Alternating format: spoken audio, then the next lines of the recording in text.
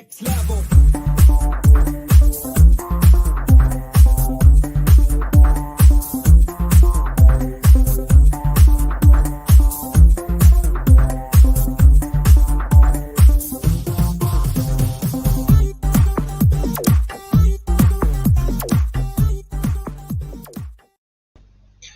Good afternoon, ladies and gents. Welcome back to Pro Tour Live once again here at Online Darts. Myself, Jack Howard. Change of plan for today. This is meant to be Phil Barr to start, but he was a bit delayed getting his hair cut. I mean, Barr would probably refuse to touch him because he's ginger. So I'm going to start off. Phil's on his way down to Portsmouth right now. As soon as he hits the studio, he's going to take over. I'll drop off for a bit and then join him for the back end. So you're stuck with me for a little while. Thanks to everyone that's already in the chat room. Games will get underway very, very shortly. Obviously, we're a little bit later starting this morning, or starting the stream this morning, or this afternoon now. So you know the deal by now. Jump in the chat room. Let us know who you are backing to win Players' Championship 27 today up in Barnsley. Don't forget to drop that like on the stream as you do so as well. I did see the streaming board games. They're on Dirk van Duijvenbode's board, which is board 4, and Joe Collins' board, which is board number 15.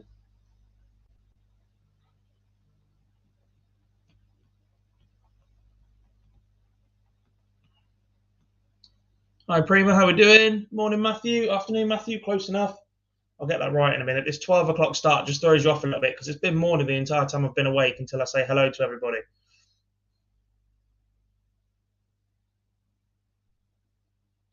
Neil says Michael Smith today or Searle. So Searle's had early exits the last 2 days. Michael Smith's looked pretty good until he's run into Go in Price twice. And it's not been good. Sean says Joe Cullen today. Starts off against Jack Main on board 15. Nicholas says third time lucky for Price today. He's got a tough start. Raymond van Barneveld. Goody boy got a good chance, says Lendl. I've not really looked at the draw in full yet.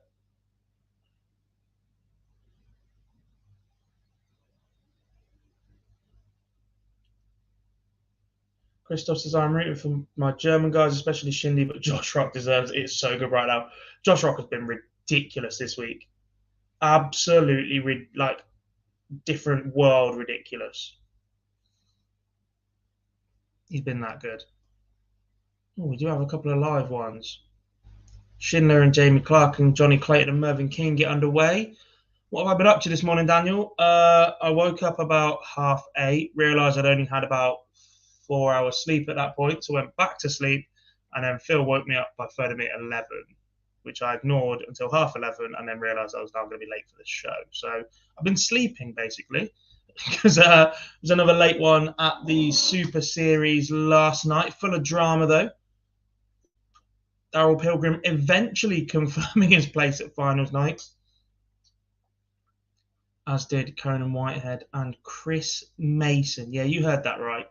Chris Mason is potentially 4 games away from £20,000, the biggest payday of his darting career, 12 years after he retired and has spent the last decade as a commentator.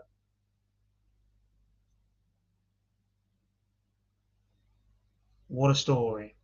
Fair few of you fancying Josh Rock today. Look, the performances so far is very hard not to jump on that hype train. Martin Schindler takes the opening leg of the day in 15 darts. Some of these first round ties, by the way, has anybody seen board 13?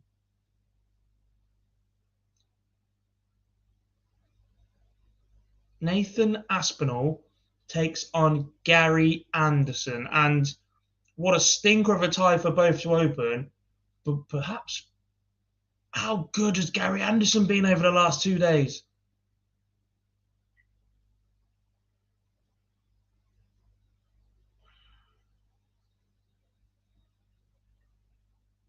Hey, Juanita, it's all right. We'll let you off. You disappeared before Damo won yesterday.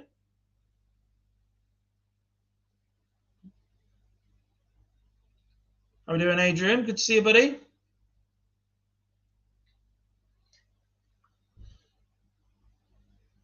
Couple of eyes on the cricket as well. England get the World Cup underway. My football team are playing it as well. Gary gets informed for the World Championship, and I love to see it. Yeah, bang on. The darts ref tweet was absolutely bang on. The more and more you think about it, Gary has the same alarm as Michael Bublé, and he just wakes up just before Christmas. You watch his form start to rise. You know the pre-sale gif of Mariah Carey's "All I Want for Christmas" when it just starts creeping up a little bit around September time, as somebody gets that little bit of a they've gone early. 9 times out of 10, it's Phil Barr's going early as well. The man's obsessed with Christmas. But they go a bit early, and that graph just starts going up for sales. That's Gary Anderson's form.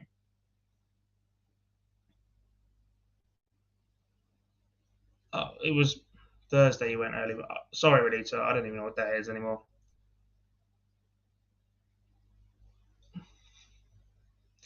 Martin Schindler doubles his lead on Jamie Clark.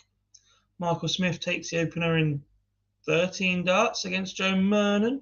It's 13 darter for Jose de Souza against Tony Martinez. 14 darter for Sean Wilkinson to take the opener against Damon Heta.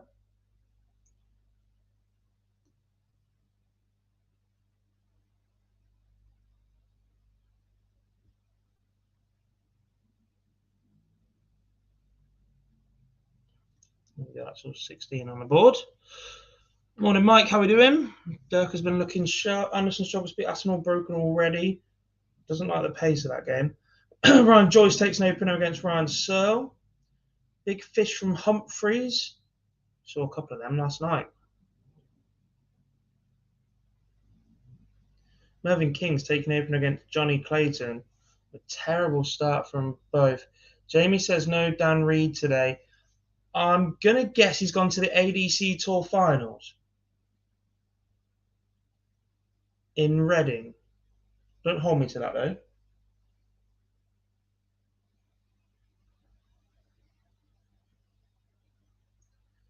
Dirk van Dijvenbode has doubled his lead on Darius Labanauskas. Hey, Alistair, how we doing? Schindler flying. Peter Wright doubles up against Luke Peters. Dave Chisnell's taking the open against Andy Bolton. Dimitri finds himself behind to Willie O'Connor again, averaging 61. Brutally honest, Dimmy has been shocking this week.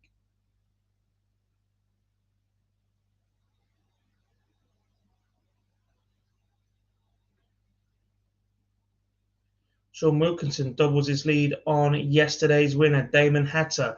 Dave Chisnell, winner of Players' Championship number 25, lost round 1 yesterday. Are we about to see the same fate for Damon Heta? Hey, Pete, how we doing? All good from my end, buddy. Luke Humphrey's doing a job on Bradley Brooks right now. He's gone 3-0 up.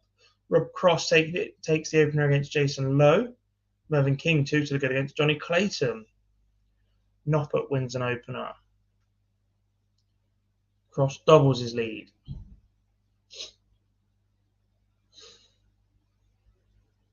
Guess he's going to lose first round. Oh, that reminds me. He's 1-0 down to this man.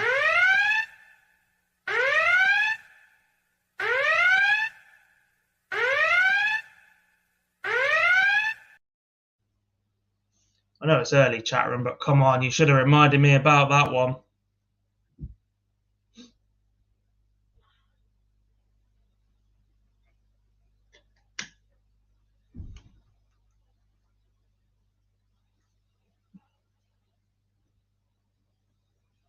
Humphreys takes that 170 second leg and a 148 third leg.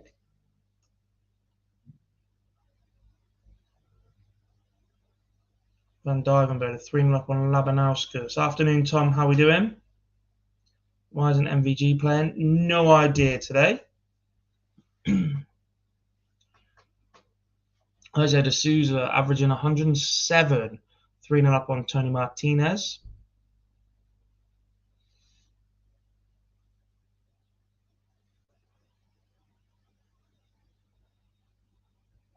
Where's Phil? He's on his way, buddy.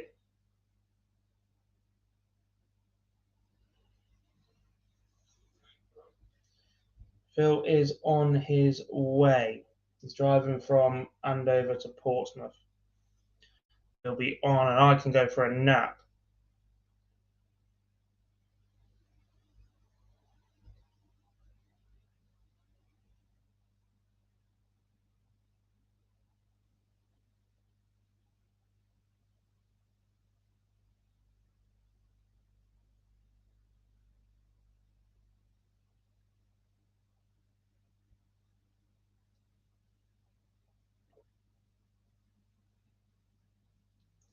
Mike, sorry, God, if Gezi loses to a man that can't decide wants to retire or play, I'll be furious. I think he wants to retire again, but he likes earning money too. Is that Jar's wake-up alarm? He loves a bit of the Barney alarm. He was using Skeggy with Aspinall and a few others last night. Yeah, we had exhibition work throughout the week this week. I know he's flown back to the Netherlands today, so shot. Matt Edgar was in Skegness last night. Yep, Matt's doing a fair bit of exhibition work at the minute, which is good for him.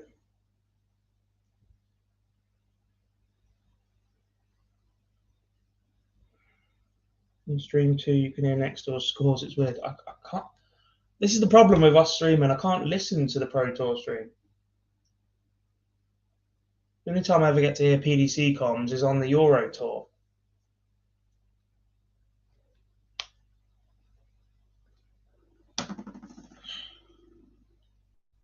What's your predictions for a winner in the Super Series tonight? Very, very tough to look past Graham Usher. He is ridiculously good at the flick of a switch. But it feels like in this entire phase, anybody that's won Group A has not won at finals night. So it depends what he's done for the last 48, 72 hours.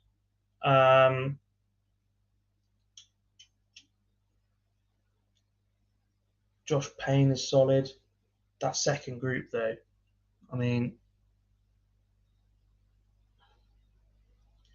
Daryl Pilgrim, Graham Usher, Lee Evans is Group 1 tonight. Daryl Pilgrim lost more games tonight than he has in the entire phase up until that point. He'd only lost one game in getting to Champions Week. Then obviously he went perfect night 1. And then he was one game away from qualifying for about 3.5 hours. So that's Pilgrim, Usher, and Evans. The other group is Mason, Whitehead, and Payne. Story-wise, it would be phenomenal if Chris Mason picked up the title. But he starts slowly, and you can't afford to start slowly in a group with Conan Whitehead and Josh Payne. So he's got to switch it on. If I was him, I'd be playing from about 4 o'clock, telling himself, just go and find something competitive first. Humphreys 5-1 up on Bradley Brooks, looking like he might be the first man to book his spot in the last 64. Finances of exhibitions depend on the exhibition, depends on the promoter, depends on the players.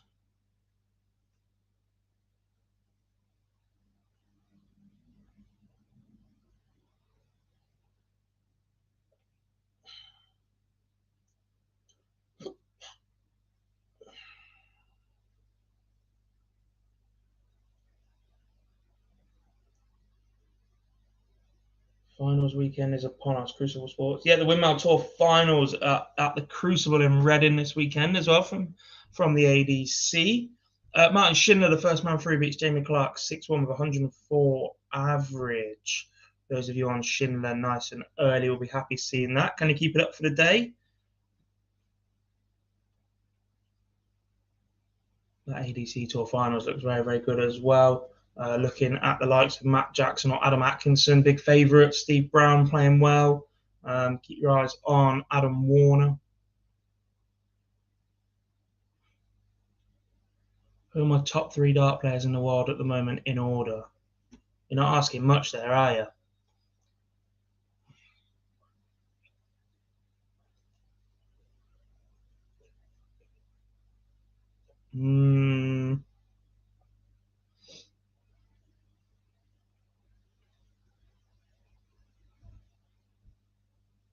Right now, Michael 1,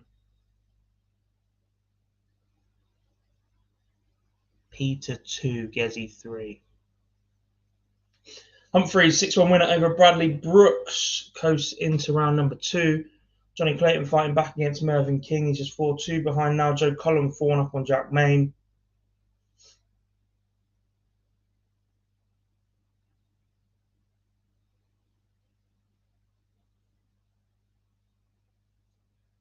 Tom Garfield is there. Hope he wins it. How can I watch it? I believe there's a stream. You'll have to follow the ADC socials, Amateur Dart Circuit, but it will be live on, I believe they use Darts Atlas as a scoring system, and there is a streaming lane as well. Peter Wright 5-1 up on Luke Peters. Barney 3-2 up on Gerwin Price at the minute. That'll make Mike happy. Willie O'Connor 4-1 up on Dimitri Vandenberg, averaging 106. Tidy. Jose de Sal's averaging 104, finds himself 5-1 up on Tony Martinez. Martinez just getting a leg back. Yesterday's winner, Damon Hatter, is in trouble. He is 4-1 behind. Absolute nonsense. Top back. He proves time and time again he's the best and gets written off. Does he?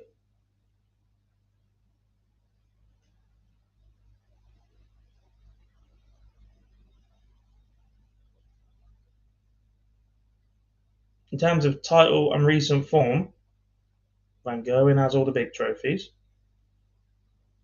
Peter Wright since his operation and that disaster at the Grand Prix. Came back, got beaten in the Euro Tour with 104 average, made the final the following Euro Tour.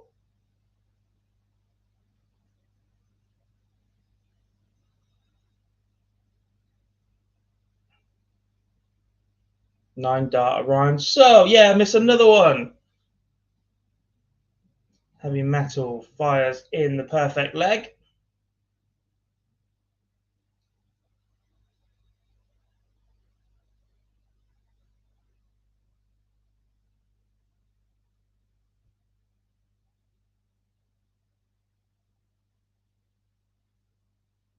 Do I think Gary will actually go to the Slam qualifier? I don't know. I'm a bit 50-50 on that one. I don't know what he intends to do. The Slam is one of the ones on his list, isn't it? Dirk van Dijvenbode and Peter Wright both progress to round number 2, as does Willie O'Connor at the expense of Dimitri Vandenberg, young Belgian. Not picked up an awful lot this week.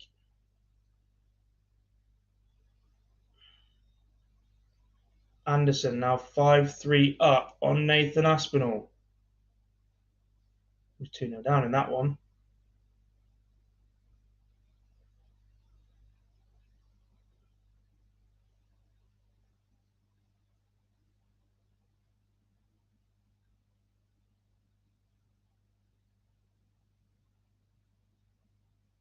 Gezi gets another back. 4-3 behind now. Ryan Selm is 5-3 in front of Ryan Joyce.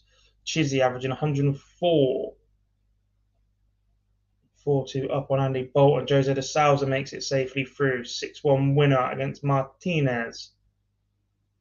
Dave Chisnell now 1 away against Andy Bolton. Damon Heta needs 5 straight legs if he's going to avoid an upset at the hands of Sean Wilkinson. Wilkinson averaging 103. Johnny Clayton 4 apiece against Mervyn King. He's fought back from 4-2 behind. Michael Smith 5-2 behind to Joe Murnan. As question, Murnan working with Mardle is paying off potentially. Not seeing an awful lot of Murnan throughout the rest of the week though.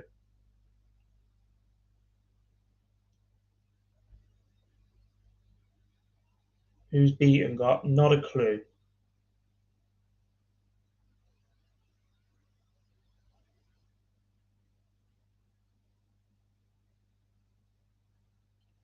Murnan does defeat Michael Smith as a 6-2 win for Joe.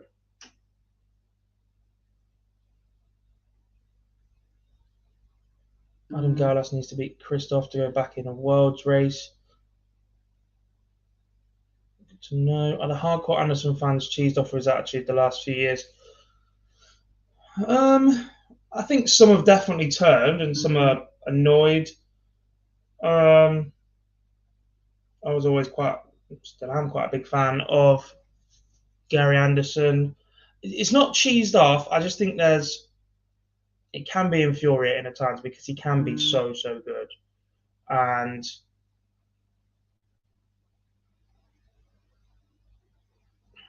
I've seen it firsthand from another player. So when I used to live with Kyle Anderson, he was always never under any illusions that he was here to earn enough to build himself a house back home, and that would be the end of his darting career anyway. It didn't quite play out that way a little bit. It lingered on a little bit more. Then obviously he returned due to COVID and personal illness. But that was always his plan. And what used to infuriate me about Kyle was clearly very talented. Let's be honest, he was a dart away from being in the Premier League if he'd beaten Michael Van Gerwen in the European Championships and made the final, given that he'd already won a World Series event that year, and his stock was just on the up massively. And he was still in contention even after that European Championship semi-final defeat. I think he lost to Barney at the Worlds that year.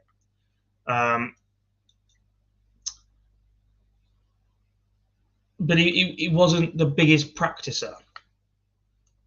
And not everybody has to like practice. Not everybody has to enjoy practice. And it definitely works for different people. But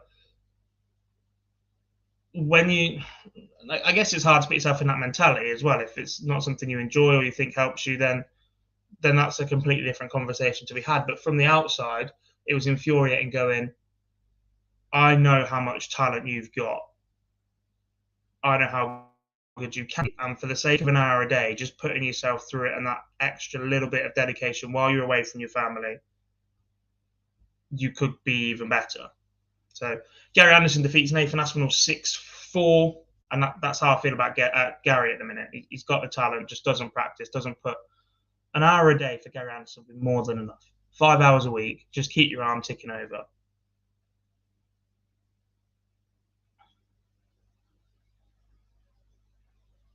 $110 to win for Gary. Gezi missed the ball for a 161. Hetter is gone, lost 6-1. Going Price is 5-4 behind to Barney now. Richie Burnett 1-0 up on Brett Claydon. Gert de Vos takes the opener against Danny Janssen. Searle and Joyce 5 apiece. Is the 9-dart man about to go out? We see that an awful lot at the minute. Hit a 9-darter, lose the match. It's a bit of a curse. Almost like the curse of Ross Smith on the Euro Tour.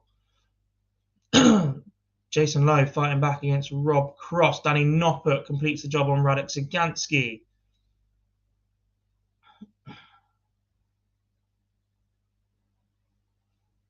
Next up on stream 1, Mensur Suljovic versus Jason Heaver.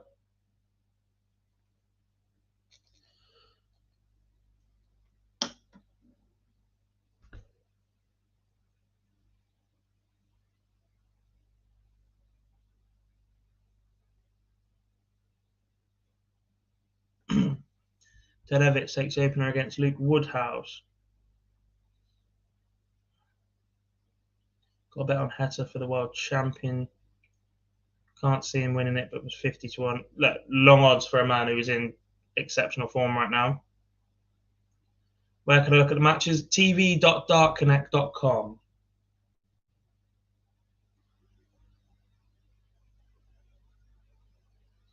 Clayton and Mervyn King goes to a decider. Ryan Joyce beats Ryan Searle. So 5-3 up in that one. Hit a 9-darter. We've just lost 6-5. Too relentless. The curse of the 9-dart leg. Gerwin Price is out to Raymond van Barneveld. What a win that is for Barney. Completes the job on the world number 2. Joe Cullen is through. He beats Jack Main 6-3.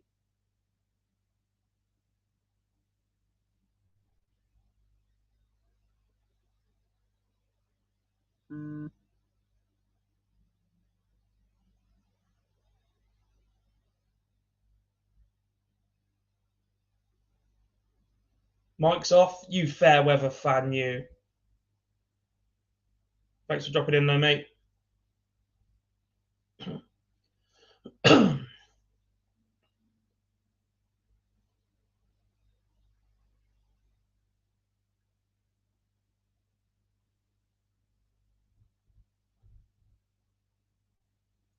Rob Cross one away now against Jason Lowe.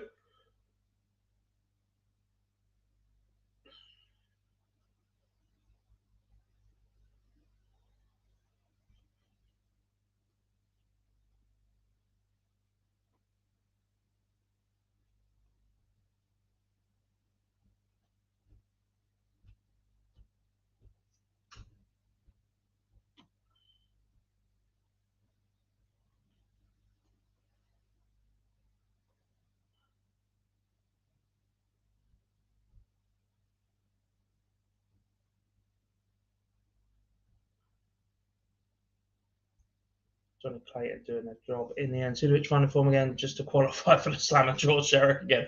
It's quite possible. Change of equipment manufacturer seems to have done Mensor the world of good right now. Neil's off to watch the mighty Liverpool. Good man. I might do the same once Phil Bars gets here.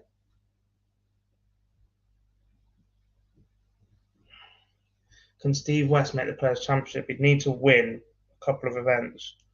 I saw a stat earlier about Keegan Brown and someone else, and how they'd lost a ridiculous amount of first rounds at the Pro Tours this year, but one win was basically enough to put them in the Players' Championship finals and up on that order of merit.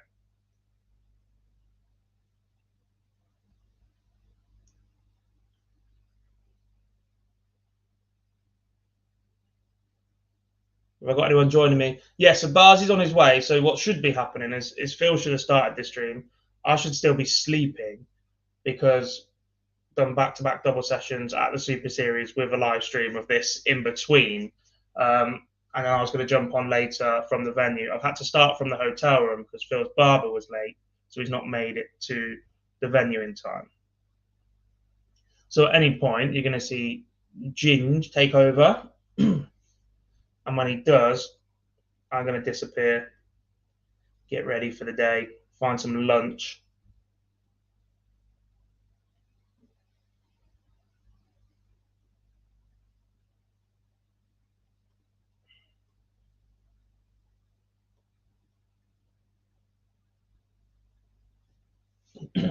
Now, he went for a haircut this morning. So to be fair to him, he didn't get home till 4 a.m. He drove back from Skegness via Birmingham to Andover last night, slept it off, went for a haircut at 10ish this morning, and then was driving from Andover to Portsmouth to start streaming at 12, and then we'll be going all the way through to close of play, chill out for a bit, probably find some food, and then back at the MODUS live lounge for the Super Series finals tonight. Fred's in from the Netherlands. Good to see you, mate. There were so many Dutch players going deeply today.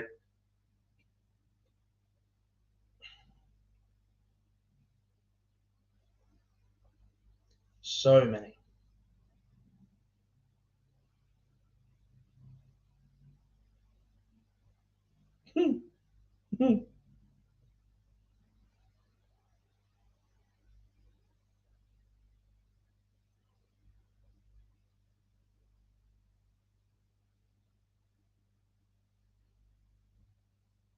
What did he do? He dropped one of the team off in Birmingham because it's sort of on the way. not a massive detour, so that was one of the team from the exhibition. I'm very well, thank you, Thread. A little bit sleepy, a little bit very hungry. Normally at home, I'd just order something right now. Tell you to wait for 2 minutes and snack on stream, but we'll go and find some lunch very soon. I wonder. I was going to sit in my room and watch the football on a device that I may have with me, but I'm just going to go downstairs to the pub.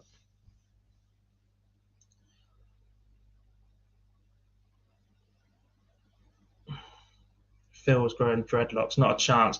Did you see his comb over curtains that he had during lockdown when nobody could get a haircut? It was like the 90s boy bands had re-emerged, and I'm a 90s boy bands fan, but that scarred me for life. Richard Burnett 4-0 up on Brett Claydon, the Prince of Wales. Flying right now. Rob Cross, Jason Lowe, still 5-4. There it is, Rob Cross over the line. 6-4 win for Voltage.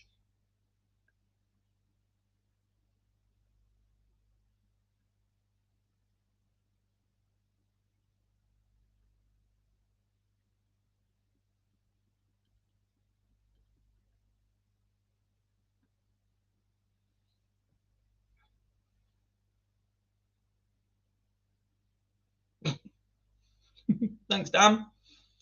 Thanks for watching, mate. Appreciate your kind words. Lol. Gert de Vos, 3-2 up on Danny Jansen, the mullet. What a catch that is.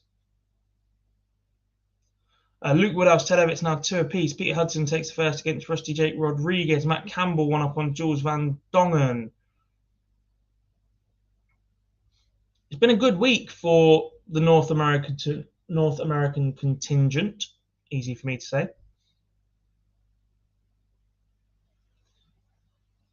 Campbell doubles his lead on Van Dongen though. Ball and Jake Jones goes 2 apiece.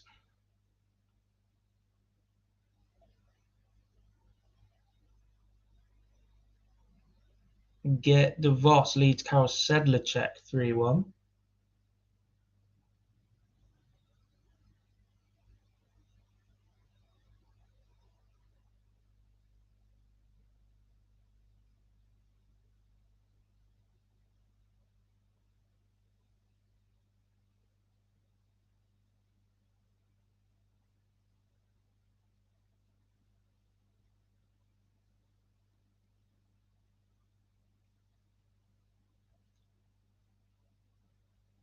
Richie Burnett 1 away from a whitewash win over Brett Claydon.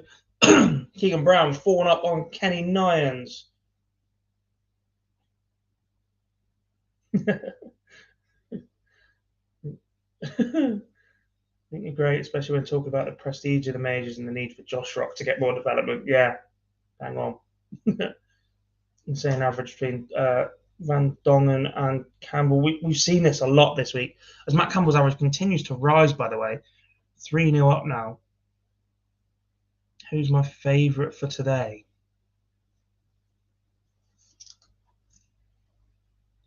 I think Peter Wright's going to win one at some point. I've got to hand it to Matt Campbell, hitting some nice averages lately. It just seems like he's added that extra gear to his game right now, doesn't it? This is what we thought Matt Campbell could be.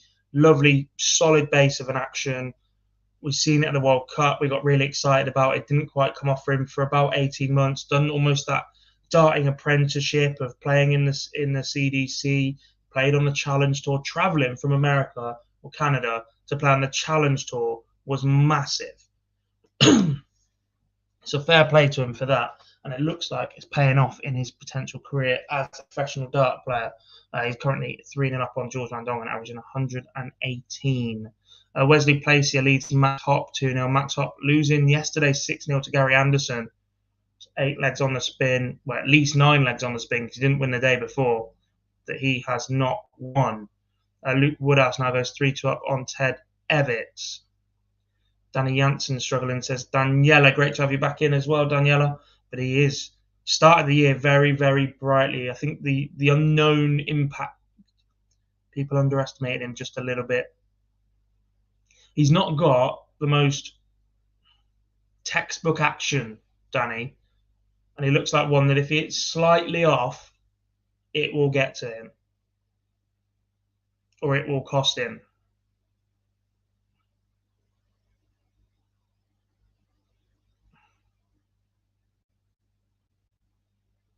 Does Barzy wind me up? No, it's normally the other way around, to be fair.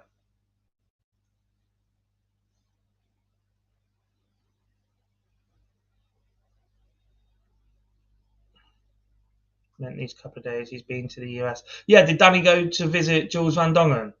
I don't know when they got back to the UK to play.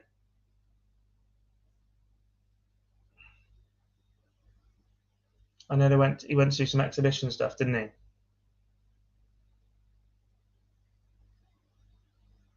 I tell you who else is struggling right now. I said it's been decent for the North American players, all but Jeff Smith, really. He's currently 2-1 down to Barry Van Peer, averaging just 84. Brett Claydon has avoided the whitewash against Richie Burnett. Still a massive gulf in the averages.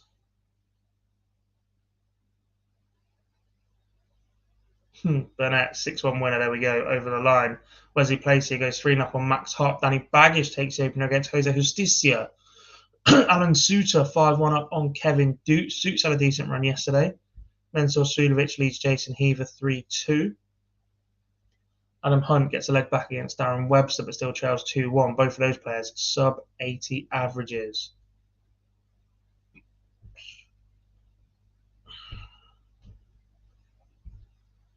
Last 16 yesterday for Jeff Smith. Took out Wright. It was, but I don't feel like any of it was. Despite the fact he beat Peter Wright, the world #1 and world champion, I don't feel like any of the performances were overly impressive, or it sounds harsh. Don't recall doing a lot on Thursday. Ranking wise, he's struggled this year.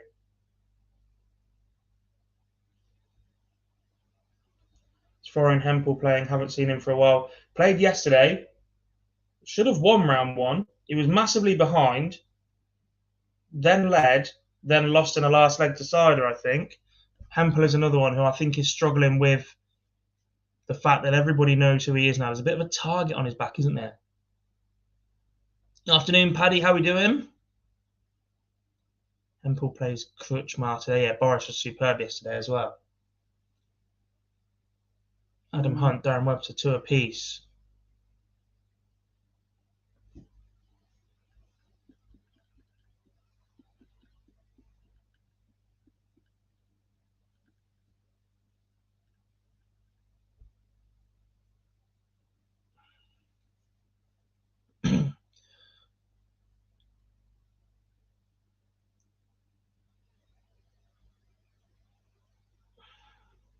Humphreys wins today, says Devon's Darts. He was pretty comfortable in round number 1.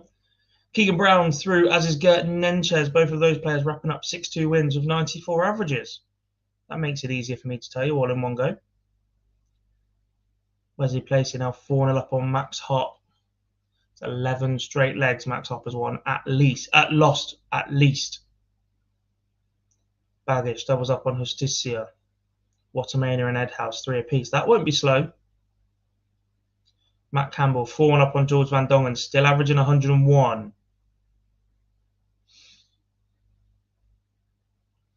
Suits and Ball and both 5-2 up. Can the Scots get through at the same time? Jeff Smith must have heard me because he just dragged his average up to 93. He's now just 3-2 behind to Barry Van Peer.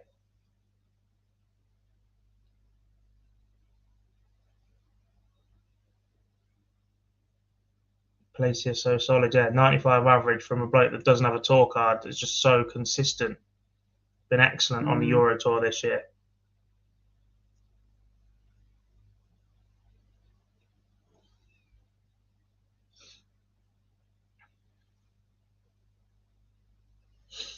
What happened to Hop in the last year or two? Seems to have really struggled.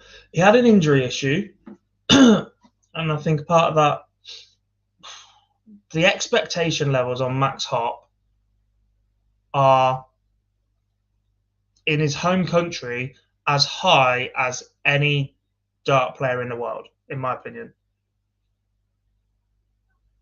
For a nation emerging as a darts mad country like Germany are, they got 9 of 13 Euro Tours next year, something ridiculous.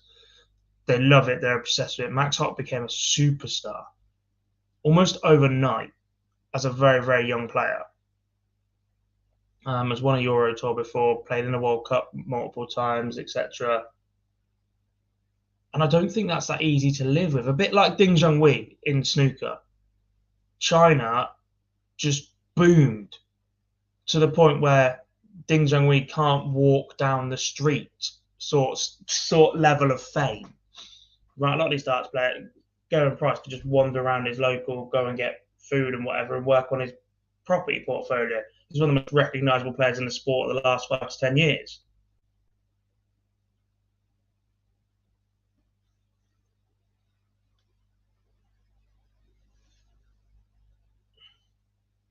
Where's Phil today? He's on his way. He is on his way.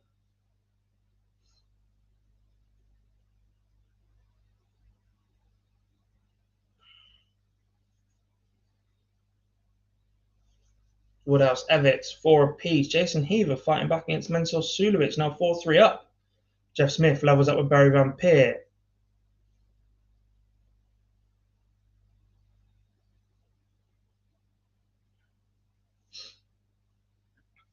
I didn't think we got to 100 yesterday, Bob. I think you guys let me down. I think we finished on 93 because that's what Heta won the title on.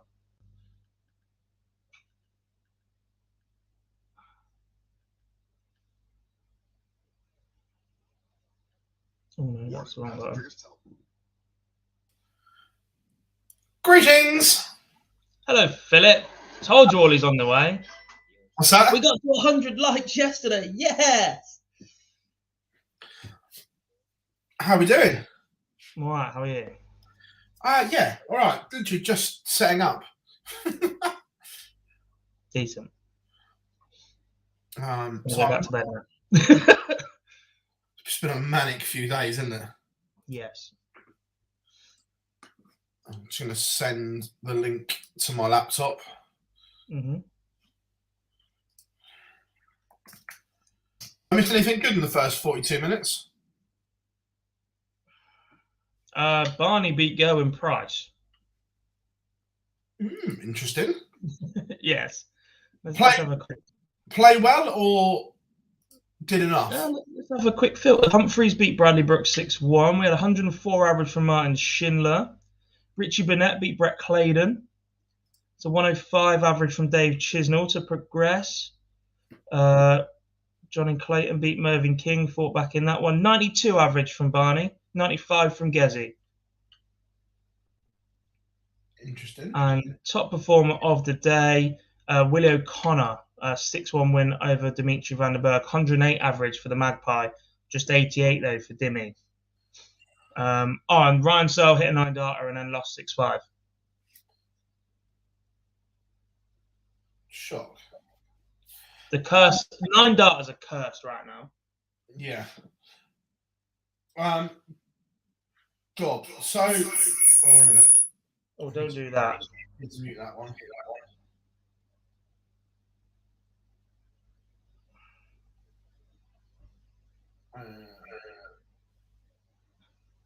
Also, I don't just want to spring this on you, but Tiz and I have been talking, and we decided earlier in the week that you were going to order us Domino's on this Saturday when we arrive later. But then we had a Domino's yesterday, so now you're buying Wagamamas. Cheers. You know, I don't need any excuse. Yeah, but you're paying for it as well. We're just making sure you know that bit. Standard. Yes. It's all good. How good is Gary playing so far today? That was the other one, Phil. First round tie, Aspinall versus Anderson. Gary winning. That's hard. See, Aspinall travelled 2 hours to get to Barnsley. I was with the Asp last night. Yes. And MVG handed him one as well. It's 8-3 in that final, wasn't it? Yeah, MVG averaged 104. Nice. I tell you what, Michael is looking the nuts at the moment. I got asked who my top 3 in the world in order were right now. Oh, right now? And I went Michael 1, Peter 2, Gerwin 3. I agree with the 3, but I'd swap Gezi and Peter around. Thought you would. But look, at the moment, those 3, in my opinion, are head and shoulders above the rest. Yeah. Since Peter Wright's health scare, obviously that first Euro Tour he came back, beat him first round, but he averaged something like 104. Second one, he won it.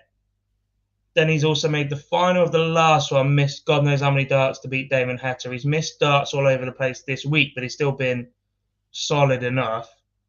The Grand Prix, I'm just going to write that off. And if I'm being honest as well, look, everyone knows that I'm friends with Michael anyway, but forget that. I actually think he's head and shoulders above the other 2 at the moment as well. When it gets to a TV tournament at the moment, yeah. Heta is close, but Heta, if you ask me who the best player is that doesn't play in front of a TV camera right now, Damon Heta would win. Look, I'm completely with you on that. And look, we've said it so many times since we've been doing this that there is such a difference between floor and TV games. Yeah, even the Euro Tour to an extent. Obviously, we saw Hetter's win in Gibraltar the other day. Yeah. And look, away from the cameras, Josh Rock's close at the minute. The boy's playing exceptional. The place here just smoked hot. Was that 6-0 or 6-1? Distracting me. Darren Webster 6-3 win over Adam Hunt.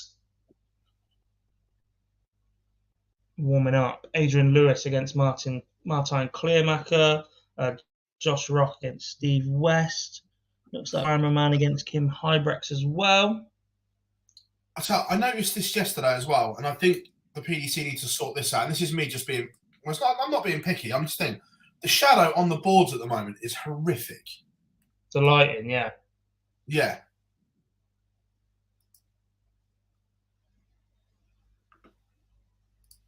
Yeah. The shadow is just like, look, come on, boys. Right, that's there. That's there. I think I've got it set up so we can have a feature game as well. If I share my laptop screen. Yes, I will unshare. So the other one, because I don't use this very often. This is more for your benefit. How do I now share the screen from my laptop one? Because I always use the software I own normally. I don't use this, do I? You'd have to. Are you logged in on your laptop one as a guest, yeah, or are you in? Are you in? No, I've sent it a guest link down the bottom. You see the other one? Yeah. Is it in as a guest, or is it in as someone that can manage the feed? Guest. Does it need to be the other one? Yeah. Right. Okay. Because I don't use this, do I? Use your login, and then, well, unless you've got an option to present from guest. Let's have a look. Don't think so. I'll just log in. It's easier. Yeah.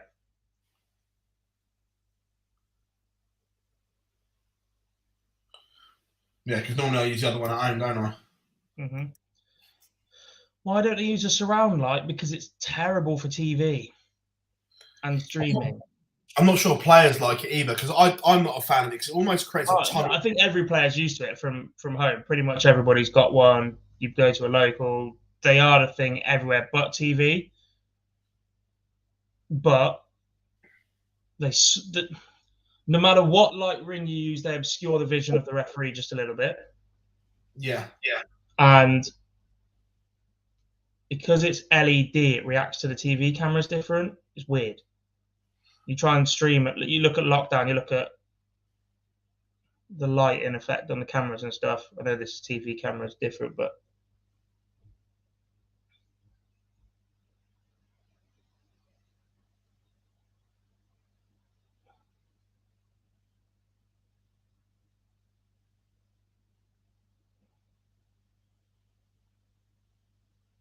the 270.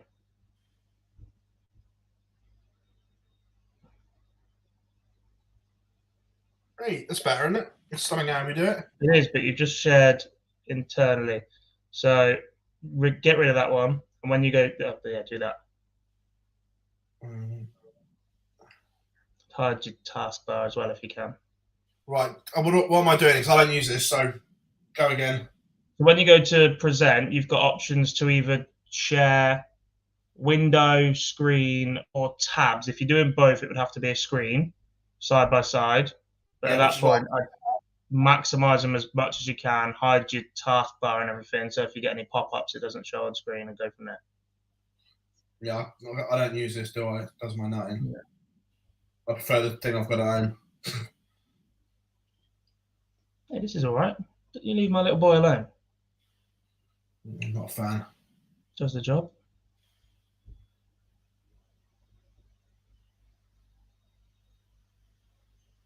Yeah, there you go.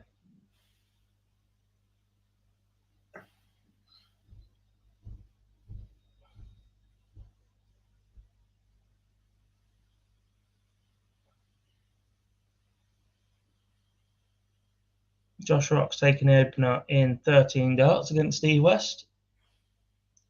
From man 14 to open against Kim Hybrex. Eddie Lovely finds himself 2-0 up on Callan Ridds. Adam Gowlas 4-0 up on Christoph Ratajski. Big result for him. Trying to get back in the World Championship race. Who do you want as feature game? Go Josh Rock, I think. Or the All Belgian Bash. There you go. Is that all right? Yeah. Got there again. The light's great. The guy throwing them sucks. Oh, mate, I wouldn't wish that Itis on my worst enemy. So now we're all set up. Welcome along, everyone. We got there. I was on last night as well. Fallon beat Robert Thornton and played really well. Gee.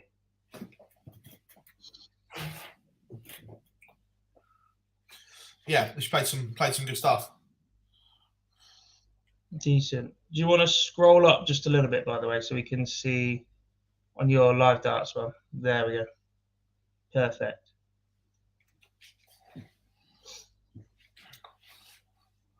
I've not used the 270, to be honest, Dan. I have what I think is something pretty rare right now, Phil. What's that? I have the full 360 mission light. Is that the one that was only sold for about a day? Yeah. And I somehow managed, I didn't know that, but I have one. They are rare. Yeah. Due to copyright infringement. I didn't say that bit, but they are rare. Danny Baggish with a good win over Jose Sticia. He wins 6-3. Yeah. When is the women's event coming up? It is next weekend. So Phil will be in Dortmund Thursday, Friday, Saturday, Sunday. And I'll be streaming the women's series Saturday, Sunday as well. Can Bo Groove do it? Can she? Yes. Will she? No.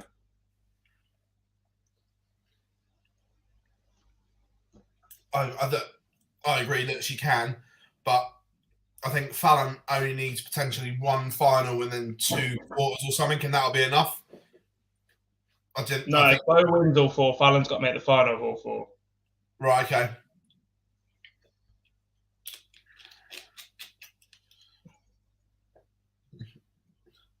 The thing is as well, if all 3 big hitters are there, they all can't make the final is the thing.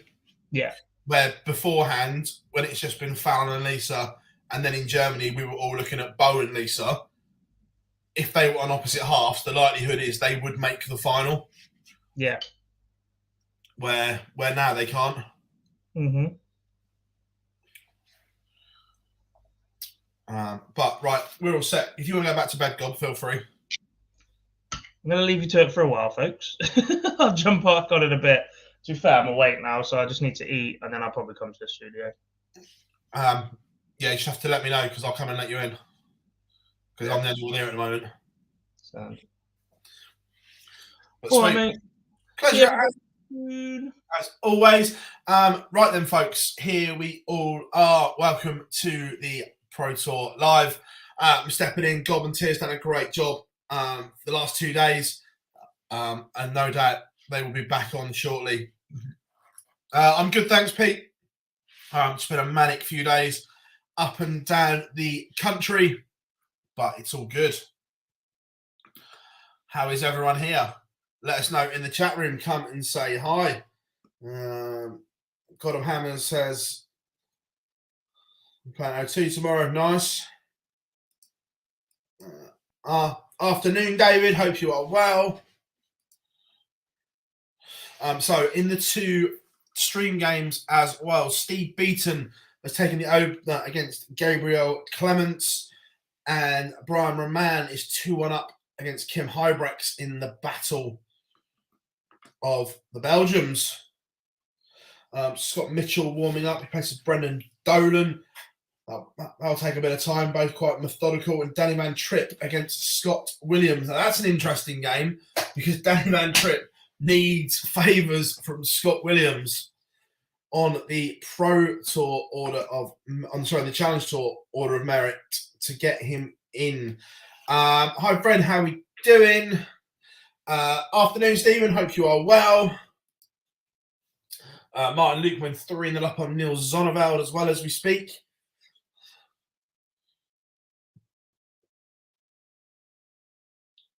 Brian Man set to go 3-1 up. He is battering Kim Hybrex here in leg 4. Thank you very much, Alistair. Look, it's been a team effort the last few days. So much going on. Barney Army from Alexander. Yeah, he's done the job today. Where else? Bob says, has John O'Shea played yet today? Good question. And I will have a look because I was travelling down. Or if the chat room can let us know, then we'll do.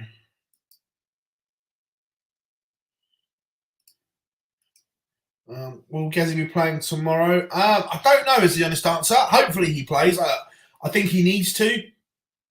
Great stuff from Josh Rock. Yeah, absolutely. Yeah, look, I think Gezi needs to. Look, although he's back into that top 16 on the Pro Tour Order of Merit, still has work to do. Did I get my... Oh, no, I did. There's my iPad.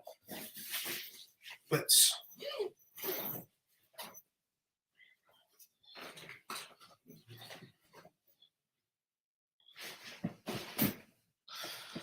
get the iPad out as well so I can have a look at some stuff.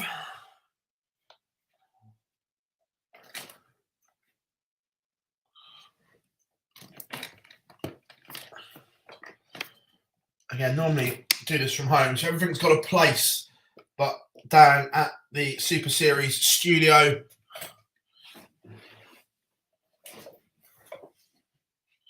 Right.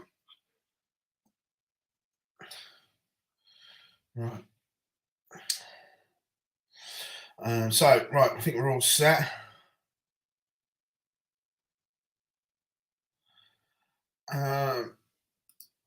Josh Rock, insane. Again, look, Josh is an absolute tremendous talent.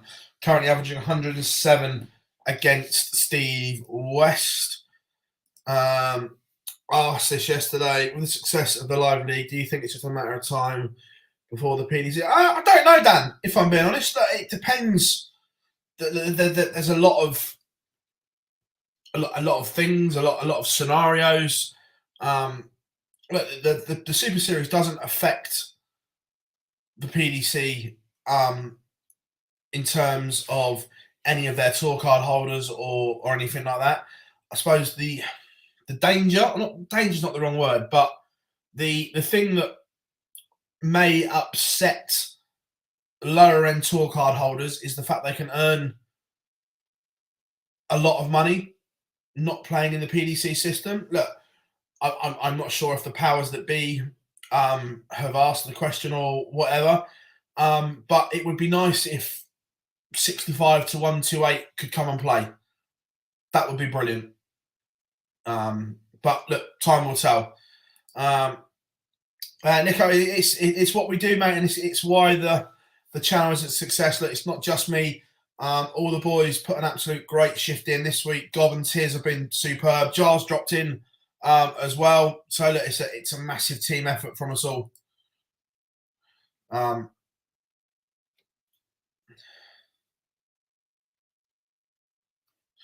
So I also, now I've got this up as well, I can scroll. Let's have a look. Has the Joker played yet?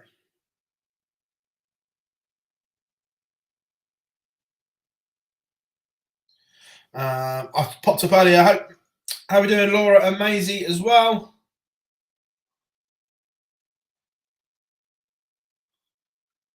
No, from what I can see, the Joker hasn't played yet. Because I'm playing a bit of catch up.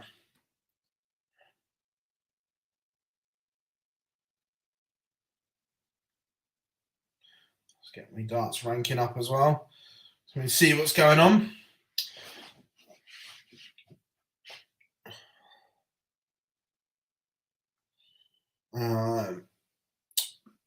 Robert says O'Shea versus Ricky Evans, board 6. Thanks very much, Robert. Superb, mate.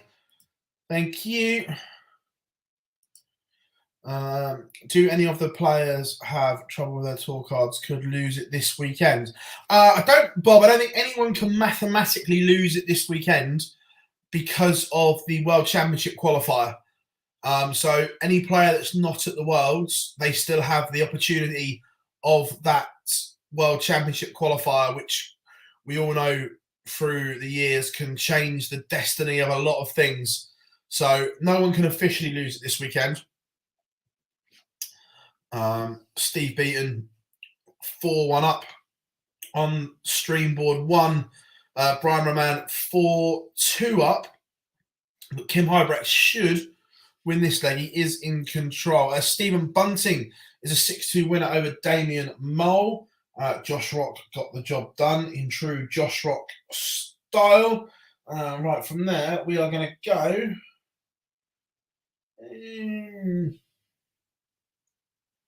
I'm going to go this one because this is quite a big game in the context of Scott Mitchell's season. He's on the cusp of that 64.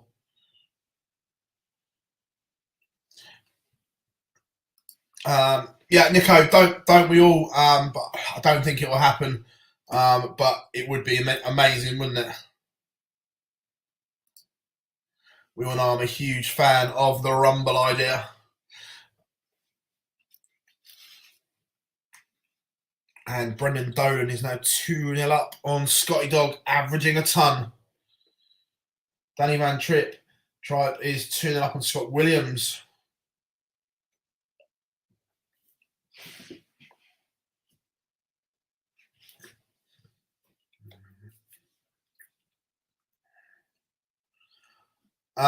So the Royal Rumble idea is taken from the WWE. Anyone that's new to the channel all knows that we like a bit of WWE action as well. So you have let's use it's a 32-man tournament. Players all get to the venue at the same time, and it literally is an endurance test. Winner stays on. They draw numbers out of a hat. 1 and 2 play first. Player 2 wins. Whoever draws 3 is on.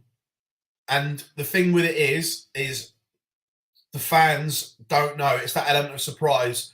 You don't know who's coming on until the music hits. Simon Whitlock warming up his Ross Smith. Jean Van Veen, an all Dutch affair against Mike Kleimanhoven. James Wilson, Ian White, and Mickey Mansell, Christian Kist all warming up. Brendan Dolan playing some fabulous stuff here against Scotty Dog.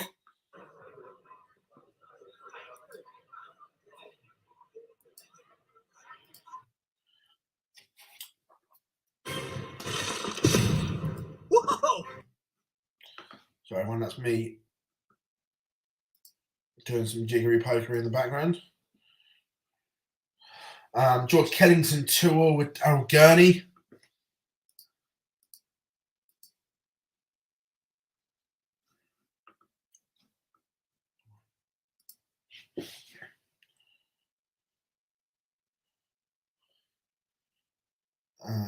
Adrian Lewis, Stephen Bunting. Lewis, Adrian Lewis is really unlucky in Newcastle. Craig, he played some really, really good stuff. Really good game.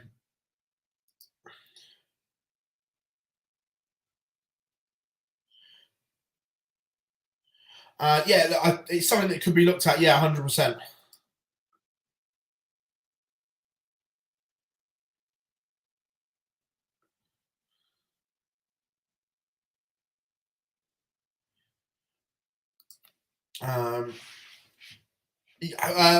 Possibly. It's something that we will look at.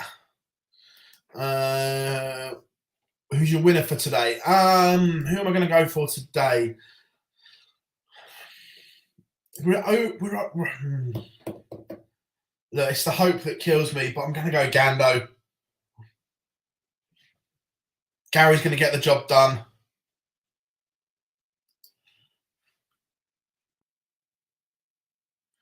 How are we doing, Jack?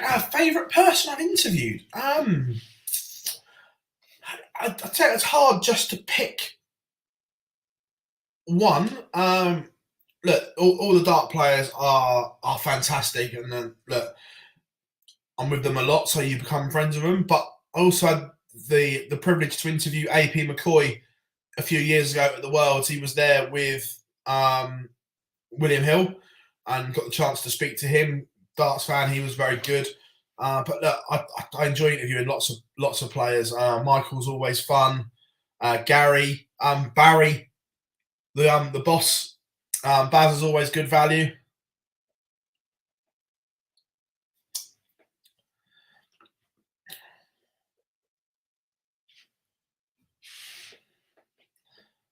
How are we doing, Matthew? Good to see you last night. Didn't have time for a selfie last night, mate. It was in a rush.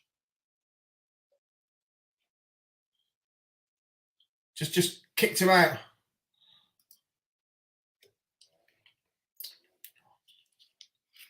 I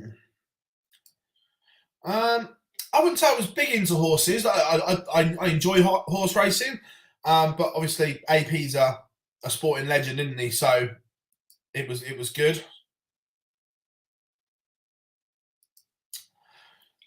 Peter says, "Hi Phil, noticed Richie Bennett playing the other day. Yeah, like, he won his tour card back in January. Did the Prince of Wales? Look, Richie's still good value, and got some work to do." Jack says, "Who wins the Super Series tonight, Phil?" So I fancied Graham Usher before a dart was thrown, and he's still in. So I'm not going to change my mind. I'm going with Graham Usher.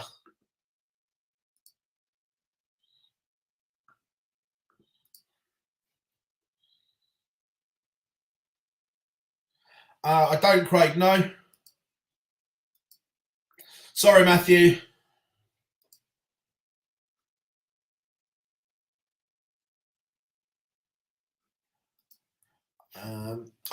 This one's very, very easy, Jamie, for me, and it's Jockey Wilson. Would love to have interviewed Jockey. On the stream board, Kim Hybrex has completed the comeback from 4-2 behind. He has reeled off 4 legs in a row to beat Brian Raman 6 legs to 4. Brian Raman dipped and Kim got a little bit better.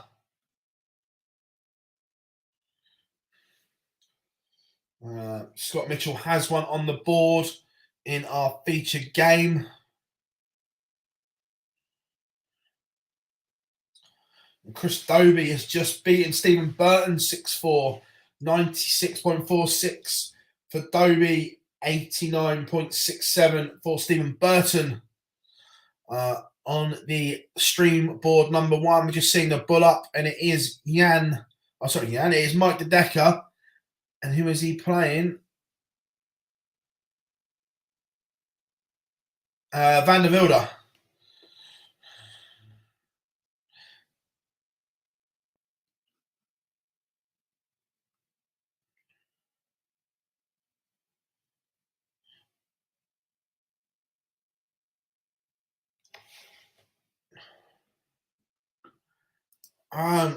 Phil, who's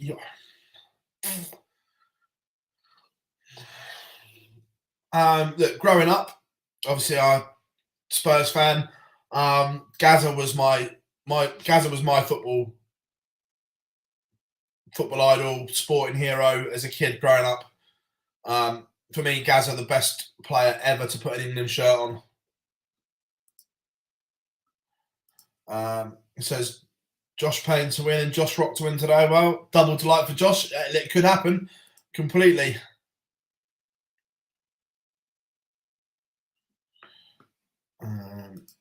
Jack says Monday, Tuesday, Wednesday. I couldn't believe. Yeah, look, he was struggling a little bit at the beginning of the week. Came straight from the Challenge Tour down to Portsmouth, but no, Lee has grown into the week. That's for sure. Do you think Josh Rock will force his way into the 2020 Premier League? No. However, he will play in the Premier League. I don't think there's a question about that. Unless he gets to the World Final or something like that, I think that's he'd have to win something or get to a world final. Can he? Yep.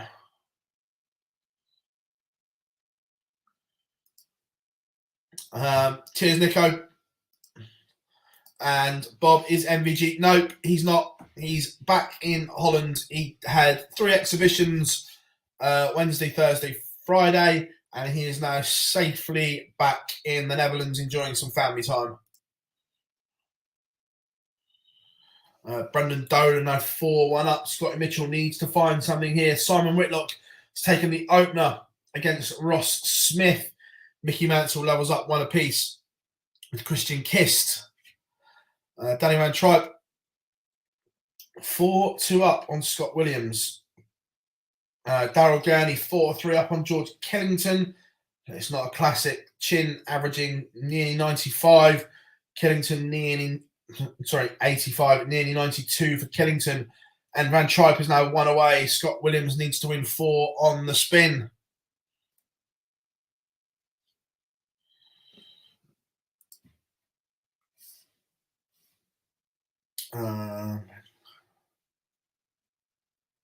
That's superb, Pete. Love that. Dan, no idea. Never asked. None of my business.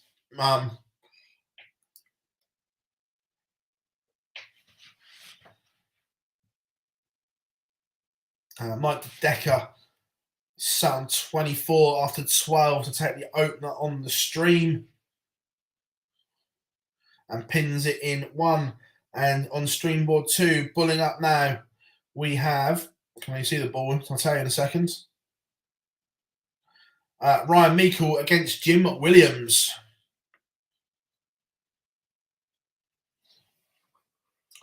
So Dolan 167 on our feature game for a 5-1 lead. Scotty Mitchell's averaging 97 and getting battered.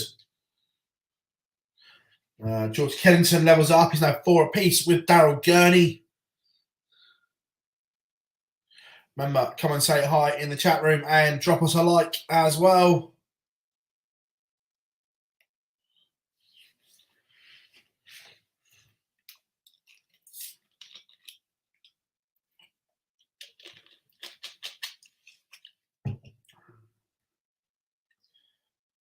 $74 for Dolan.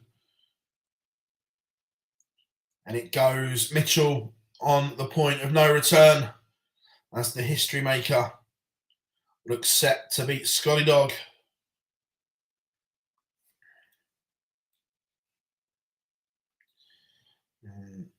Ryan Meikle has won the ball in the end on stream board 2. It took a while. We got there in the end. The Wizard, Simon Whitlock 2 to the good. Steve Lennon 2-0 up on Connor Scott.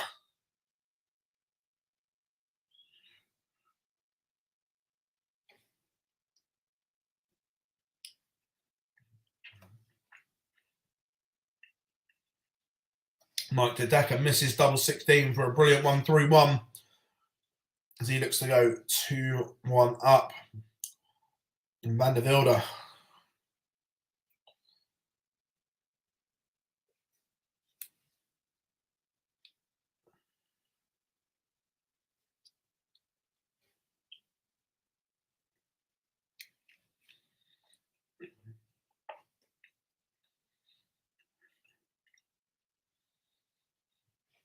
Let's have a quick look, Bob.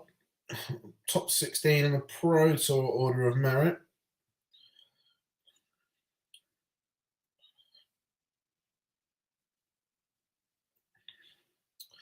So, after starting the weekend in 17th, Gerwin Price is back up to 13, but he's not that far in front. So I think he will play tomorrow. Martin Schindler just outside. Ratajski and Gilding outside as well. Chris Dobie. The players that are still in that are within a tournament win, as in a Pro Tour win, 12 grand. Dobie, Bunting, Lukeman, Gurney and Rock all outside at the moment. But Dimitri in 16th, Jose 15th, Johnny Clayton 14th.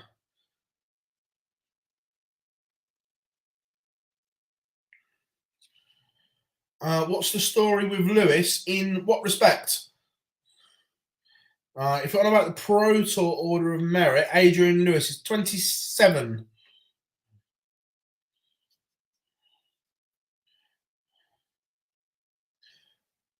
Jim McEwen 2-1 down to Jimi Hendrix. Saw Jim McEwen miss all those match starts yesterday. There's a lot of them, wasn't there?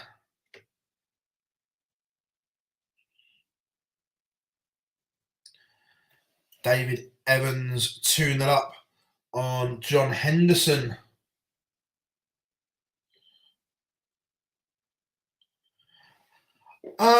Peter, I don't know if he can win a major, but look, he's one that will always reinvent himself and be in and around.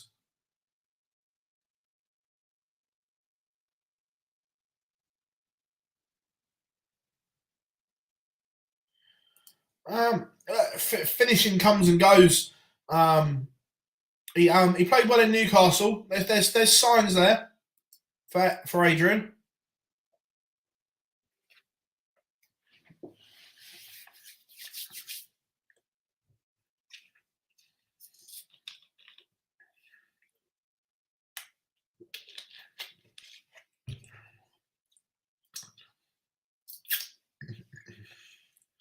It looks like on the stream board that Jurgen van der Wilde has broken a point. Brennan Dolan does wrap up a 6-1 win over Scott Mitchell. But I'm just watching the stream. We've got Mike De Decker now trying to fix it as well. Whilst we're doing that, we will go feature game. We're going to go Devon Peterson. Oh, wrong one. My fault. So you can tell I'm not used to using this software.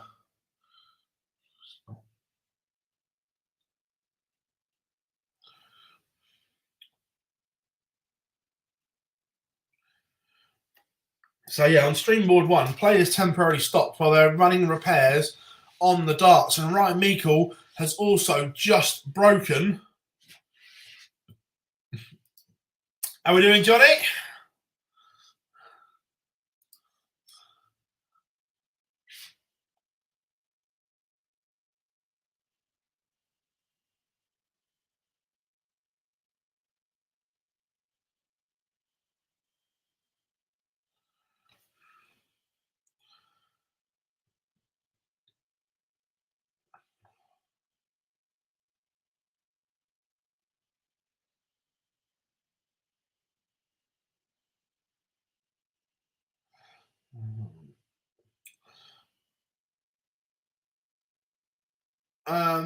Best.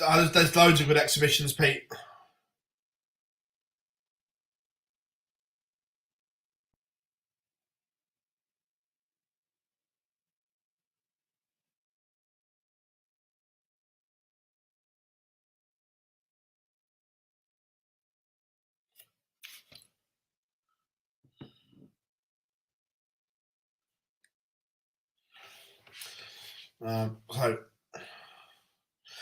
Yeah. Skeggy was yes. Skegness was good. Johnny Newcastle was belting on Friday night. Had over 1,000 people in on there. It was unreal.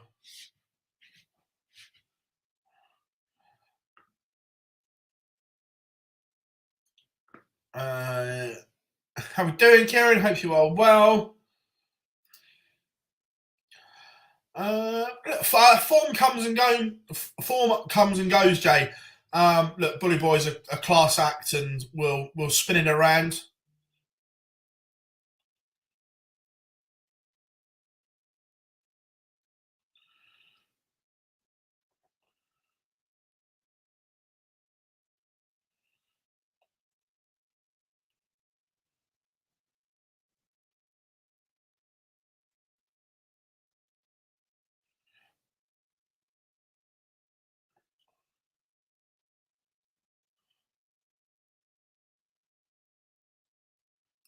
Who do you think is the best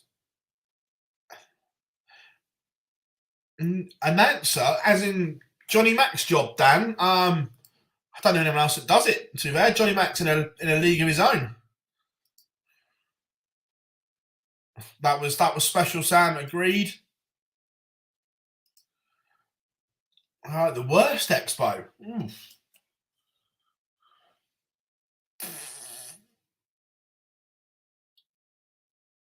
There was one pre-COVID. I'm not going to name the promoter or who was in it, but it wasn't great.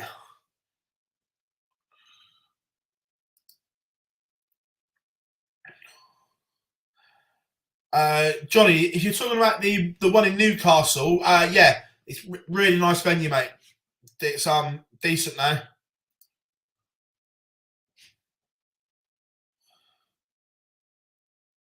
You're talking about as in commentators. Yeah, look, Dan Dawson is very good. Murph's good. Nico's good.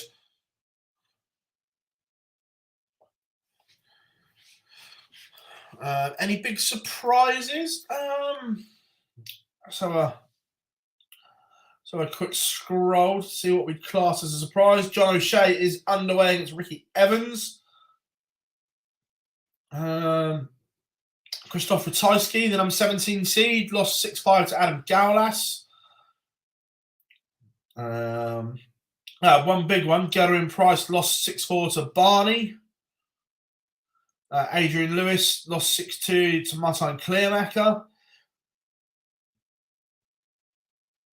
Dimitri Vandenberg battered 6-1 by William O'Connor.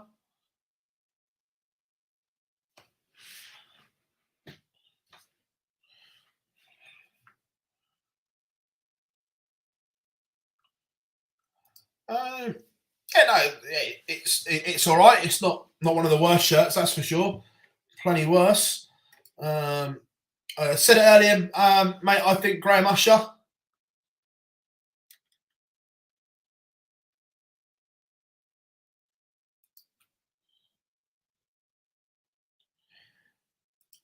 Yeah, not the best game, is it?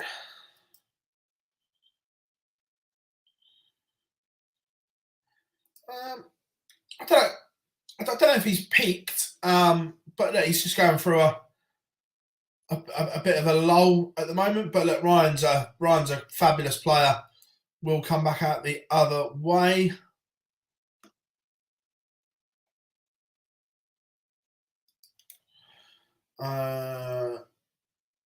Cool. Come and say hello next time, Sam. Yeah, look, Usher's been fabulous, and the price at the start of the week was just too big.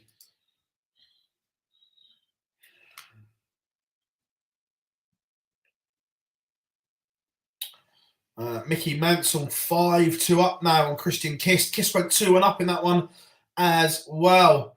Mario van der Bogarde is 5-0 up on Glenn Durrant.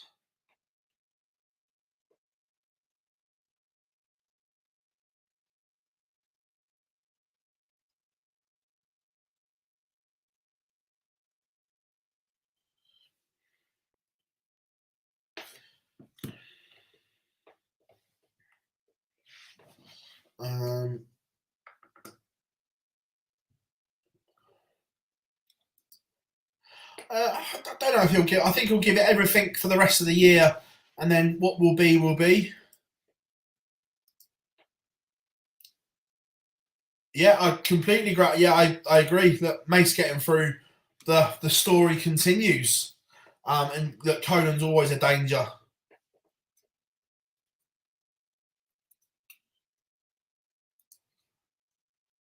Let's see, Chris or Josh win either.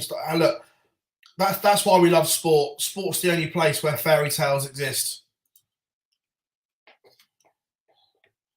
Rafferty on the comeback a little bit here. Ryan Meikle 3-1 up on Jim Williams on the stream. And if he he's just missed the ball for 4-1. So Jim can break back here.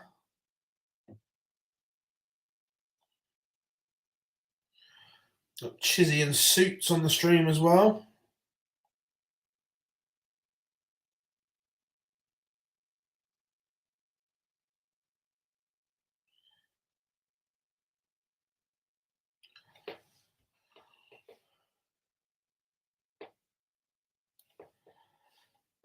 And Jim Williams does break back.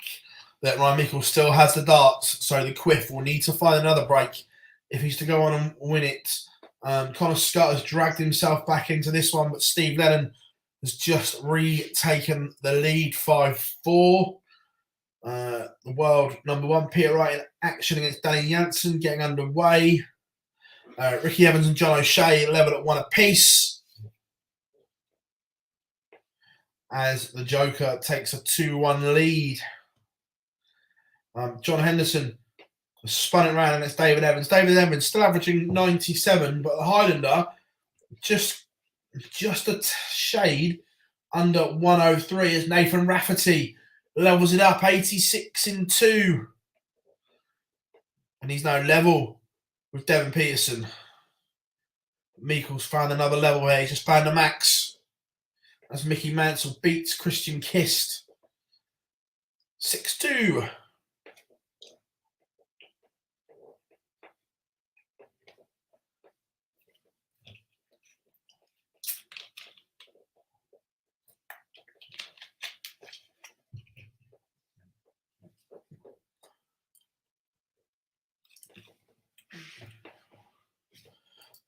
How we doing, Colin? I'm all good.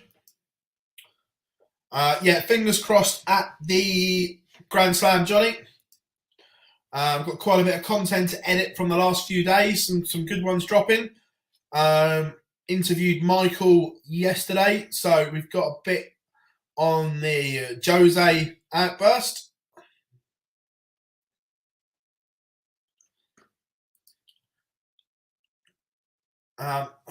Bob, Devon's game was always fragile because of his action.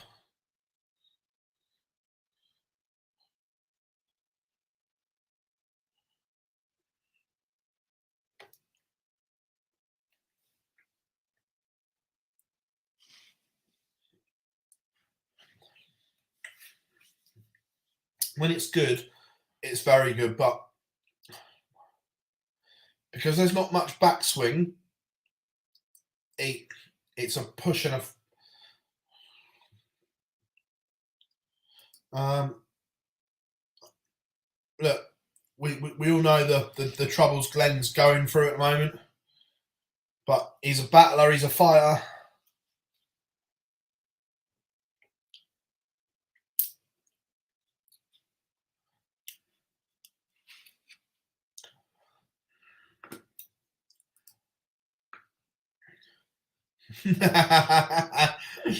Oh, those shoes, Johnny, yeah. Way to win the world this year? Not for me. I just don't think he scores heavy enough across 2.5 weeks.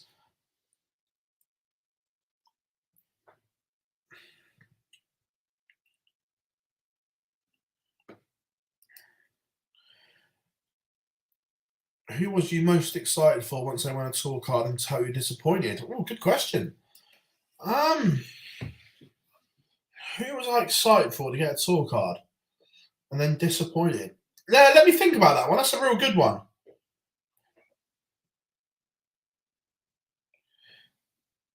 No, Damon Heta, the number 2 seed, lost 6-1 to Sean Wilkinson.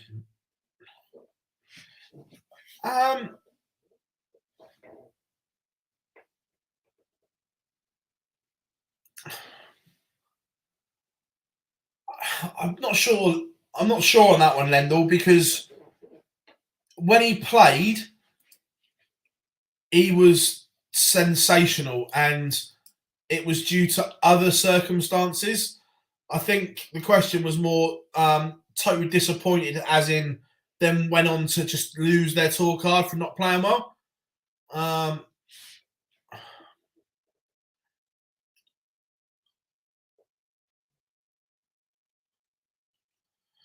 I say he won a ranking event and got to the UK Open final. So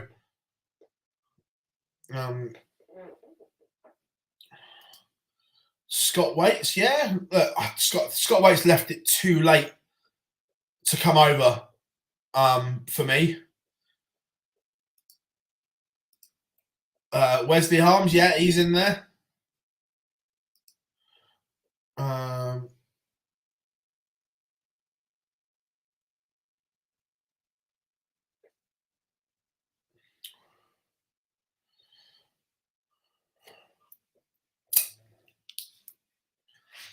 Connor's, yeah, look, there was a lot of pressure on Connor.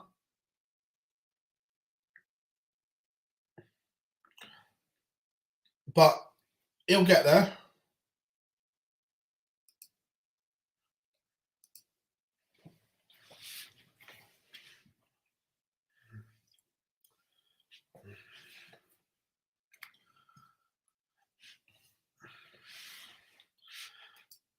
Alan Norris, yeah. Look, Alan had issues away from the board, family and all that, so his circumstances are a little bit different.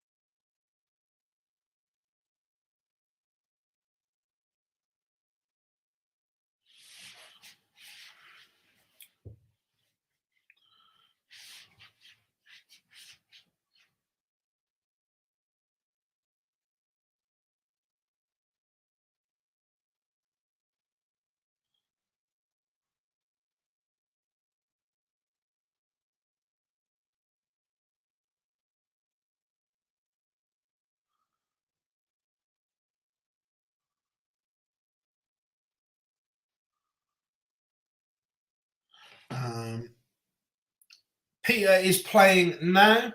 3-1 up on Danny Jansen, averaging near on a ton. Yeah, he could be in trouble.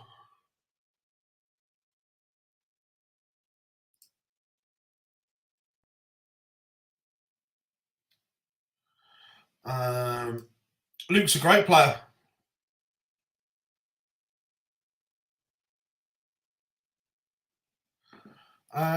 Not sure. It depends on how things go.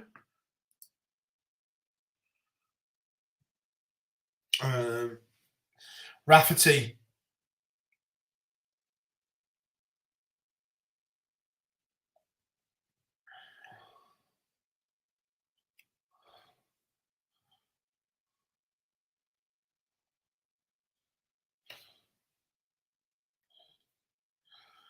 Mickey Mansell keeps winning. Does so. Devon Peterson has missed match-saving darts, but Rafferty has missed 2 match darts. Devon Peterson breathes again. Can he find double 2? And does last dart in hand. This one goes to the Noble.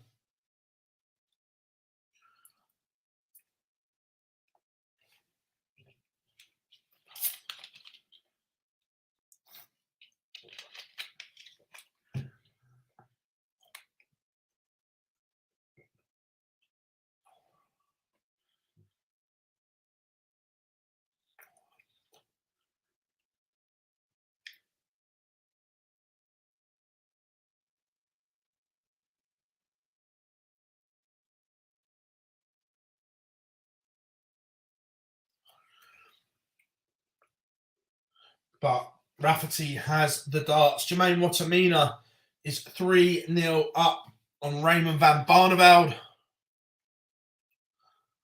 Suits just getting underway on the stream board against Chizzy. Second game on stream board 2 will be Jose against Keegan Brown.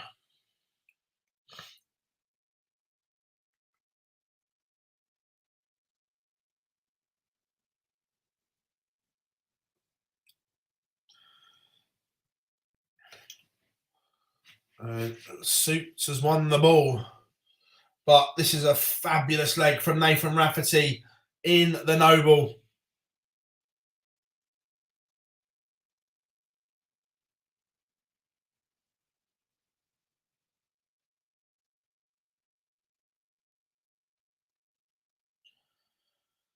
$81 to get the job done.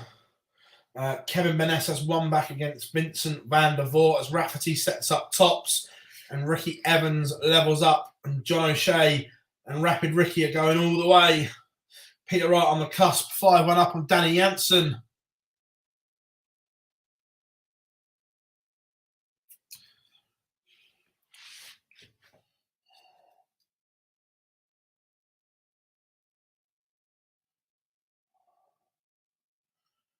And Raf gets the job done. 6-5 winner for Nathan Rafferty.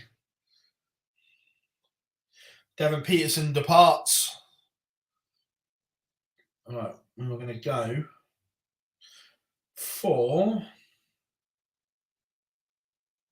We're going to check it on this one because this one looks like an absolute belter. Dirk van Dijvenbode 2-2 with Mensa Sulovic.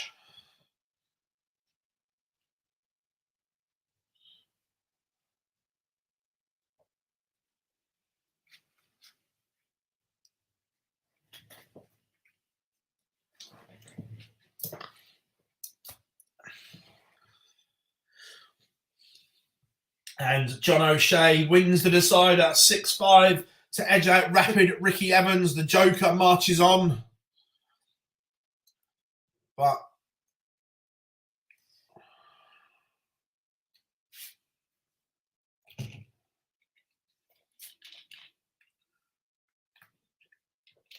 Alan Suter pins double 14 for a 17 dart holder throw in the stream game.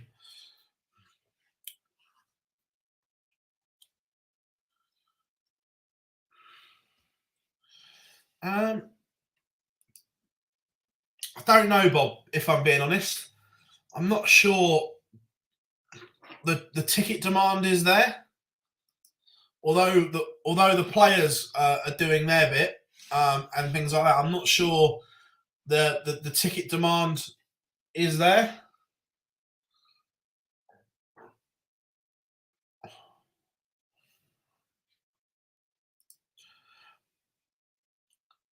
There are 2 stream games live on PDC TV, but obviously it's copyrighted material, so we can't show it.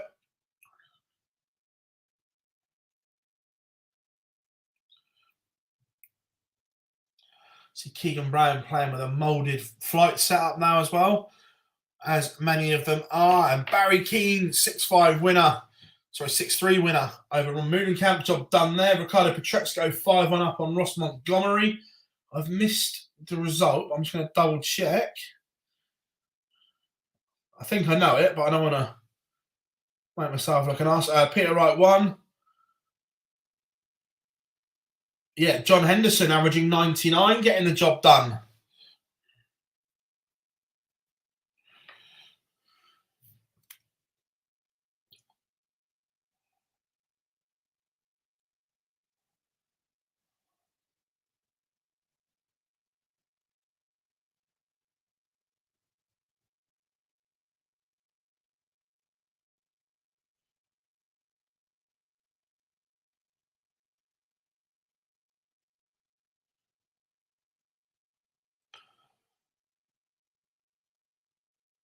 Jose de Souza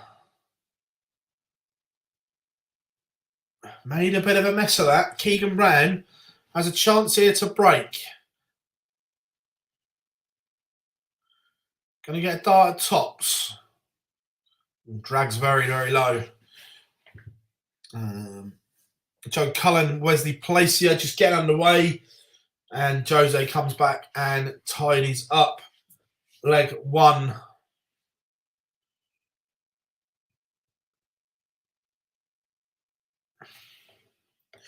William O'Connor tuning it up on Ted Everts.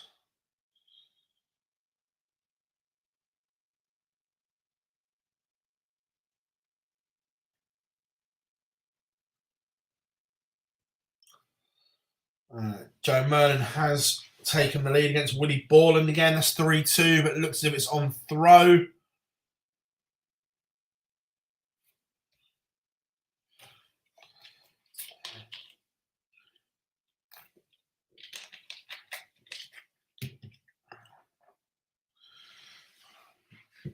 Oh, hold on. Hold on. Streamboard 2, Jose has gone back to back. Could he? Could he? Go on, Jose. Oh, Jose misses double 12 for the 9. 8 perfect from the Portuguese man of scores. Barney on the comeback here. He's now only 1 behind. Trails 4-3 to Jermaine Watamina.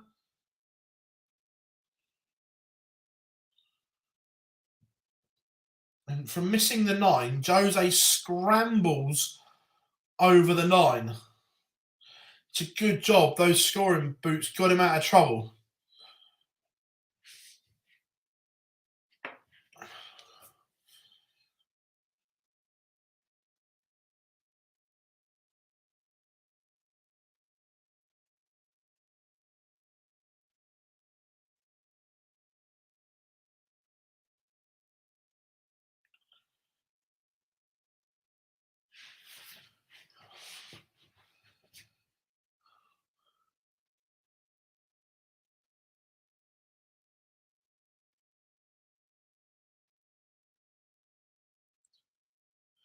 Interesting. Matty Edgar's just put a tweet out. He's got a Pro Tour call up for tomorrow by the look of it.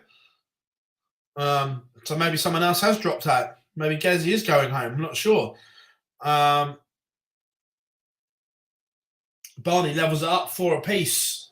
Better from Raymond van Barneveld.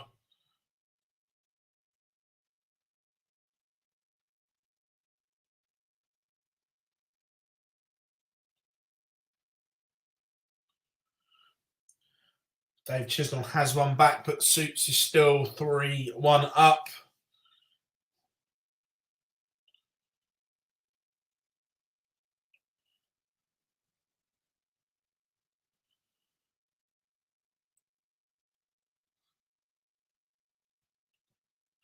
Joe Cullen 2-1 up on Wesley Placier, the number 6 seed.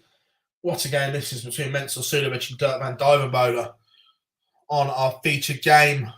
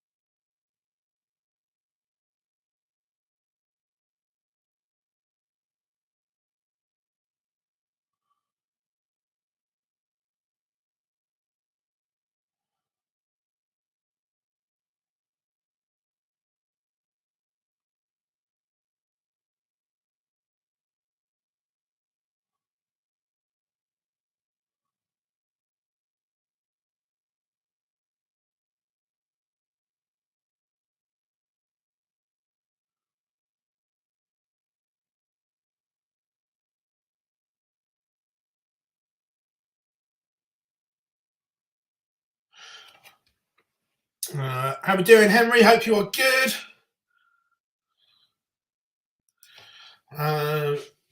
Chizzy is in a bit of trouble here.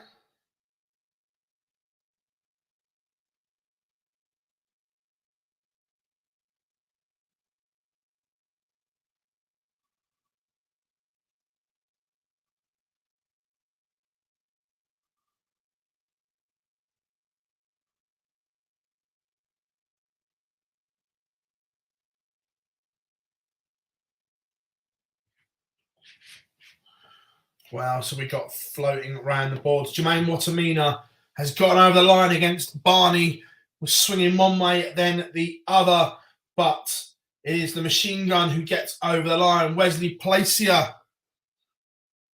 is now 4-2 up on Joe Cullen. Richie Burnett 2-1 up on Martin Schindler.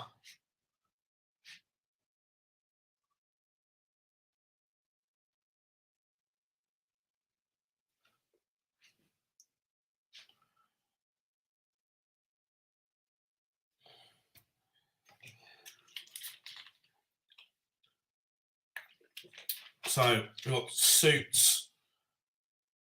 Just missed the second treble for 158. Chisnell is on a big finish. Look, Alan Suit has left 24. Chisnell needs 153. There's one. He's missed the treble 19.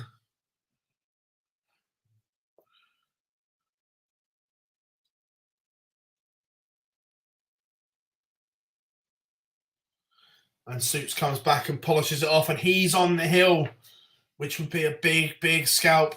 Remember, Chizzy looked irresistible on day one, but struggled a little bit since. And now he's up against it. Needs to win 4 on the spin here. Keegan Brown. That's a slip. He was all set to level this up at 3 apiece, but a poor visit has given Jose the opportunity to reinstate that 2-leg lead. Gary Anderson in action against Barry Van Peer. Cullen has one back against Wesley Placier.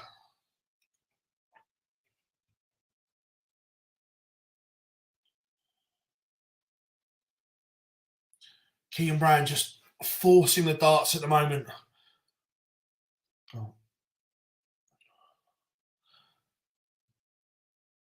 Johnny Clayton has just levelled it up against Darren Webster, 3 apiece.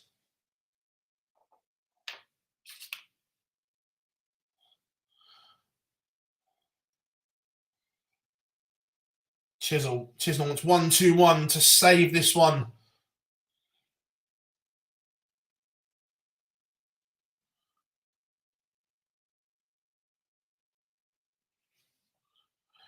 Can't take it out, but it will be back because Alan Sousa is away back on 1-7-6. Dirk van Dijvenbode has just broken Mensur Suljović's throw to lead 5-4, and he's still averaging over the ton mark.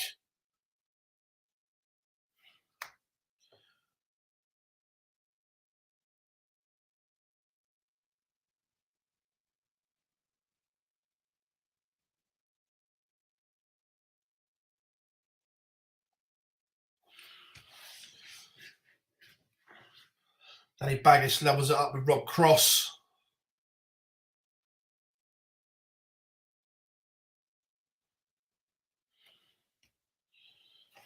Joe Cullen, 1-2 on the spin. He's now back 4 apiece with Wesley Placier.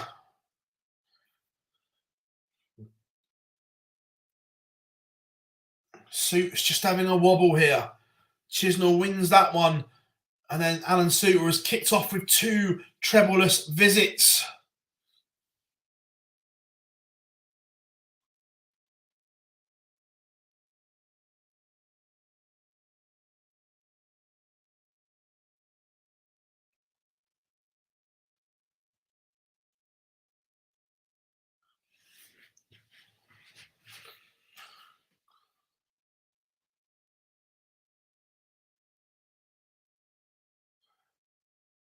Dirk tees up 61 after 12 to seal the deal. How much pressure can Mensur Suljović put this under?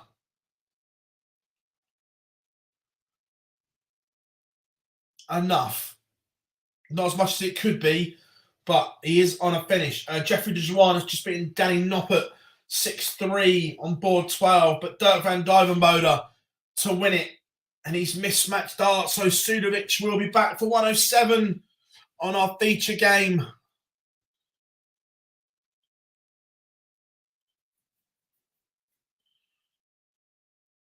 Makes a bit of a mess of it. So, can Dirk van Dijvenbode get it done this time around? And he does. Last start in hand. Dirk van Dijvenbode, the Yoba genius, goes through against Mensur Suljovic. Dave Chisnall is back within one, and Sue has just missed a dart at tops, and it was a country mile away. So match darts have come and gone for Alan Suter.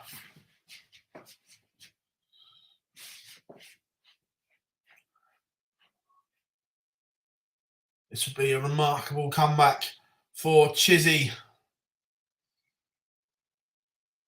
He has the darts to level it up at 5 apiece. Gary Anderson 3-0 to the good over Barry Van Peer. Richie Burnett 3 apiece with Martin Schindler. Rob Cross just got in front against Danny Baggish. Keegan Brown has one back. Jose's scoring has been remarkable in this game, but his doubling has let him down massively.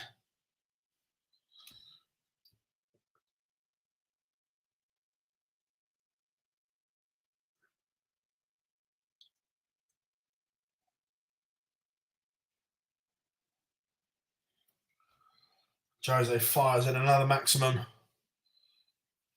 Scoring has never been the issue for Jose. Callum Ridds levels it up. He's now 2 apiece with Steve Lennon. 10 points in the averages almost, but it's a level game. Peter Hudson 2-1 up on Sean Wilkinson. All the games in the show. Jimi Hendrix has taken the opener against Scott Waits.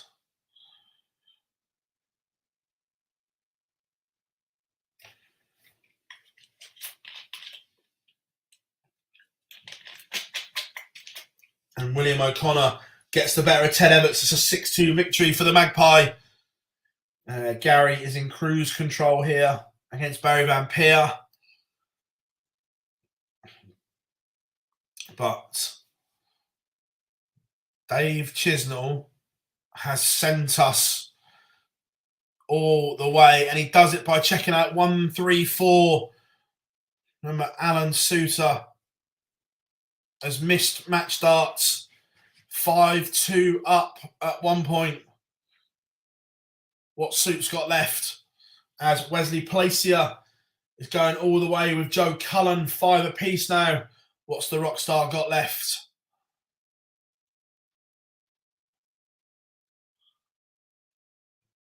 And Chisnall comes up, Suter comes up dry, and Chisnall finds a ton. Is this the story of Alan Suter's season so far? He's not produced the heights since the World Championships, but then finds a max. We get a grimace of the teeth from Suits. That could be huge. Barry Van Peer has one on the board. 3-1 now. He trails Gary Anderson. Baggish levels up against Cross. They are locked at 2 apiece. Jose is over the line. A 6-3 win over Keegan Brown. Looks like Keegan and Jose were just saying about the camera moving whilst they were throwing. So, Alan Suits has got 150. Chisnall does not leave a finish.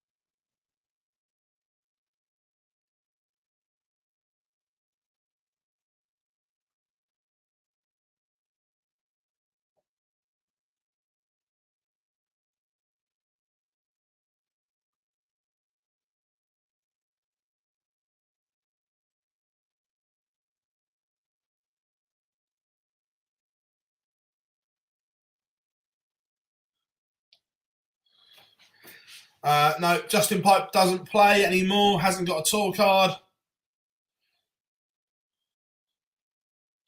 And Alan Suter gets over the line in the end.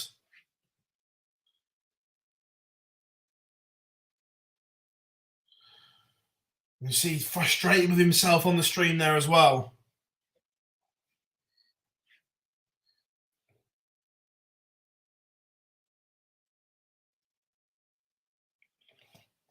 Gary Anderson though 4-1 to the good. Schindler and Richie Burnett serving up a treat here.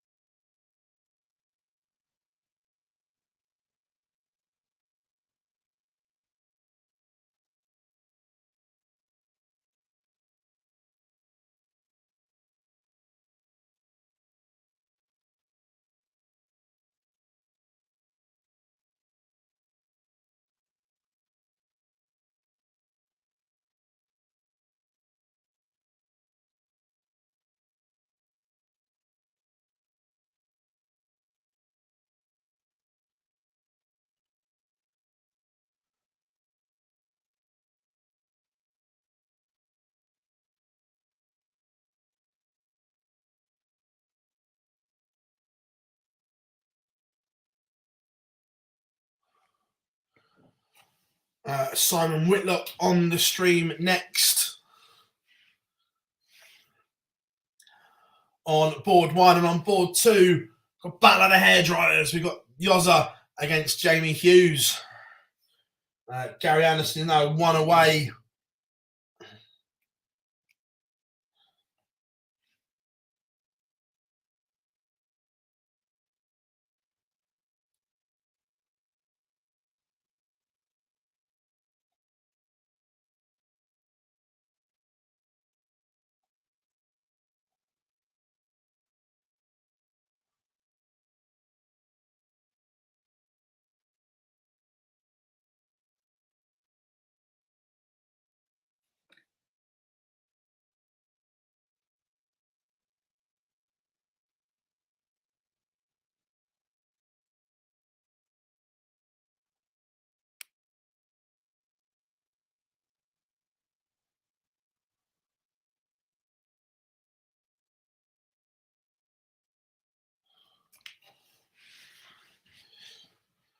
Simon Whitlock, Madas Razma just getting underway. Martin Schindler is now in front against Richie Burnett.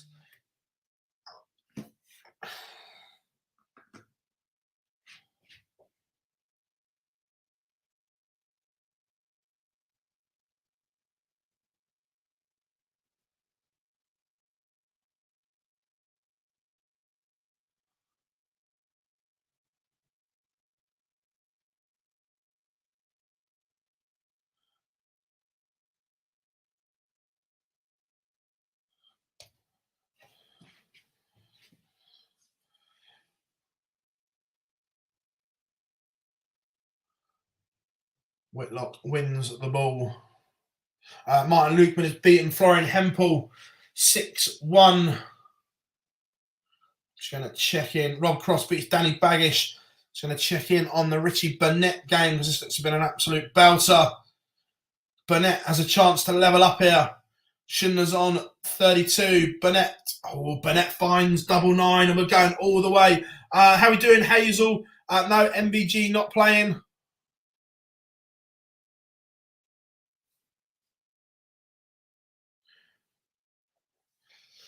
Gary's been to the Johnny and Jose scored of counting 140 to leave 166.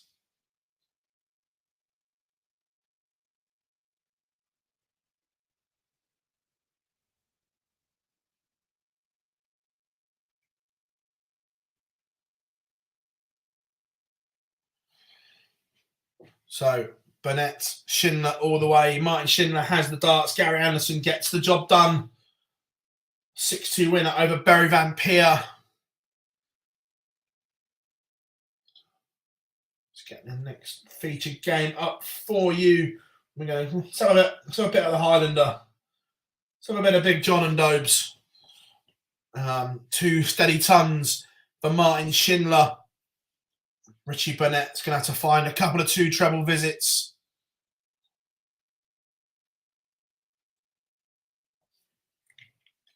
And he finds 134. Just applies a little bit of pressure. Look, it's still advantage Schindler at this point. It's another ton for Schindler.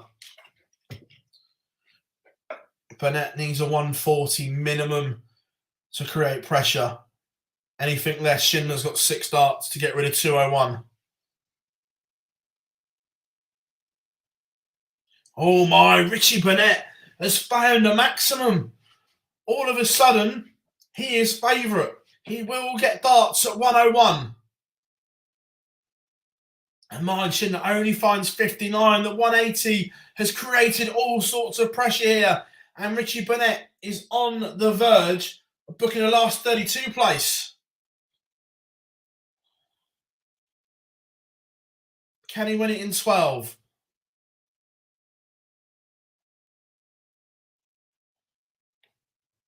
A deciding leg. Dart Connect taking forever. Oh, that is fabulous. Fabulous darts from Richie Burnett. It is a 12 dart break of throw in the decider. 86, 134, 180, 101. That is sensational stuff from Richie Burnett, and he's into the last 32. Stephen Bunting 4-1 up on Mario van Boongarde. Scott Waits is 3-2 up on Jimi Hendrix. George Killington 2-1 up on John O'Shea. And on our feature game, Chris Dobie leads John Henderson 2-1. Hendo is on a double and will get 3 darts to level it up at 2 apiece. The Highlander wants 28. Dobie sat on 68, but will he get a go? It's been a great scoring leg from John Henderson. Now just needs to finish it off. He's come inside. He's given Dobie an opportunity. I've just seen on the stream, Whitlock pins the ball for 2-0. No emotion from the Wizard at all. And the 68 goes and it is punished. John Henderson had a chance there for 2-2. Callum Riggs has edged out Steve Lennon in a deciding leg. 3-6-5 to the Riot. Ryan Meikle 1 up on Kim Hybrex.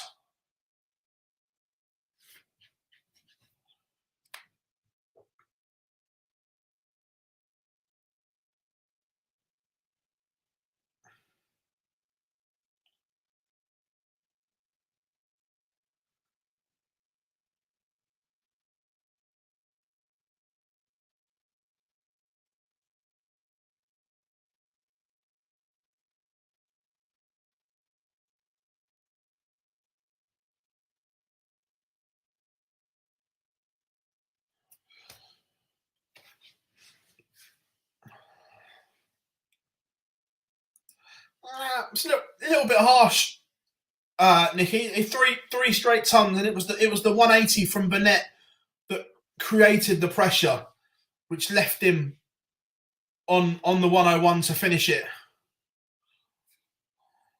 Yep, George Kennington does have a tour card. Bob won it at Q School this year. Chris Dovey has just taken out a 12 dart leg. He's now 4-1 up on John Henderson. Remember that leg spun in leg 4. Hendo missed darts for 2 apiece. Now has an uphill task. Simon Whitlock, can't see where that other dart is, whether that's 60 or a ton. It's a ton, so he's on 52 for 3-0. What's Simon Whitlock averaging here? 98. Good stuff from the Wizard.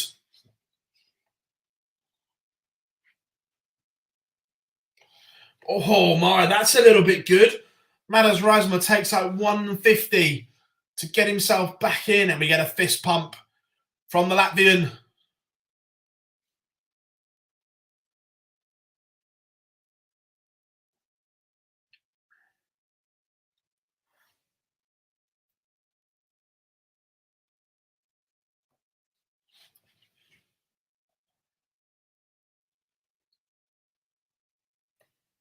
That's super stuff. What else have we missed? James Wilson 2-1 up on Jamie Hughes. Scott Waits has turned it around against Jimi Hendrix. He's 5-2 up. Now, Mike De Decker has one back against Steve Beaton. Hybrax has one back against Meikle.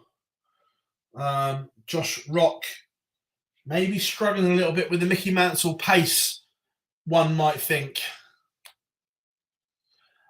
Sean Wilkinson is on the cusp as well. Hendo has a leg back 4-2.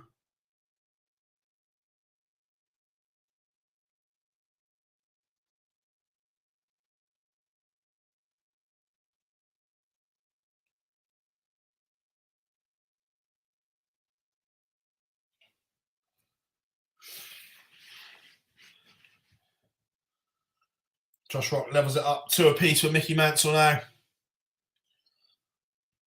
Madas Razma is now level.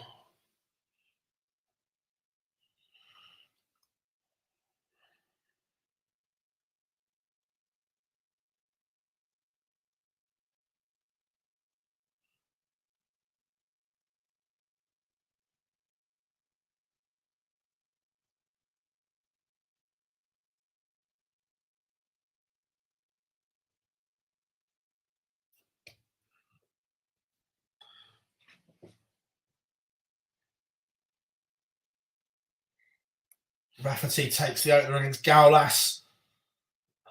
John O'Shea is playing really well here, but George Kennington is finding one of his best games, averaging 105 at the moment.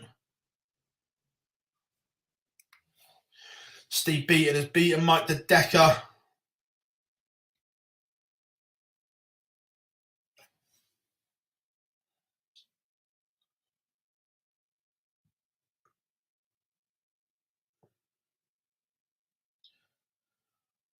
Goes back to watching the Wizard at the moment.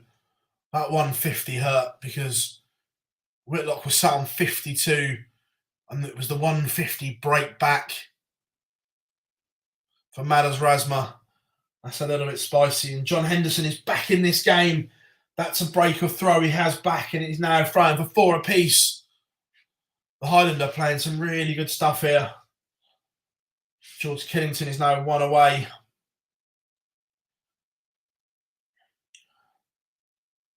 Let's have a quick look at the World Championship race as well. Whitlock down to 1-2-2. So the World's race.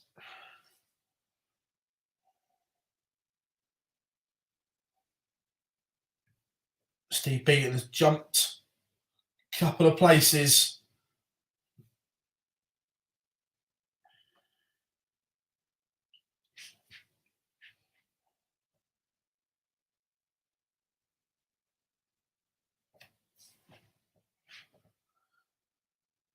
All good, Daniel. Thank you very much. Another day of Pro Tour action here.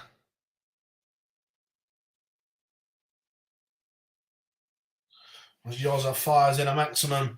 He's going to need a few more of them. He trails James Wilson 3-1 right now. Big 180 from Chris Dobie gives him a marginal lead, but a 2 treble visit for Hendo. Oh, John, that's a mistake. Done the hard work and broke back, was throwing for a level game, but has just handed the darts back to Chris Dobie. And he's punished. Dobie leaves 48 after a 140. All John Henderson can do is fire in a huge visit and apply some pressure. Pressure applied from John Henderson on our feature game. 135 to leave top. Says to Dobie, can you take out this 48? And the answer is yes, you can. 5-3. One poor visit from John Henderson. Now needs to win 3 on the spin. And Simon Whitlock goes round the houses, but he's back in front against MODUS Razma. We get a little bit of a, where's that been from him?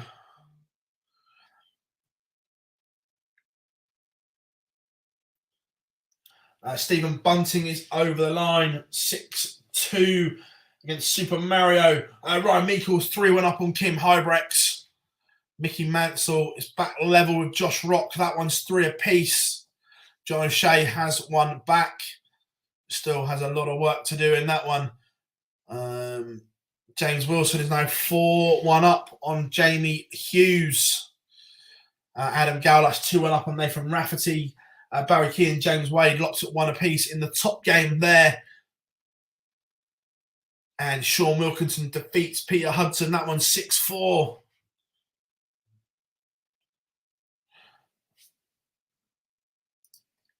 Kim Hybrex, Belgium's final hope for the day, not looking good. No, he certainly has a lot of work to do in that one. Ryan Meikle 4-1 up, and George Killington has beaten John O'Shea for the day.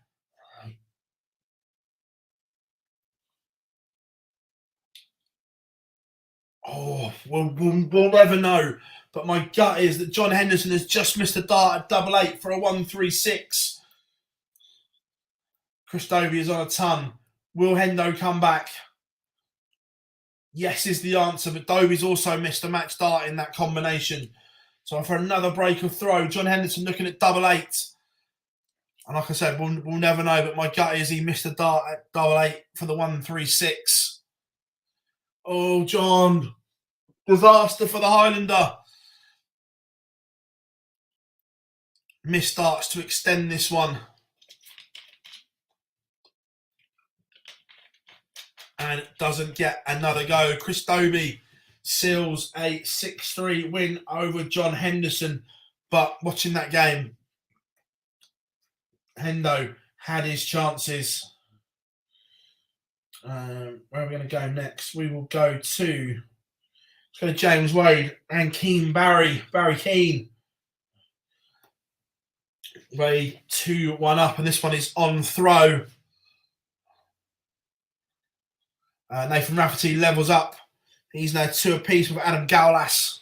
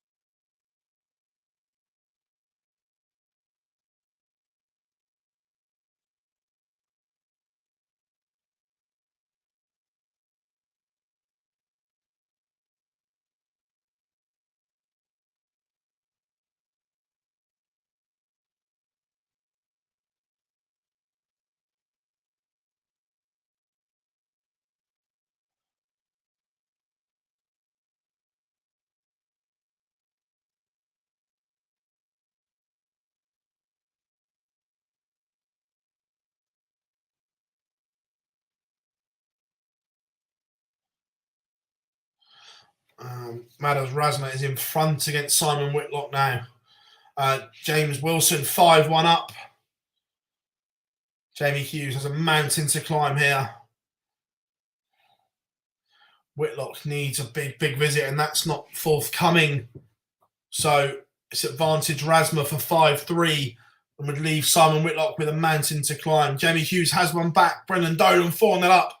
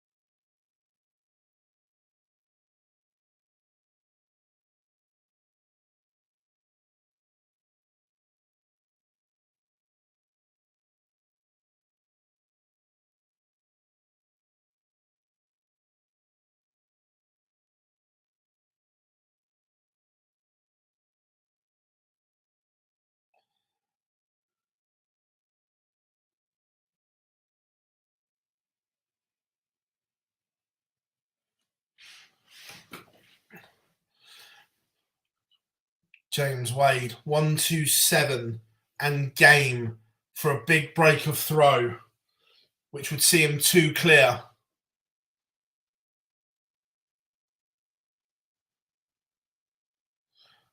Liverpool lose. I've not watched any football, so I know they've won down to Forest. You guys were saying in the chat room.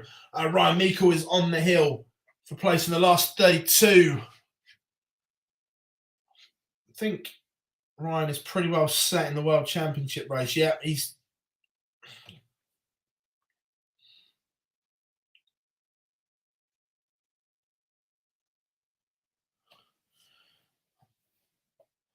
Simon Whitlock has left the trademark 170, but it would be only a hold of throw. James Wade has that break. Keane Barry has work to do here. The machine averaging 103. This is more like it from Wadey.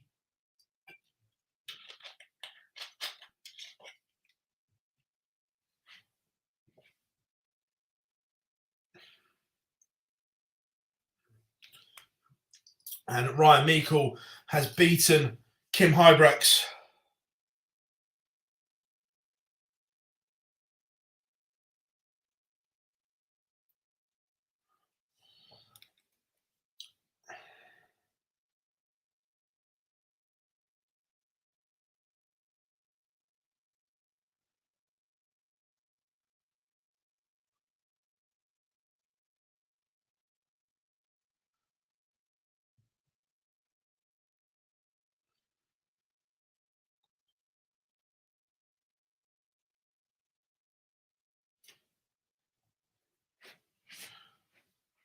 MODUS Razma starts off with a 2 treble visit.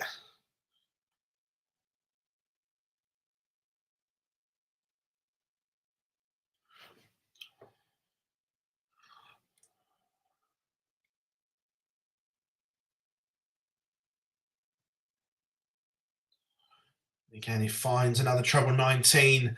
MODUS Razma on throw has put himself in a fabulous position here.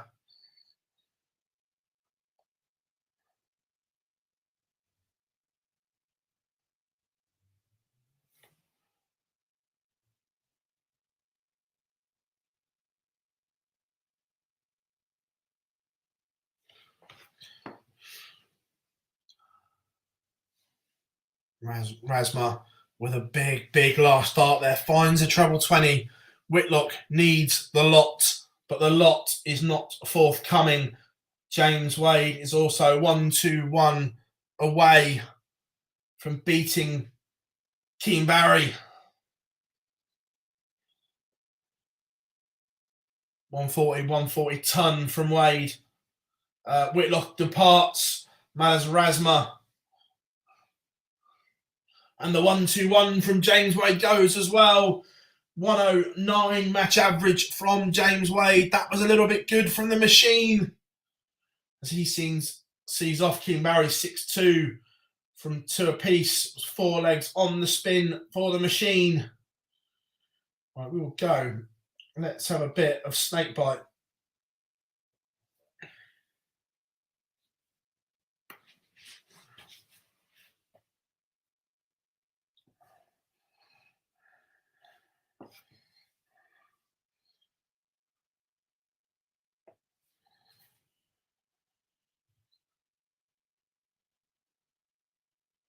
I'm not sure. I don't know if he missed a 9 or not. I wasn't watching.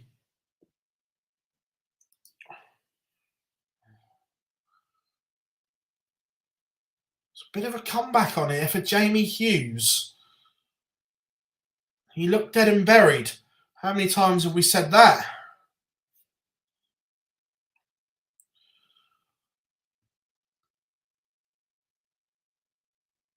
James Wilson. Oh, he's clattered off the flight. Missed a match start. Jamie Hughes to get back within 1.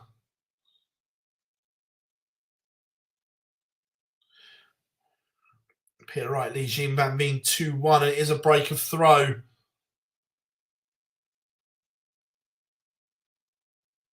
But Jamie Hughes misses an opportunity.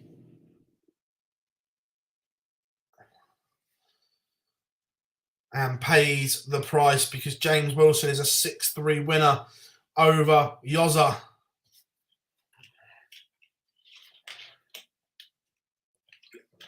Pins tops, second dart on the stream. Luke Humphreys, Callum Ridds on stream board 1 next.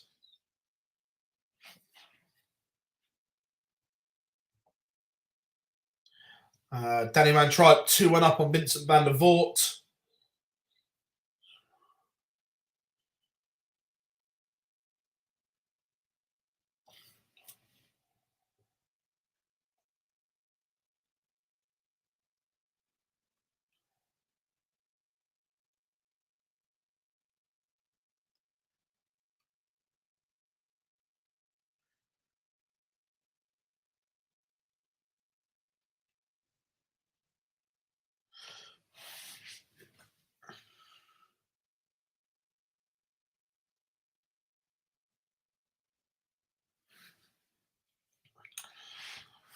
Right, so Martin Lukeman is 3-2 up on Ryan Joyce, just getting underway. William O'Connor and Chris Dobie, Dirk van Dijvenbode and Steve Beaton.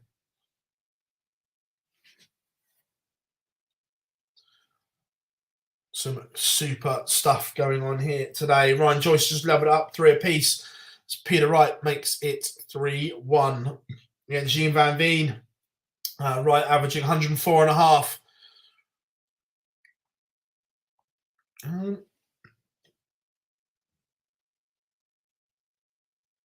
Good question. Yep, Josh Rock was a 6-3 winner over Mickey Mansell. Upped his average considerably as well.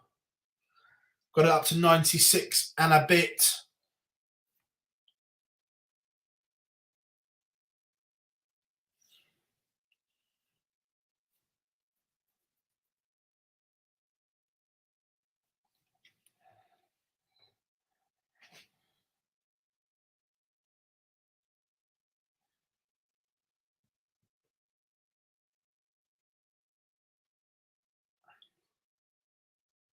Next on the stream board too, Gary Anderson against James Wade.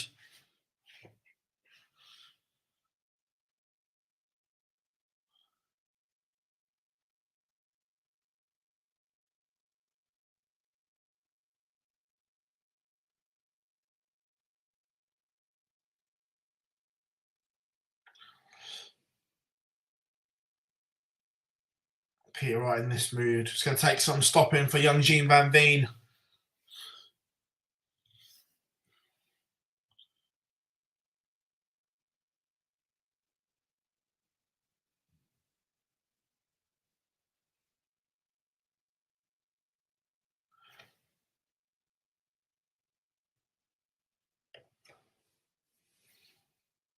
For 1 to snake bite.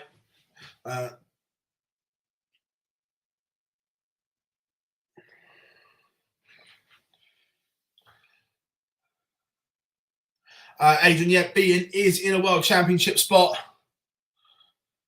He's at the lower end of it, but he is one in there. He is there.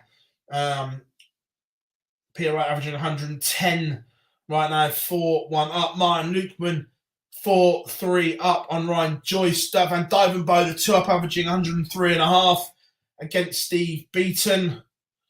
Gaulas 5-4 up on Rafferty.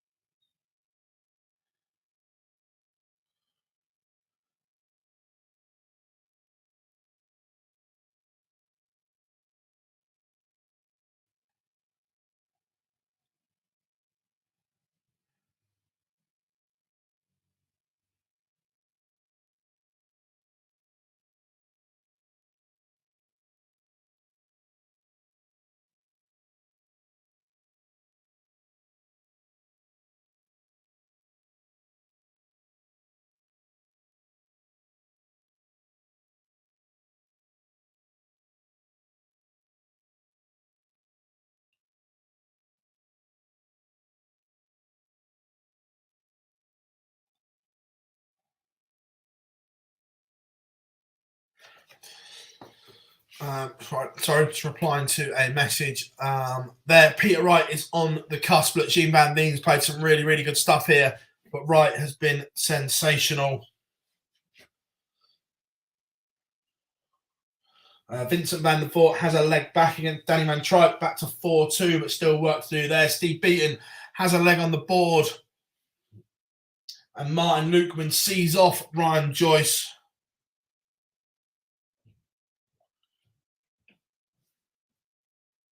Peter Wright, 140 to leave, 108. 64 for Jean Van Veen to get one back. Look, it's still a mountain to climb.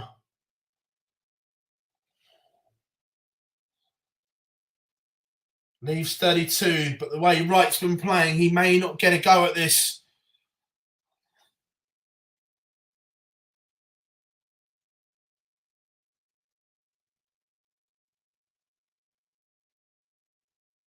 Misses.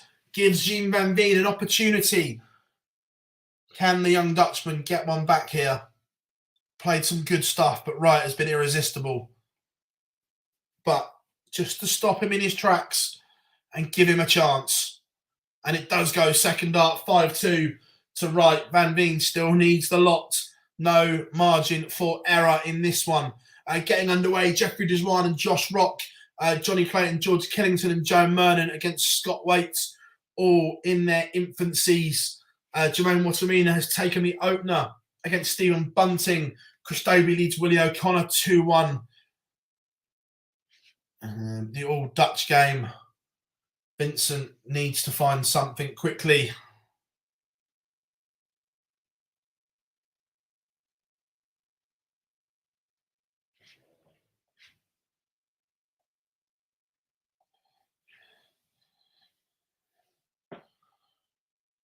And Vincent van der Voort does have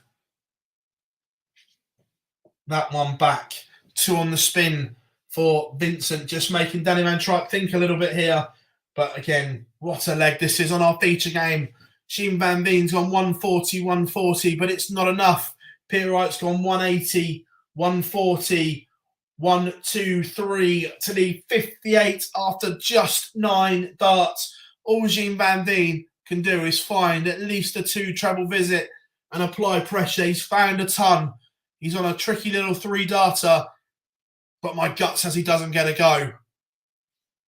For an 11-dart leg, 58 goes is an 11-dart leg, a 106 match average for Snakebite. Peter Wright, the world champion, marches on, but huge credit to Jean Van Veen in that one. He plays better than that 6-2 scoreline suggests, but Wright was just irresistible. Right, we haven't had him on the feature game as of yet today. Right, quick one in the chat room. First one to get to 3. Do you want Jeffrey Deswan against Josh Rock or Johnny Clayton against George Killington? First one to get 3 votes, and we'll go with that one. Go, go, go.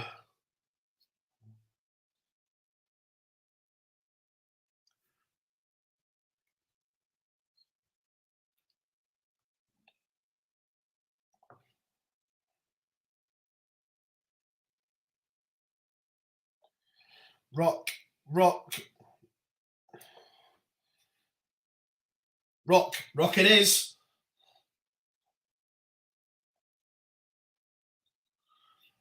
You asked, we deliver. There we are. Jeffrey Deswan against Josh Rock is our feature game in this one, as both stream games are now underway as well.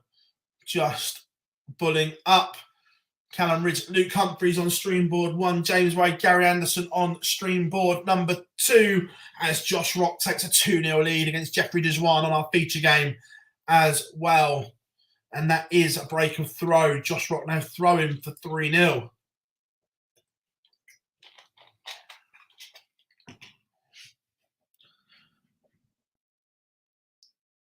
James Wade has won the ball. We'll have a look, but we know the answer. Say maybe an equipment change from Wade. No, the standard. Gary threw the Noirs yesterday. Is he still throwing them today? Yes, is the answer.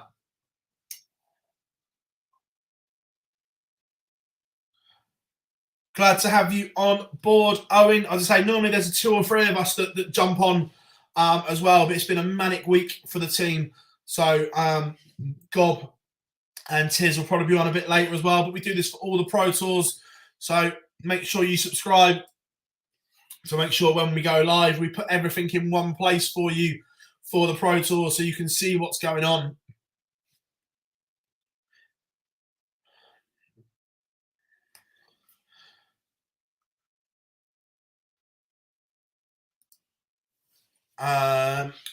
Yes, Jamie, that will happen, but Scott Williams needs to finish in the top 64 of the order of merit for it to happen. Daniel Simon Whitlock lost 6-4 to Madas Razma as Josh Rock goes into a 3-0 lead.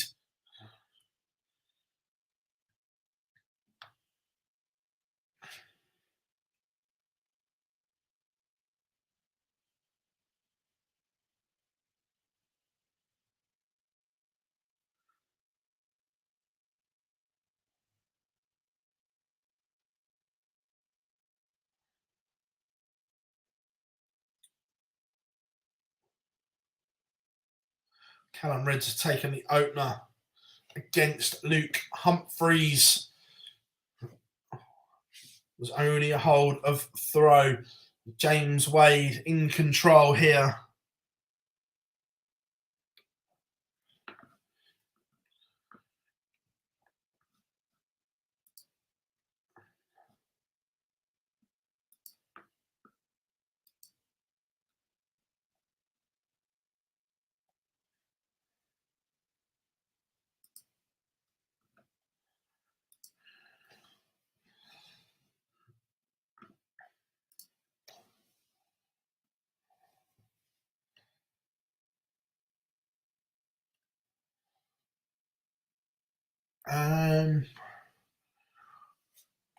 Good question.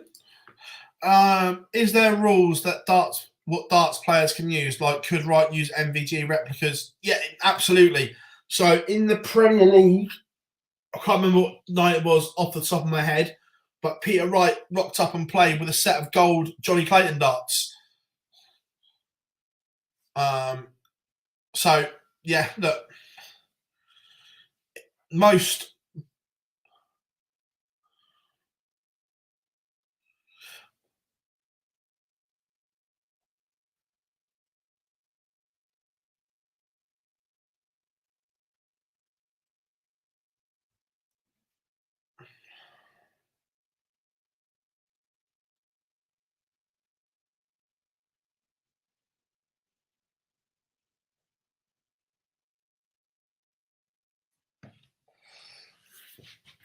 I bet their only restrictions on darts would be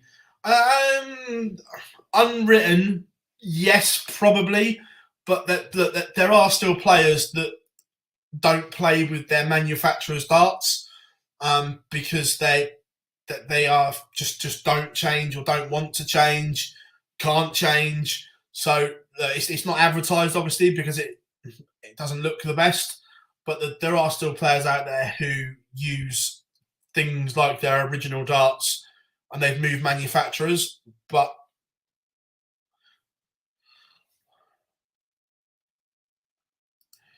yeah, absolutely. Yeah, I'm down here now, mate. I'm in. This is one of the rooms in the Portsmouth studio. Some great darts the last couple of days. Yeah, there's been some super darts. And again, James Wade playing some really good stuff here against Gary Anderson. But it is one apiece. I thought we'd lost the scoring graphic. Now there it is. Back again.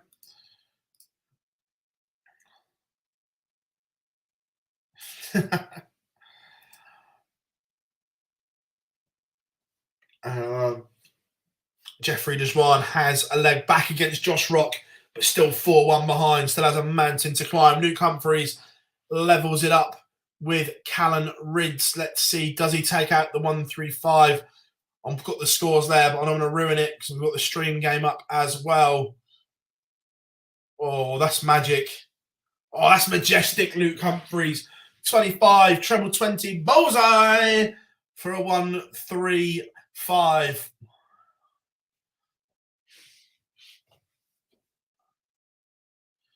James Wade is in front again against Gary Anderson. This game going with throw so far.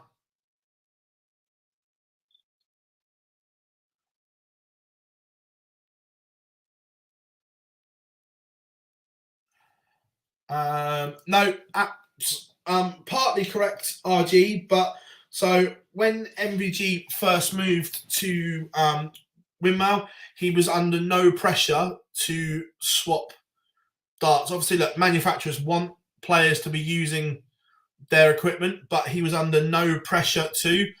When he first moved there, it was his choice to chop and change. He knew he needed to chop and change or find a dart that he was comfortable with. Look, then COVID hit. Oh, that's brilliant from Jeffrey Deswan, 111. He's spoken about this openly, that he went back to Old Faithfuls because of the COVID break and the lack of confidence that he came back with. That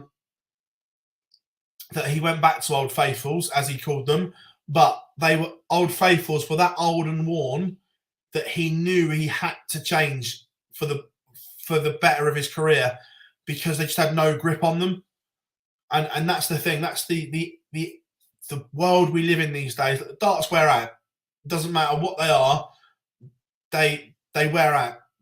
And also, we see with dart players that have suitcase goes missing all the time now, and there's always a dart player that's lost their suitcase, and stuff like that. So players need to be able to trust their equipment and go and get another set out the packet and use them. That's the way it works. Gary's always giving his darts away and everything like that. Morgan, we tend not to put the PDC stream games as feature games, because obviously people are watching them on PDC TV. Gary Anderson levels up 2 apiece. Johnny Clayton 3-all with George Killington. And this is turning into a tidy little game between Jeffrey Deswan and Josh Rock. Jose de Souza levels up. He's 1-all now with James Wilson. But again, this is the Jose dip that we talk about. He's gone from mid to high 90s to an 85. Johnny Clayton is in front again. Chris Dobie averages a ton to beat William O'Connor, and Dirk averages 101 to beat Steve Beaton. Luke Humphries now has daylight between himself and Callum Ridds. It's now 4-2 to Cool Hand. What are the averages? Luke averaging a ton at the moment. It's using the markers so well.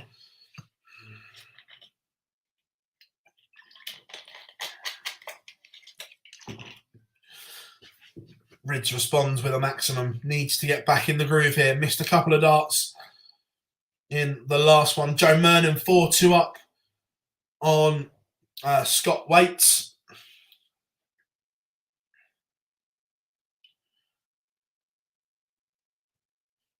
Big passage of play here. So James Wade, Gary Anderson level at 2 apiece. James Wade left the big fish. Doesn't hit it. 105 to leave 65. Gary Anderson 130. And get a dart of the ball. Misses the dart of the ball. Josh Rock is a 6-2 winner over Jeffrey Dejuan.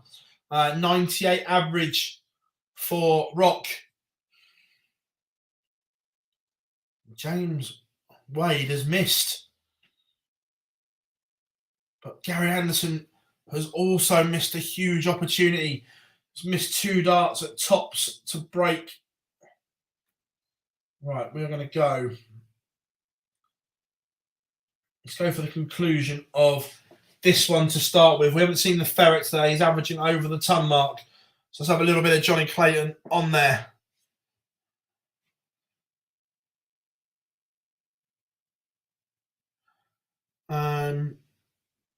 Can Barney still qualify for the World Championships? I think he's pretty much there. I'll clarify where he is. He's 21 on the order of merit for the world. So yeah, look, barring an absolute catastrophe, Barney is there. Has William O'Connor. Let's have a look. Where's the Magpie? Yeah, he's 13th. So yeah, Willie's fine. If we're saying Barney's fine, then Stephen Bunting has just defeated Jermaine Motamina 6-3. Tiny little contest.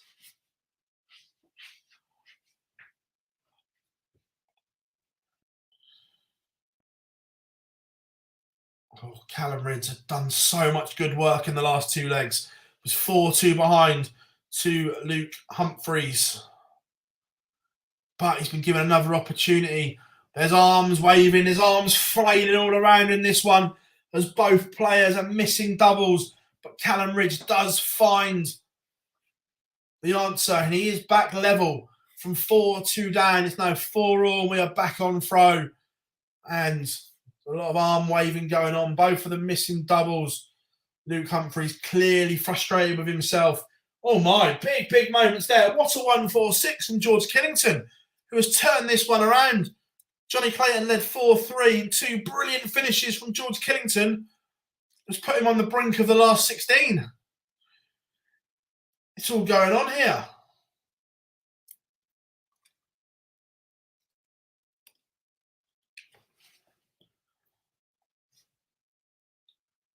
Gary Anderson, James Wade locked at 3 apiece.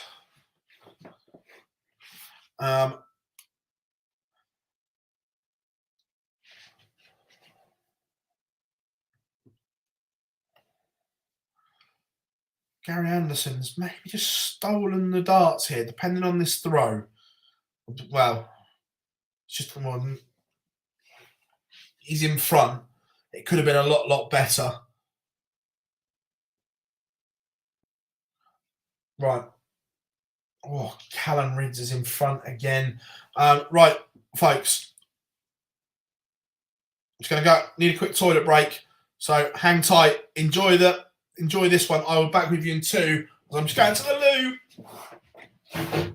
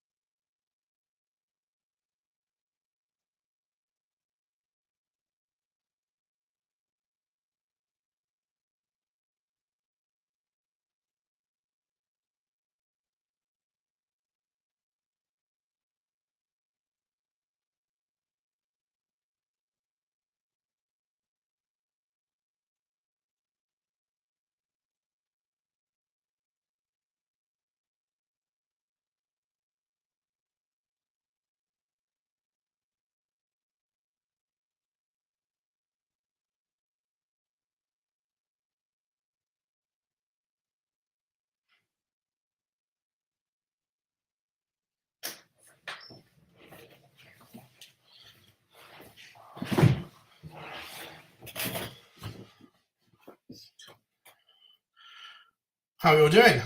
No, I wish different class. The toilets are literally other end of the venue.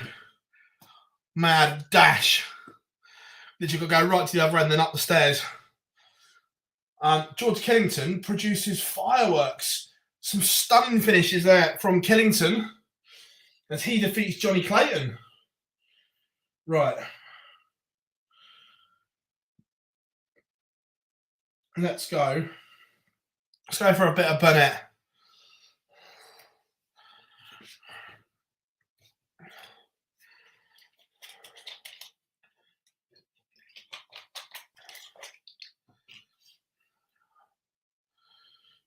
Oh, Gary Anderson pins 110, and we're going all the way.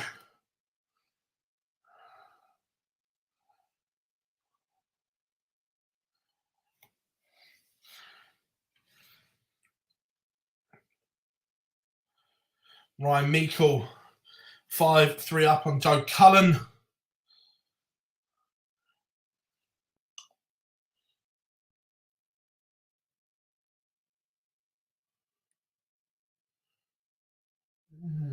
What's the game I was looking for?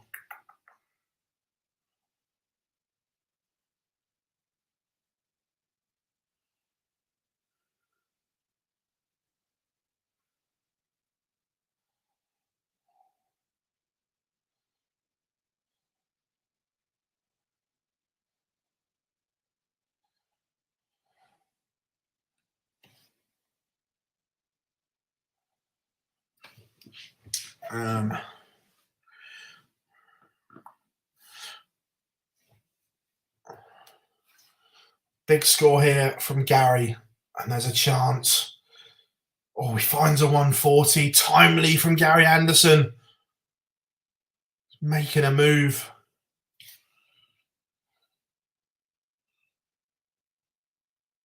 On the James Wade throw.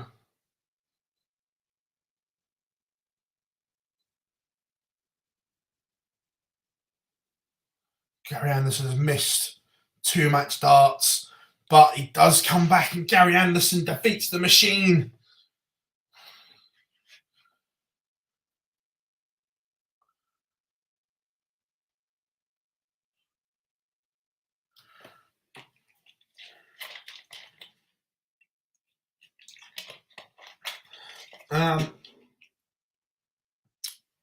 We can tell you the Anderson stats, Morgan. They'll put them up on screen in a second because they come on the PDC screen. So Gary Anderson averages 96.99, Wade 92.94.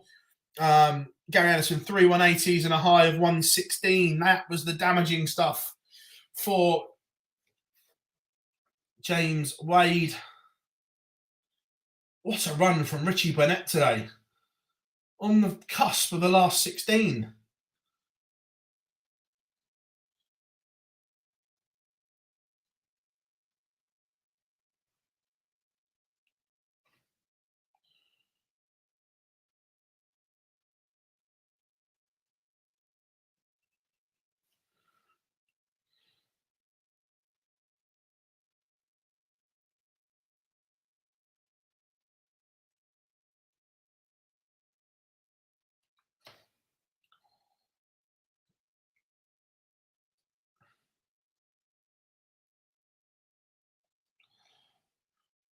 So, Richie Burnett, 5-2 to the good. What a story this would be. If the Prince of Wales could win a Pro Tour. That would be something else.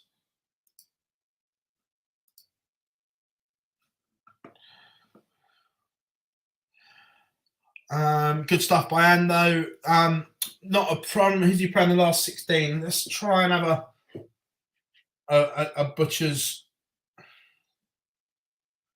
My internet's having a little bit of a wobble at the moment.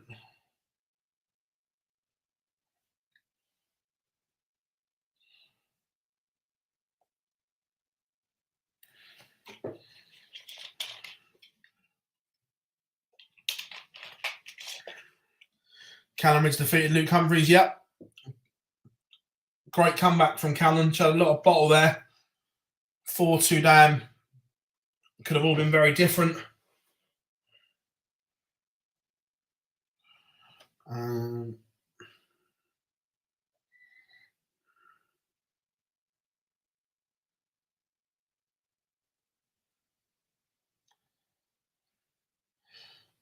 All right, who's Gary Anderson playing next? Let's have a look.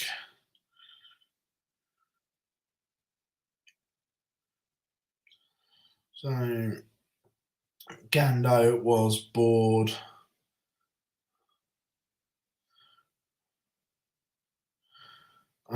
Gary Anderson, Chris Dobie next. Oh, tasty little tie.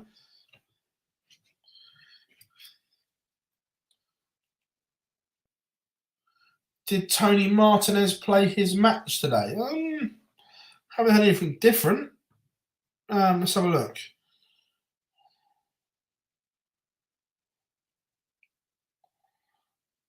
Was he entered today?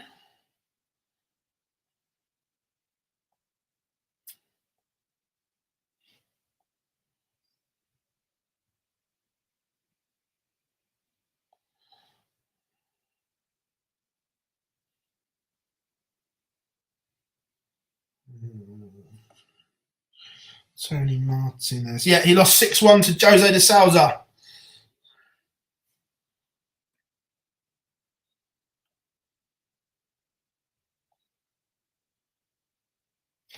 So there we go.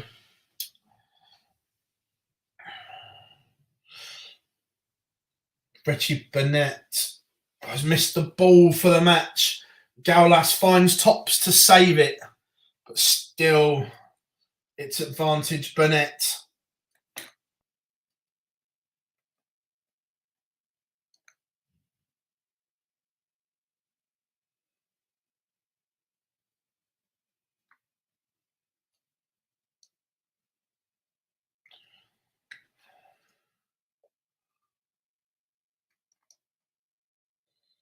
Sorry, something went wrong. Sorry, my fault.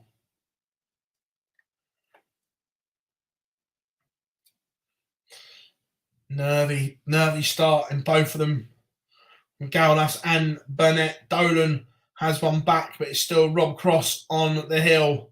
Sean Wilkinson, Danny Mann trip to a piece.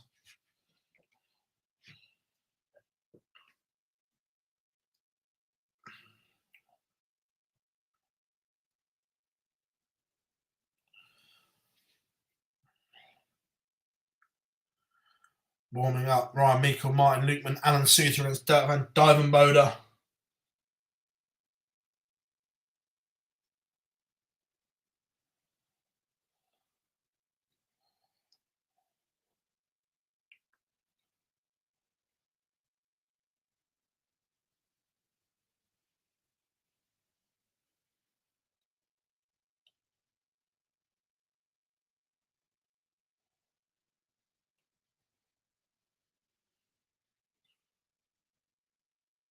Not the leg Richie Burnett wanted.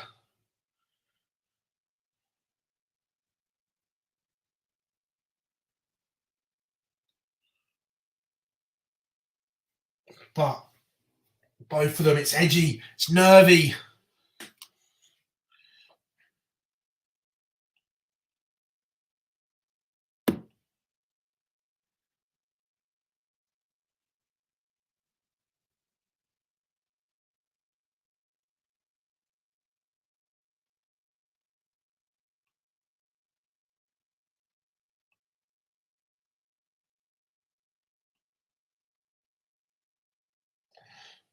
Who's Callan got next? 2 seconds.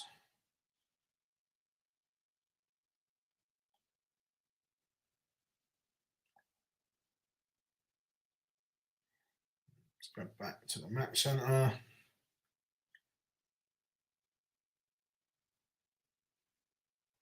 Rob Cross over the line, 6-4. So Callan will play the winner of the Burnett-Gaulas tie. And right now,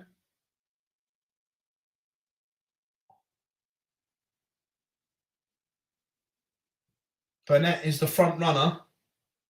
Leaves topped if he gets a go. That also suggests to me he's missed a match start.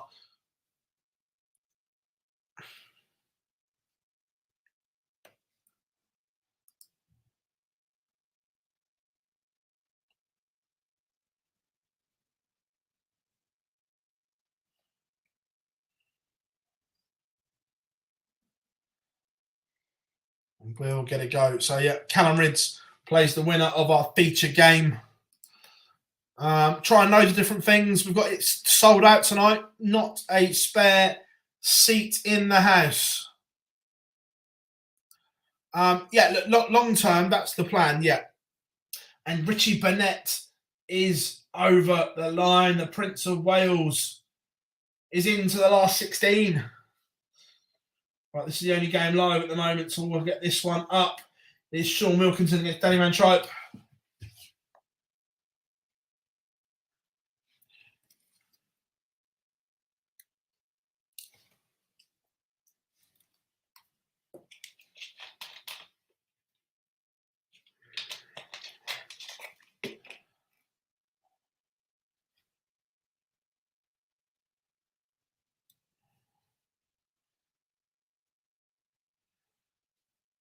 So, plenty of games warming up.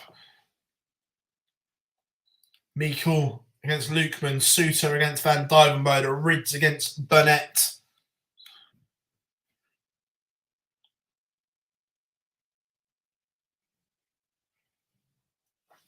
Only one we have live at the moment is Sean Wilkinson in control.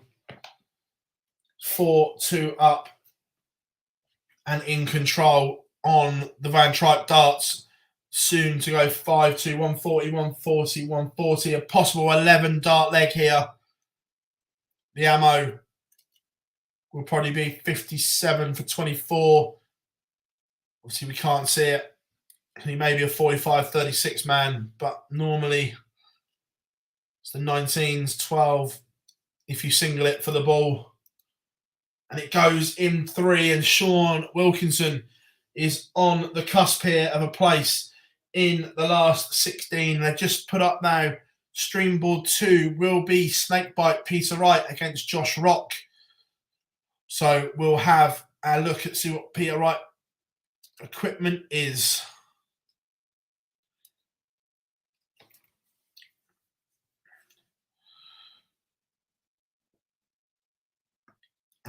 Michael Smith lost early today, Paul. Yeah, he did beat Heta. Gaulas now in the World Championship qualifying spaces. Yeah, look, there's going to be plenty of chopping and changing in that World Championship race between now and the cut-off. Remember, Pro Tour tomorrow, and then there is 2 more to come.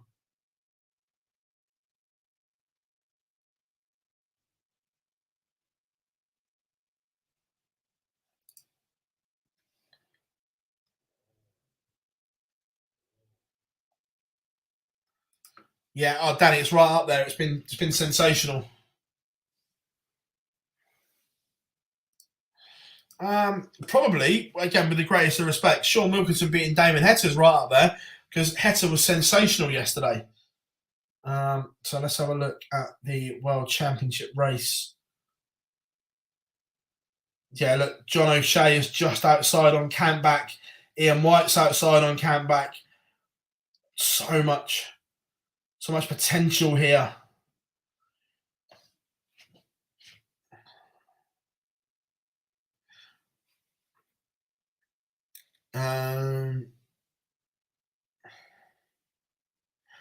We will put the Suter game on as feature game next. Obviously, Peter and Josh Rock are on the stream, so we won't put that one on. So we will go with something along those lines. Danny Van Tripe has a leg back, 96 in 3. Still with a lot of work to do in this one. It was one of the breaks he needed. Remember, no wiggle room for Van Tripe. back up against the wall. What's he got in the locker?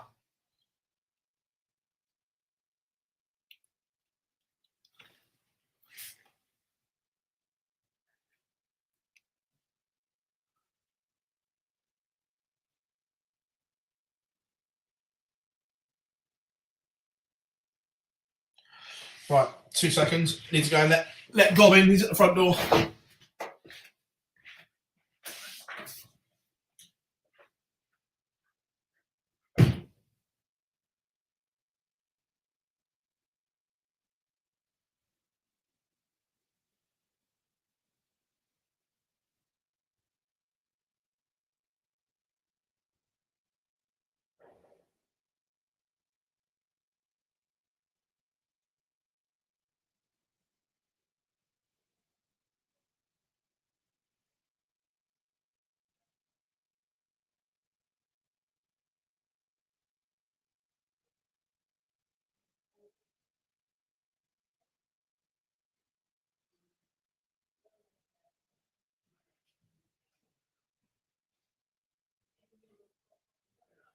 Oh, this pair of yes, okay, go back. Yeah, I'm gonna do some music. And he's like crouching down next to the car, pretending to play something on or underneath the car, and then jumping up as if something's exploding. Brilliant. Right, everyone.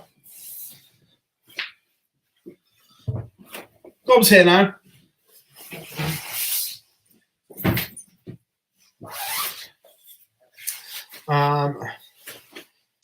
So right, Van Tripe potentially finding his way back into this game.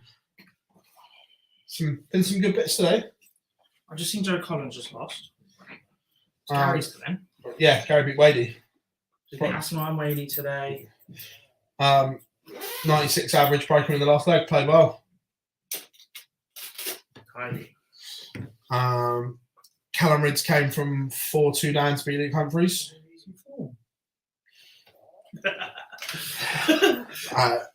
And the other stream game I've just put up is Rob Cross and George Killington. Get to see what equipment Peter Wright's throwing for those 5 minutes anyway. I've not seen him all week. That's what they said in the chat room. room. Been on once. Killington's played alright this week as well. He's had a steady run. Just beat Johnny Clayton, 130, 146 and 107 finishes in a row. Bonus. And obviously because it's a Pro Tour, he doesn't have to mark when he loses. That's one of the only things I really know about George. Is that he just doesn't mark at the Dev Tour. He was a repeat offender on the fines list. Hi.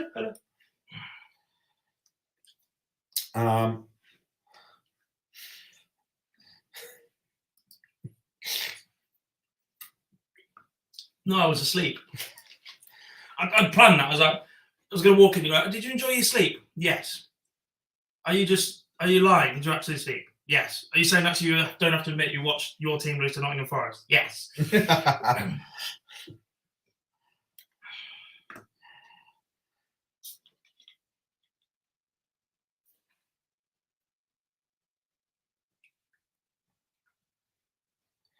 Well, what do you reckon, Cobb?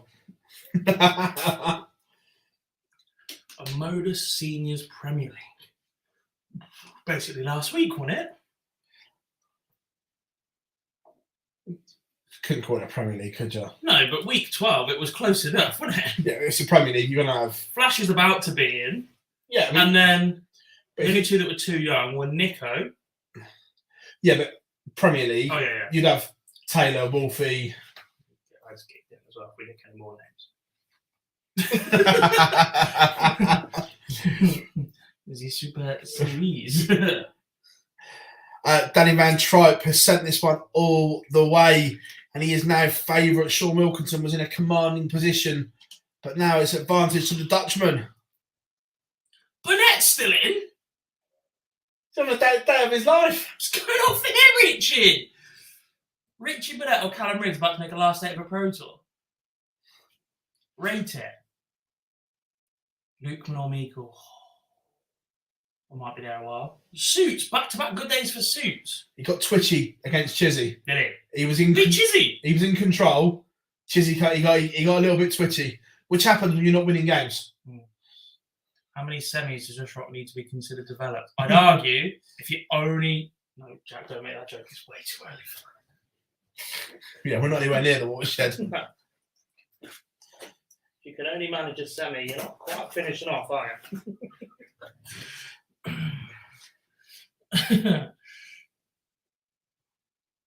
We've got yellow dots now. Ooh. Oh, I need to put some stuff up. I'm about to put the groups out. Yeah, I've not done that yet. We need to push that video, highlights video in. Nice, mate. Don't think I've seen that. Is it on email? George pinged me last night. I couldn't ping it in. I'll just push it again. Put it on Facebook last night and do it this morning. I'll put the groups out now and then we'll... And now I need to push that new graphic when we get it. And also, not that I have say on this, but there's some big news coming from the World Seniors at 5 p.m. I know what it is. So do some friends of ours, actually.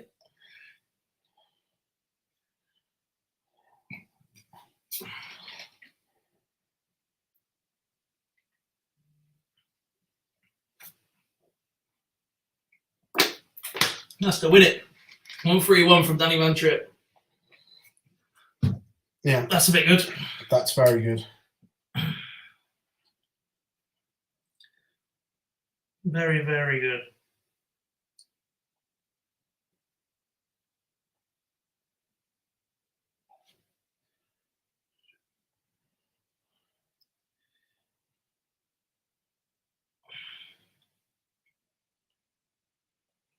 Not the England cricket. I'll definitely watch that instead. That's what I did, honestly.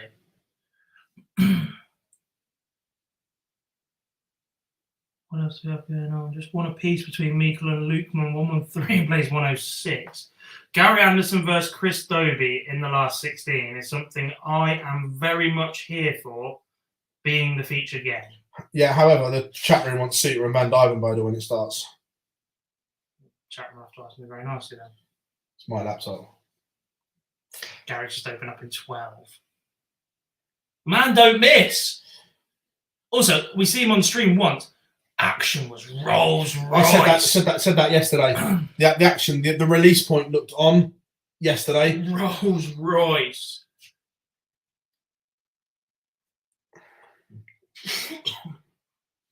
Yeah, I said that yesterday. But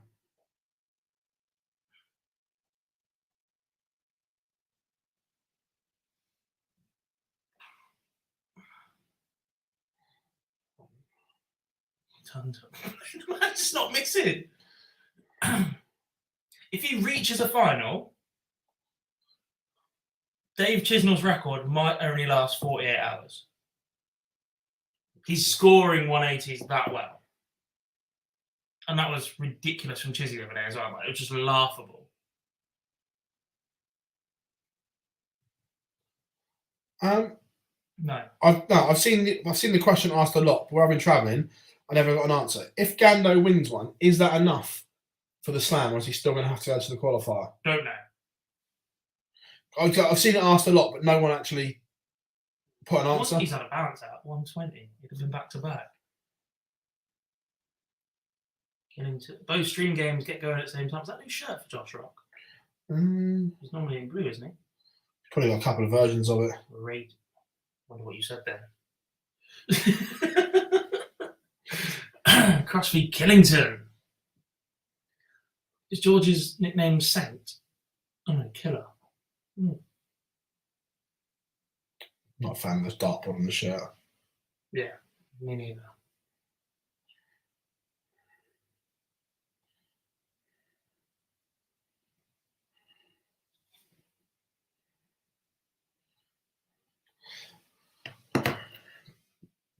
And one of these players. Shoot. Look, he's always said he'll never retire. Oh. He won't. He's always said he'll never retire. He'll just not enter events. Yeah, I'm not laughing at that. It's the fact we've used this for 2 days and I forgot to put any sort of comment on the screen whatsoever. I've been doing it all the time. I completely forgot that was even because I've had it minimised in the top corner where I've been less on screens. Oh, sorry. So you like this one, yeah? Well, I've been there. Yeah. So I've had it 2 streams there. Yeah. One for me to view, and then on the laptop, it's been this one that's featured on screen, and then obviously half that. It's going to get both to work. Right, New York dart still. He must have played with them all week then. He played with them in Gibraltar. Yeah. And was mustard. They are. I know what you haven't done without even looking. What? I bet you haven't run any adverts. No. Just been chatting.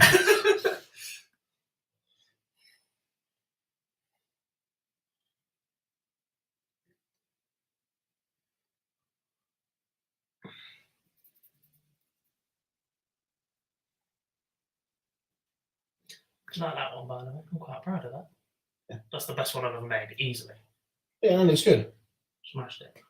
What do you make of it? Photopea, which is basically a browser-based free version of Photoshop. That's all right. We're getting there. We're getting there. That's not the one going out at 5 p.m. I know. But don't get me wrong. Because it's getting good, I now pick holes. Does that make sense? Yeah. So I'd make that a little bit smaller. Yeah. Yeah, and then I'd have a stroke around the text to make it pop. I didn't know how to do that in the software. When I was highlighting it to change size, it looked better. Yeah, It's just like I'd have a stroke around. Yeah, so it's just like that thick all the way around it. Almost, yeah, like you just put a paint block just behind the text. Yeah, I'd paint not a big square, but yeah. yeah. I know what you mean. I couldn't work out how to do it, so I've just gone with that for now. But I know exactly what you mean. Almost like bubble writing, isn't it, with one inside the other. Shall I tell him? He knows, surely. Anyway, how we doing, folks? Any sign of Mr. Richie Burnett? Yeah, he's playing. He's 0-0 with Callum Ridge. We're underway and everything. Suits has taken the opener. I won't tell you in what game because then you'll tell me to change it. Bunting, 12 darts to open against Joe Murner. Josh Rock takes the opener against Peter Wright, averaging 71. That won't happen very often. See, 40 knows. Mr. Burnett is flying today. 14 dart leg to open against Richie then. And I just took out 161. Man's just nuts. How do we miss that? Well, Dobie's first leg on the board is a 13 darter. There's a backstory behind this. You're not telling it though. No, we know it, and Michael tells it on the interview. That's not our place. Michael tells it on the interview that we're going to drop next week. So when you know the context behind it, it kind of makes sense. Whether people agree with it or not, but there is.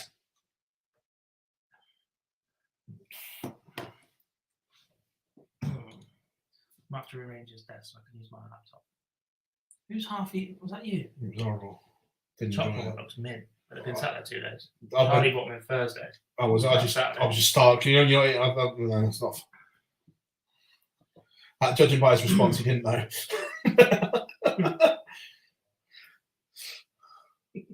My darts team has 2 Forest fans in the chat, in the team and whatever else. So obviously they've both started in the WhatsApp. So I've just messaged my brother's in the darts team as like a Liverpool fan. It's like, pick a number, 1 or 2. She went, both. I was like, put them both. Get rid of them.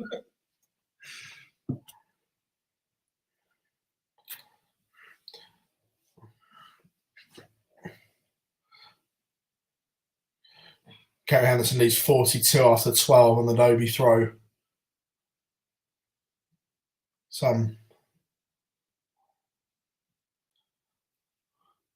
Rob Cross has had some mixed results this weekend.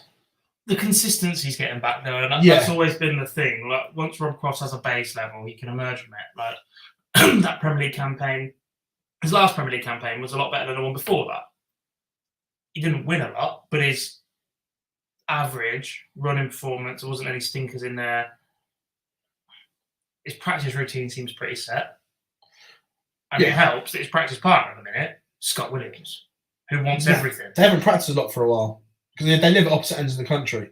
So those sessions happen more when they're travelling and near. Does that make sense?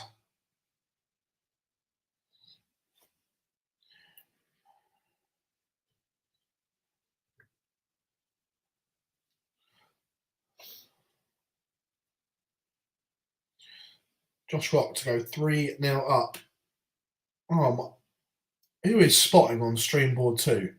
Joshua acquired 32. Let's put treble 20 on show.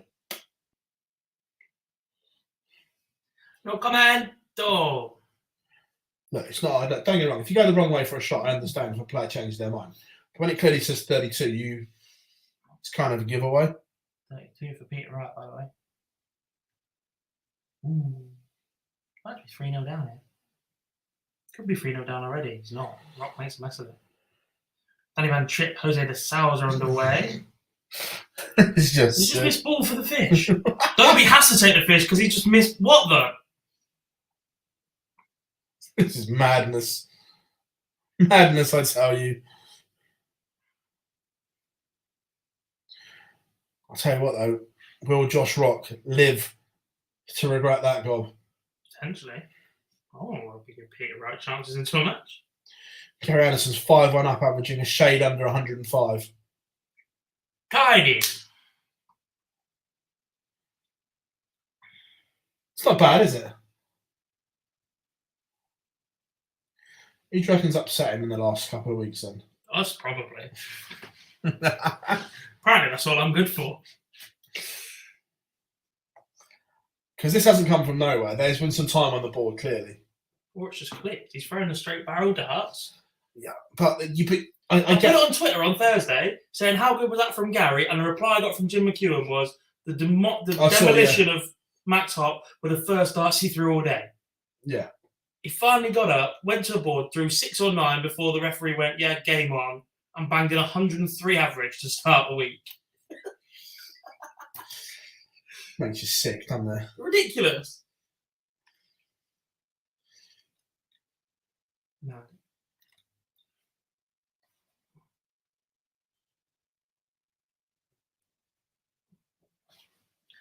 And Diamond gets one back, but he's getting told.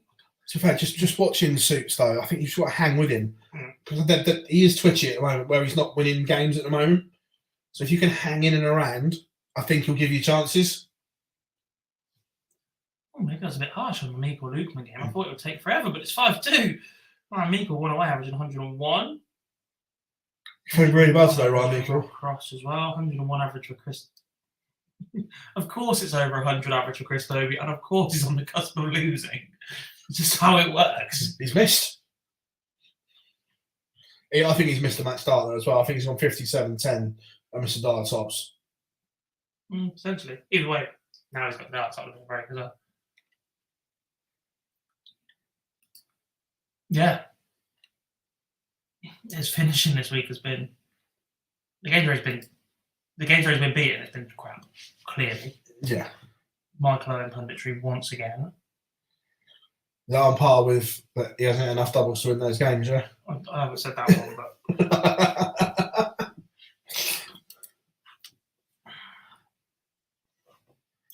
his fishing season isn't over.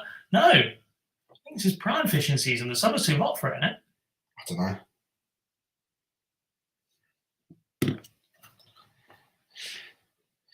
I'm not a fisherman.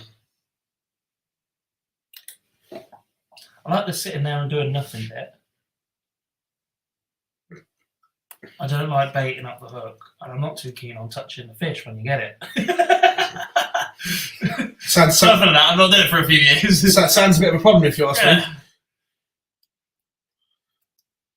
And this was before the days where I had a phone that is surgically attached to my hand. Ridiculous.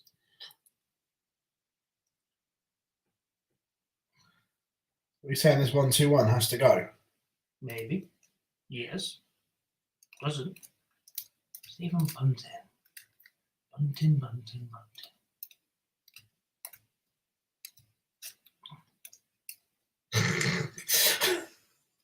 Yes. Yes, we are. Gary! Well, he's flying.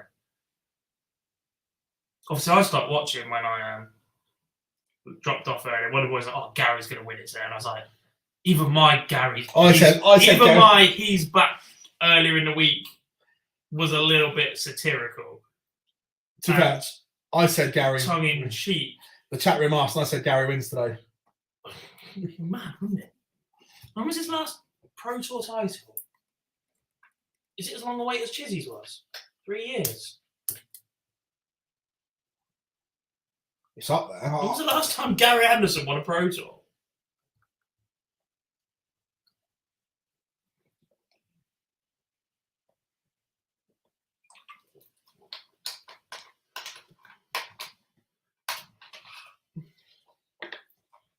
Because obviously the massive disadvantage, Gary, well, I say disadvantage, it's the same bloody choice. Pro Tour order of merit is Euro Touring as well, and you just don't do that. No. No, that's the issue. So he was going to be behind on that list anyway, but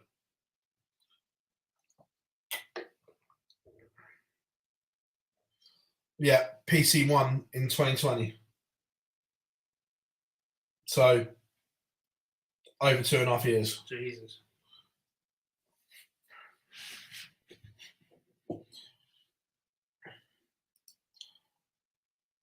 Thank you very much.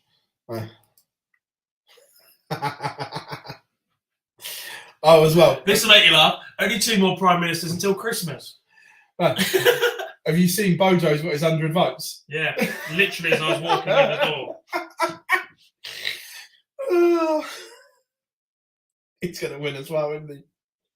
No, he's got 100 votes. I think he wins. Guess who's back?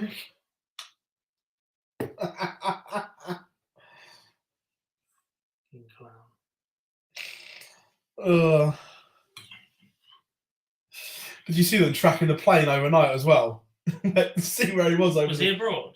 He was in the Caribbean. He flew home last night. They found out what plane he was on, and they were tracking his plane across. They got pictures of him landing at Gatwick, the lot. Can't even say what I want to say on that even.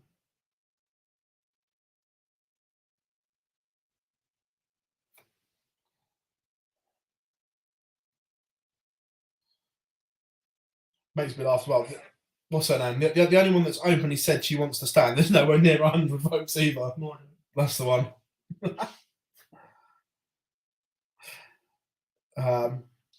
Boris first Sunak. Yeah, pretty much. Inspiring.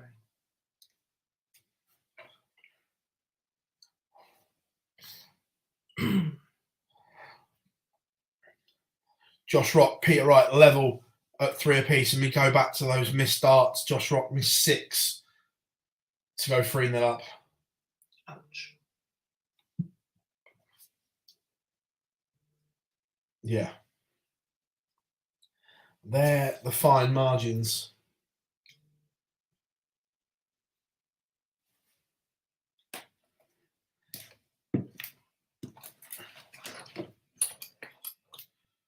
Why not? Why?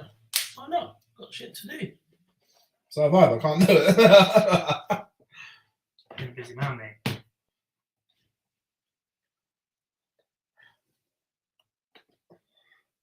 Hi, Wendy. Welcome along. There was a question before from Jack that was pretty interesting. I missed it. Yeah. That one there. Before. Yes. His A game is, well, we've seen it this week. His A game is still one of the best in the world. Yeah. Always will be. Always will be. Yeah. Because of the fear that an opponent will get because of the reputation of Gary Anderson at the same time as well. Yeah. No. For me, Gary's one big title away from arguably being top 3 of all time. I'm not sure though. I said arguably, I'm not saying definite, but I think he's one. I like Gary. I love Gary. His top level game is fantastic, and it's one of the best we've seen. The way he carried himself when he was at the very top of the game was brilliant. The way he's done so recently, perhaps not. The issue I've got with Gary is that when you look at how many career titles he's won in total, it's very, very similar to Peter Wright right now. But I don't look at career titles. I look at big titles. It's similar though, 2-time world champion. The only difference between the world champions they've won is that Peter Wright lost in, well, they both lost in finals before they did it. The only difference is that Gary was darts away from 3 straight world titles. If he wins 3 straight world titles, completely different conversation, because to go back-to-back defences in the PDC era has only ever been done by Phil Taylor. I look at the reason Gary for me is, I'm not going to say miles ahead, but enough ahead of Peter Wright, is 5 world finals, 3 back-to-back, 2 back-to-back world champions winning, Premier League and match play. Whether you like it or not. I like the match play. The match play. No, I was about to say, whether you like it or not, the match play was exceptional. the Premier League is huge, and Gary Anderson has 2. When Gary won it, it was. It still is now. Right now, no. It's right. You ask the players now. I'm not buying it. Right, I did 5 interviews last night, and the topic. Guess what the topic in most of them are? It's not the Worlds. We're all idiots. It's the Premier League. I'm not buying it. Players will sell their soul for the Premier League because of what it is. I'm not buying it. Not buying it. Right, well, say whether you like it or not, the Premier League is huge. It is monstrous, and that's why Gary's in front. He's got 2 Premier Leagues, the match play, 5 world finals, 2 winning, and 3 in a row. Like that, but more curvy. That's what you had in mind, wasn't it? No. I mean, I can't show you on mine because it'll go on the screen. We'll get that later. Yeah.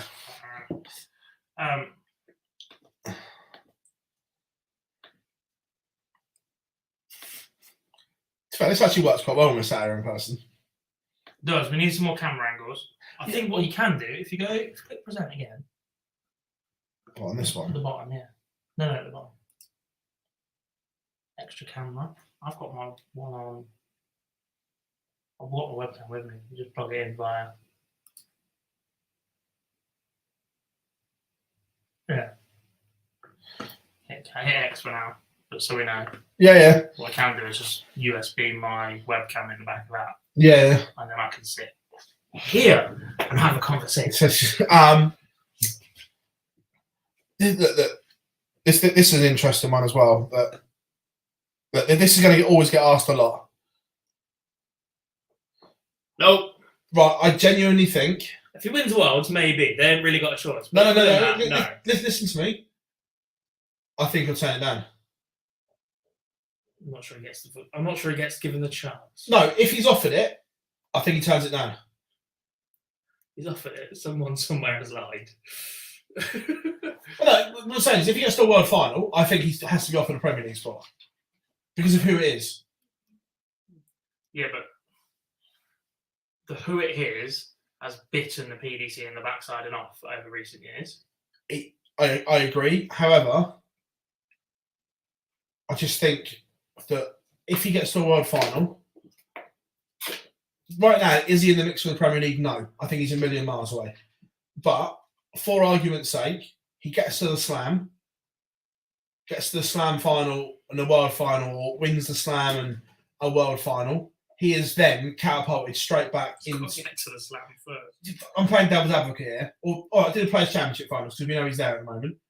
Gets to the final of the Players' Championships and the final of the Worlds. He is then in the mix and in the conversation because of what he brings. Yeah. Right? I know this might sound daft, but again, if any of our... You say something daft, Phil. Never. Clearly. But for any of our Scottish fans that have been to the Premier League nights in Scotland, Peter Wright almost got booed in Aberdeen. They don't class him as Scottish. And we know he is, and he was born up there and whatever, but Gary's the prodigal son. And I'm saying, do 2 huge nights in Scotland work with just Peter Wright? I'm not sure they do. No. So, look. Time for a weekendo. Right now, is he in the mix? No, I don't. I think he's a million miles away. In the mix. But I genuinely think even if he won the Worlds, I think he says no. Wouldn't be the first one to have told us that this year. I get the other one. Everyone knows because he's got the public bet with Dan Dawson, and I think he stands by it. I think Rob Cross. 100% he stands. I've heard it from him. Yeah, I've genuinely heard it from him. If Rob Cross wins the World Championship this year, he will not play in the Premier League. yeah. He's adamant. He's absolutely adamant. Mr. Next was manager while he said it. Oh, yeah, I bet his manager was like, A little, but Rob looked at him and went, if I win a small one, a Players' Champs or Euros and get an invite, suits as one. then maybe I'll consider it, were the words he said. Because at that point, the financial opportunity for both of us is massive. He goes, but if I win the Worlds, you've had your money, I'm not doing it.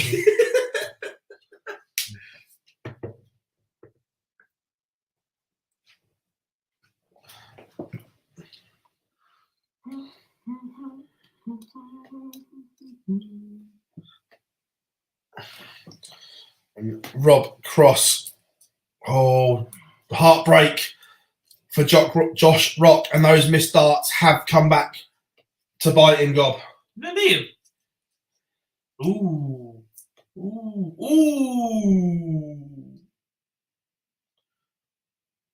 Oh, that's brave from Wright as well. With Rock on a finish, 90, he goes 54-36. Silly boy. Maybe the new dart's being confident. What did you want to say? Stupid. Nah. If you're one of the best three players in the world, you should back yourself to a treble, shouldn't you? Let's be fair. Yeah, but you also got to play percentages. I get backing yourself, but also play percentages. If you're going to back yourself to a treble, go 20s. Because it still leaves you an out. It's a horrible double. It's like double 10. They're all the same size.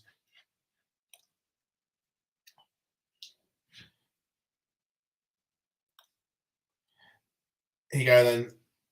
Gob, who's an outsider you'd like to see in the Premier League? Garrett at the minute. It's an outsider. He is an outsider. He's absolutely nowhere near the conversation right now.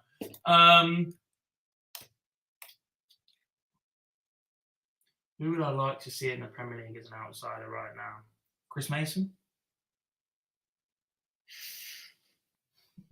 Playing well enough. Just never let him play first or get spanked.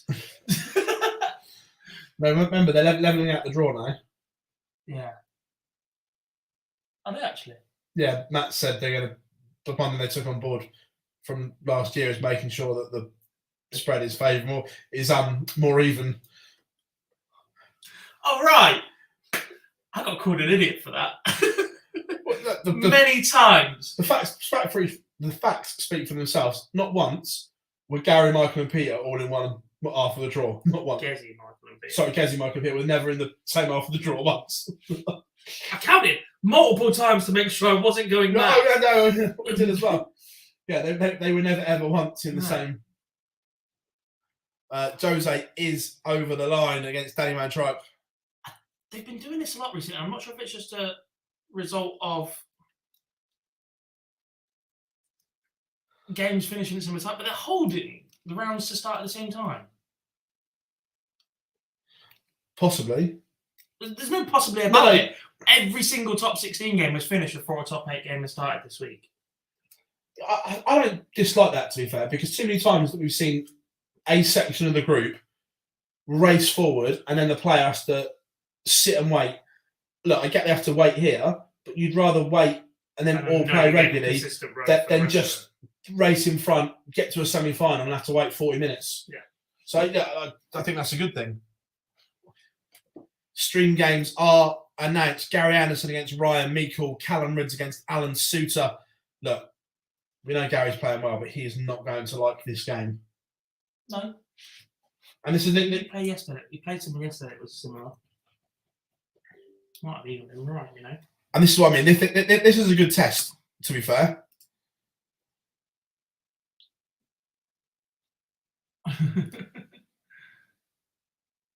It could be. Could well be. Which one is it, or doesn't it matter? You can do 1, 2, or that one. Yeah. Right, folks, we're going to grab a quick ad break as there's no games in place. and we'll be back on the other side of this. This is just the beginning.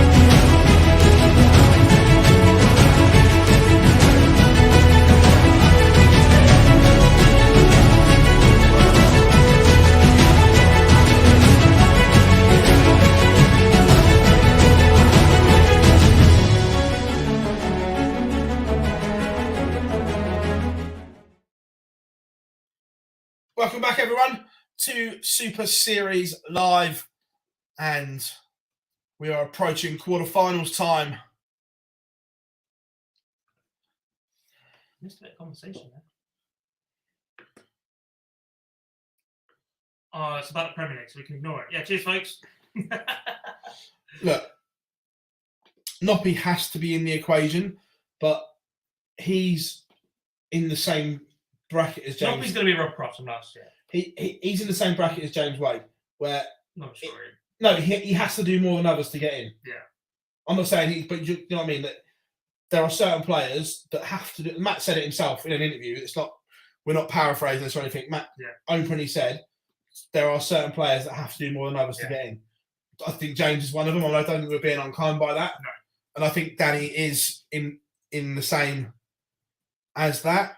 Look, this is an interesting one for me, because Dimitri ticks a lot of boxes, but recently there was also He ticks every box right now, apart from playing well. He's averaging 86. I put playing style in there now as well, Because because it's slow, yeah. yeah, I don't think he's as enjoyable to watch as what he was a few years ago. Good. I think it affects his performance more anyway. Yeah. Don't get me wrong, he can speak 5 languages, young, good-looking lad, looks the part. He's not a fat boy like me and you, like the traditional dart player. But one, he's not playing well at the moment, agreed. And two, I don't think he's as enjoyable to watch as what he was.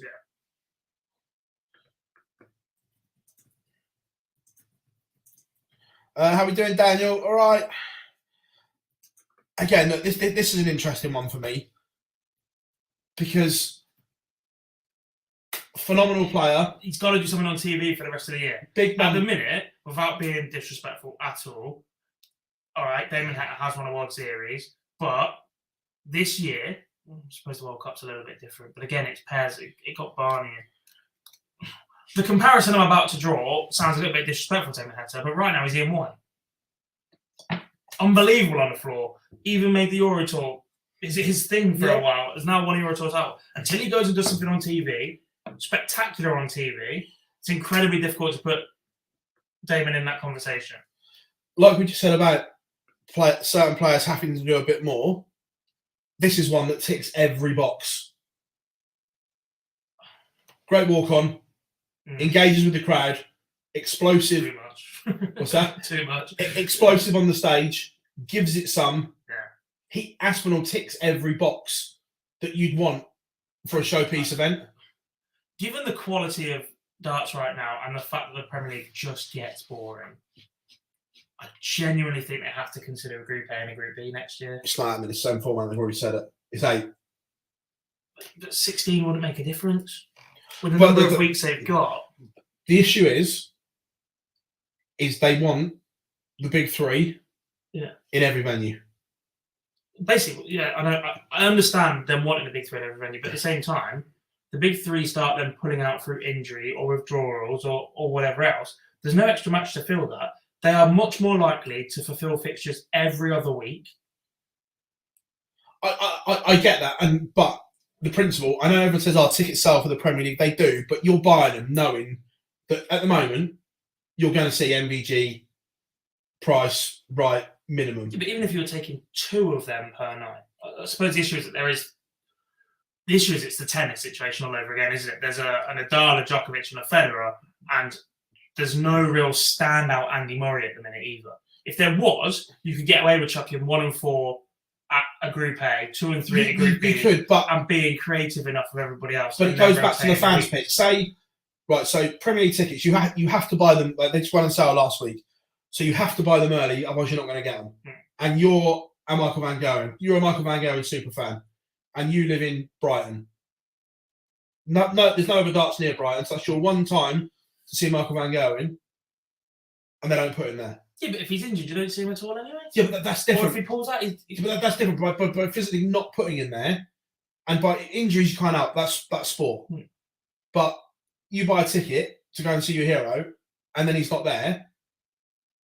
Well, then, if there are players that are genuinely that valuable to the PDC right now, then on a 2-year cycle, pick 4. Pick 4 players that are too valuable that are going to be in the PDC in the Premier League, guaranteed for the next 2 years. And 1 year they'll play at that venue, the opposite year they won't.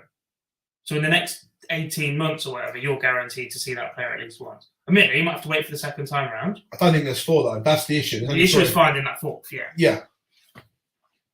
And you still have those 2 stupid weeks. Well, no, because then week 15 and 16 could then be quarterfinals, whatever, based off group player 1 in Group A plays player 8 in Group B. So your knockout phase of the Premier League becomes longer and more consequential. Yeah, possible. I don't think it'll happen. No. For the commercial, I just need to get a bit more creative with it. It's not just that too long. And the next thing we were talking about is, all right, there's not a 4th, there is 3, but the next level of players right now, when you're saying Gary Anderson's still commercially valuable, you want to get Michael Smith in there, you want to get James Wade in there, Nathan Aspinall, Danny Noppert's won a title, Dirk van Dijvenbode got to be in the conversation, Damon Hetter's got to be in the conversation, Dimitri van der Berg's got to be in the conversation. It can't all be in the conversation for 8 spots. Then cutting the field has made it even more difficult. Look at last year's field. And I genuinely think if you expand it into 2 groups, in doing so, the next gen can put their hand up. I just missed Johnny Clayton. Well, he wasn't anywhere near that list. I think Johnny's in danger. Potentially, yeah. But the fact that I've just been so blasé about the fact Johnny Clayton even exists right now tells you how difficult putting 8 players in there is going to be. How many players are going to miss out? And there's a very good chance that Michael Van Gogh might be your favourite player of all time or whatever, and you want to go and see him. But he's been here, there, and everywhere for a long, long time. The next generation, the ones that are going to need a fan base once Michael disappears or Gezi takes the sport less or more seriously. Peter Wright's not getting any younger. These next gen guys are going to need fans, and the way they do that is by taking them around the country and getting to see these players play live, not just once a month on TV. Somebody like a Luke Humphreys, who at the minute is being tipped as being one of the futures of the sport. He's won Euro Tour titles, he's been to a major final, was the first contender to win in the Premier League and whatever else. You need to get him into these venues and winning matches to build up crowd and following around the country. I think you also need the help of the broadcasters, though, to do punchier promos, and like they used to. Correct. Which but we don't what they get used anymore. to do in a 4 or 5 night Premier League night was have more time on the broadcast. Yeah, but I think we do that in other ones where we're talking about, again, the broadcasters. We saw the power the broadcasters have with the World Series. They do. And it's the same with The point I was making was they were running out of time on the broadcast to do anything full stop in the new format where they have to play 7 matches instead of just 4 I look or 5. at it, you go to Sky, And at that point, you've got no time for the punchiness. You go to Sky and pay your ridiculous amount of money. They want MVG every week. They want Peter Wright every week. They want Garen Price every week. They guaranteed one of them every week and new emerging stars. But they want them all. They might want them all, and they might want them all every week. But you don't get stories from the same 4 players every week. I'm not saying, no, those 3 you do. A little bit if they kick off. But if they turn around after the World Championships and go, actually, boys, this is stupid. We can all just earn a shed load of money and cause ourselves much less hassle if we just get up there and play darts. Right? Premier League is a non-story for 17 weeks, unless you suddenly chuck in a Luke Humphreys, a Josh Rock, or whoever, and they go and win the league. Everything else is a non-story. Unless the 8 players who have to see each other every single week for 16 weeks, not just in the Premier League, but in travelling to Euro tours most likely, because they're all going to be on similar or the same flights and travel and plans, especially how hectic that next calendar is. Then Pro Tours and whatever else around it. You've got approaching the match play, you'll have the UK Open, you'll have already been to the World Series with each other, because let's be honest, the same players double up on that. It is much, much easier if they're not constantly at each other's throats. And I think that's the way the sport's gone for a while. Peter Wright has tried to stir it back a little bit. And he has been the main instigator of this aggression, I think, war of words over the last few years between Wright, Price, and MVG. If he just goes, actually, no, I'm fed up of this, I'm just going to throw my darts for an 18 months, take the paychecks that come in my way from being world number 1 and world champion still, and then swan off into the distance, happy with my life, my earnings, and content to relax and enjoy some time with family, friends, away from the pressures of high-profile sport, Gezi and Michael are going to fire shots at each other. Because they're too busy at the minute, bigging each other up to put Peter Wright down. They're best mates. Possibly, but I just don't think I don't think that's what will happen in the Premier League. I genuinely don't. I'm not saying it shouldn't, but I just don't see it. Because of the money available and the money it generates, that they have to be in all 3 at the moment. Every night at the moment. I'm not saying that's right, by the way, but I'm just from a commercial element. Potentially, but again, playing each other devalues the fact they're in every night. But the commercial element is so much tougher without them all in. I don't know. I think you try something new. Until you try something new and go expansive with it, you're never going to know. Instead of just falling back on, these guys are worth too much money to us for airtime than anybody else in the system. Because in the next breath, we're being told that the players are encouraged to take time away from the game and that the calendar is going to be, there's no plans to scale the calendar back or make it more manageable. It's just going to be, we're going to keep putting things on. We're going to keep providing opportunities for players. If you don't want to play in it, the next one up will do it. But if the next one up is ready to do it, then the broadcaster must be prepared to take the next one up. Or the entire system is flawed. We all know there's flaws in it. We all know that. But I think we will see. Look, the other thing that not everyone gets, is the Premier League props up all of this. It props up the Pro Tour. Without the Premier League generating the money it does, none of this happens. It would still generate money there. And I genuinely think if you can sell more stories and introduce more players, the commercial value of everything else, right? If these guys are exposed more often, people want to see them more often elsewhere. That means more high-profile sponsorships, deals, and eyes on the product everywhere else. I'm not sure. It has to. But I'm not sure that works right now. I genuinely think commercially, the top 3 are miles Unless and miles you're ahead a of major everyone darts else. fan that follows us or on social media quite heavily, at the minute, if you are a casual darts fan that only tunes in for the World Championship, you haven't even heard of Josh Rock. Agreed. Josh Rock needs to be known about right now. That's a story. It's an asset to the organisation. It has to be. And he's just one example. He's still never been on TV. But the Premier League is meant to be the elite. To an extent, yeah. And I'm not saying chuck Josh Rock in there. But at the elite end of the game, there are enough players that you could have 16 in there and not devalue the standard of darts. I agree with you because we're darts fans. But I don't think broadcasters and venue owners will see it the same. I just think they're going to sell tickets no matter what. At the moment, yes, because you're guaranteed to see those big names in every venue. You are and you aren't. It'd be What interesting. you're doing at the minute is taking a punt that the PDC are going to do absolutely nothing different constantly. Because the tickets are already. You can't get a ticket for half the Premier League Yeah, already. but the news already came out before the tickets went on sale that was the format case. was staying, which only guarantees the And top with 8 three. players. 8 players in the top 3. Top 4. Top 4. So, and look, barring a mathematical miracle, It should be there. the top 3 are going to be there as they are. Well, one of them could miss out. Tour card race. If somebody 5th or 6th in the world wins the World Championship and Marcus Smith finishes runner-up but wins another big one between now and then, one of that top 3 could be out the top 4. There's too many ifs in that. And too many No, there's not variables. too many ifs, though, is there? Because it's possible. And admittedly, is the player that drops out then likely to be included in the 8? Yes. Is it guaranteed? No. 100% it's guaranteed. Why is it? Well, they might turn it down. We've heard that Rob Cross and Gary Anderson will turn it down. The 3 in question. It was rumoured going Pricewood in about March or April early this year. After the Premier League this year, the 3 in there question. was a strong rumour that The 3 in Gary question. Price would turn it down. The 3 in question have made too much noise. Price has already said he's playing next year. In interviews, he's already said he's playing. Say MVG somehow drops out of the top 4, there is no way he is not getting a wild card, and there's no way he's saying no to it. And Peter Wright, that's the one missing from the CV, so he's not going to turn it down. Right, what were you at this feature game? Well, it can't be either of these 2. Cross bunting? Yes.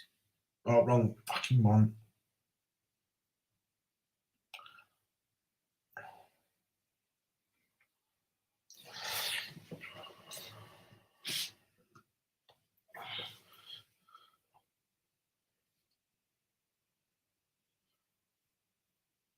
Oh yeah, 100%. This year's format worked so much better for the fans in the venue. For the fans in the venue, it was a brilliant night. Yeah. But it was so much worse for the TV audience. And at that point, if it's still the same, and it still feels the same after a week or 2 next year, Sky are going to be fuming. As the broadcaster, they will be fuming. Yeah, but their viewing Numbers figures, keep dropping. their viewing figures are up this year.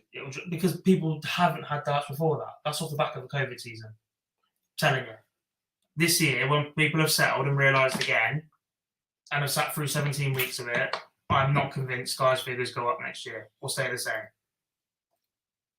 I'd argue they will take a massive dip.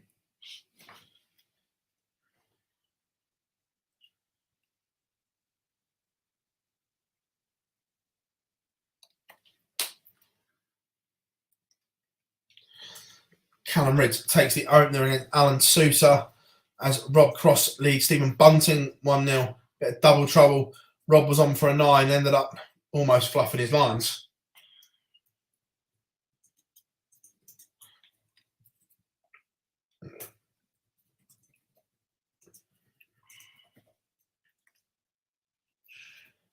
As well, is it me or has the last couple of days been quicker A little bit. than the last block? Last block we were finishing around 6:30ish all the time, where this seems to be flying through at the moment. No, I think it's 5 hours 50 both days so far, from start to finish on a stream, which is about right. Give or take 20 minutes. I think the longest one is like 6:20. So that's half an hour switch, but it might make a bit of a difference. But depends how early we start as well, isn't it? Still want to see this Premier League. Yeah, you started this. As we said it as well. Cross was 7 darts into a 9, ends up in the madhouse. Welcome to the Pro Tour. It was like last night here, wasn't it? Like, Graham Hall had to win back-to-back matches to potentially stop Chris Mason or Darryl Pilgrim going through. Conan Whitehead races into a 3-0 lead, averaging over 100 somewhere, and looking like I don't know, just looking mustard. Like, game over, job done, brilliant. And then for the next 2 legs, when he was going at a double, he looked like he wouldn't be able to hit water if he fell out of boat. It was just ridiculous.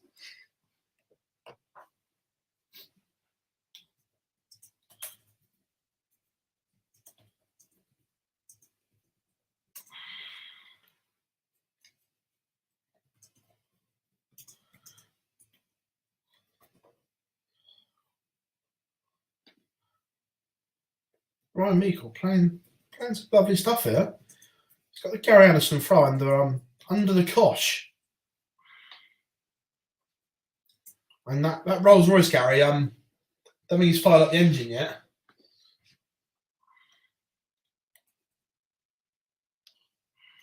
Ryan Meikle breaks 2-0. I know it's early stages, but Ryan Meikle's averaging over 111.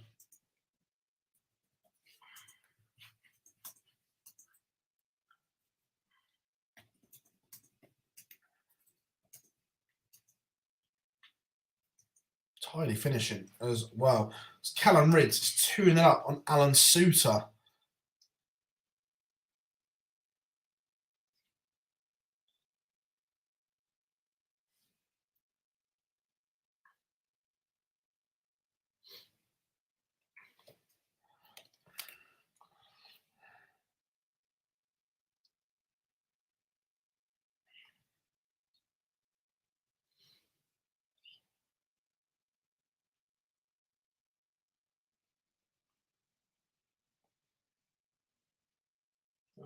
Haaland's back twice already.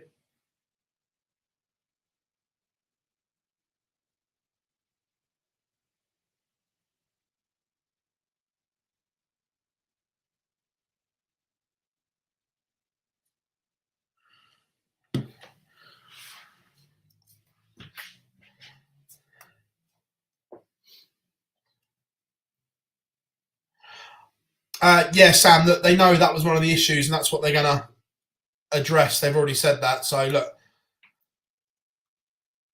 fingers crossed that.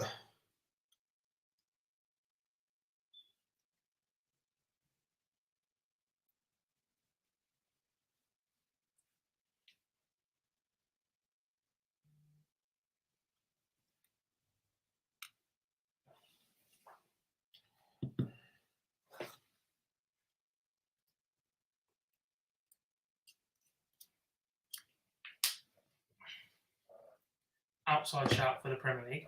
Robert Thornton. I don't want a wild spot for the seniors. I want a Premier League spot.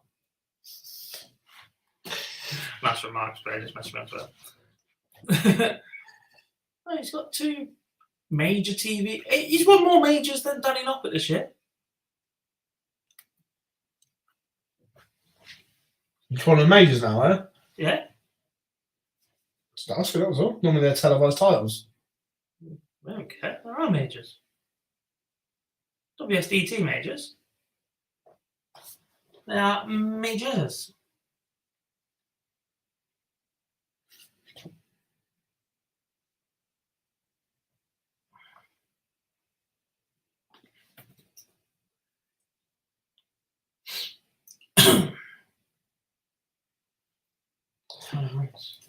So Callum Ridds has raced into a 3-1 lead. That 85 average didn't last long. Gando has got one back to a 97. Steady. There's still a few ropey darts, but there's still some damn good ones as well.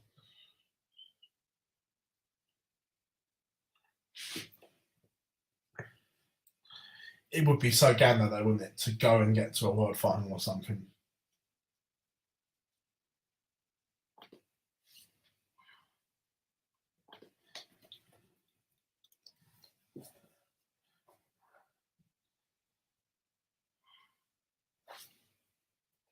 Rob Cross 3-1 to the good.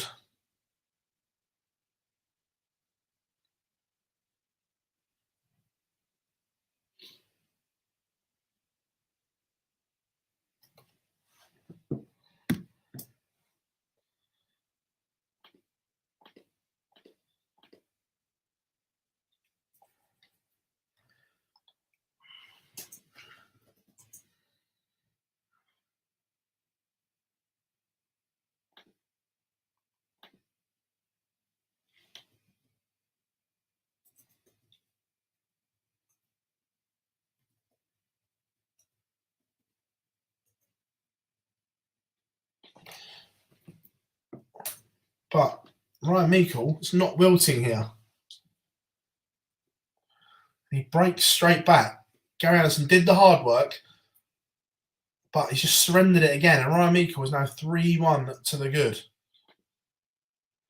He's come of age this year, Ryan, isn't he? He's always had these games in him, but he's been a lot more consistent this year. Yeah.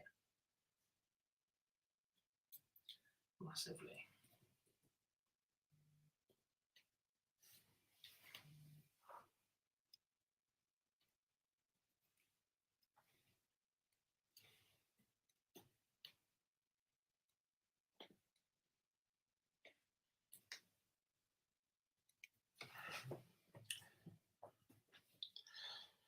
One for you, Gob. Who wins the big prize tonight?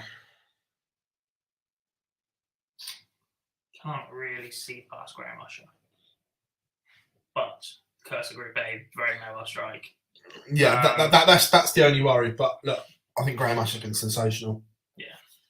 Do you know he's 50 next year? Yeah, June. I've looked. Don't you worry, I've looked. The only issue with that is he could go to Q-School and get a tour card. Yeah, massively.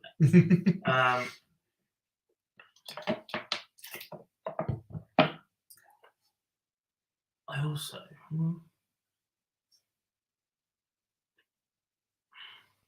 I think he's in a nicer group. It's Lee Evans and Darrell Pilgrim that go with him. I just think in terms of experience, big stage, big game, and all that sort of stuff, I think Graham has enough to overcome. I think the fact that Graham's Able to won on follow that stage here is Yeah. a huge advantage. Yeah. I also look at Josh Payne, Conan White, Chris Mason as another group going. Didn't want any of them. Yeah. I know you have to have some of them. I'll tell you what a performance this is here from Callum Ritz, averaging 111. But given look, Darrell Pilgrim came into this week very, very confident. Last night he lost more games than he has in the entire phase put together. Right, so if you get a chance to have a crack at Darrell Pilgrim, who struggled to get over the line, knowing just what's on the line, Oh, you do it or early. Lee Evans, who started the week very, very slowly in Group A, solid in Group C or whatever it was, you'd want one of those two in your group. To get both of them in your group, Graham Usher will be going, hello. Yeah, no, great. Especially the way that Conan has been fired up this week. The crowd will only do more for him. Can't see anything past that. Josh Payne has the most big crowd experience of any of them. As the most recent Yeah. tour card holder to have made waves or whatever. I know Mason's not done it in 12 years. And by his own admission, has spent all week starting slowly. You only get 2 matches tonight. You cannot start slowly. Look, we all want the fairy tale to happen. But Without any bias of where we're currently sat, yeah, 100%. yeah, The story if Chris Mason wins this, given the quality, is ridiculous. Is he going to come out of retirement anytime soon? No. He made me laugh last night.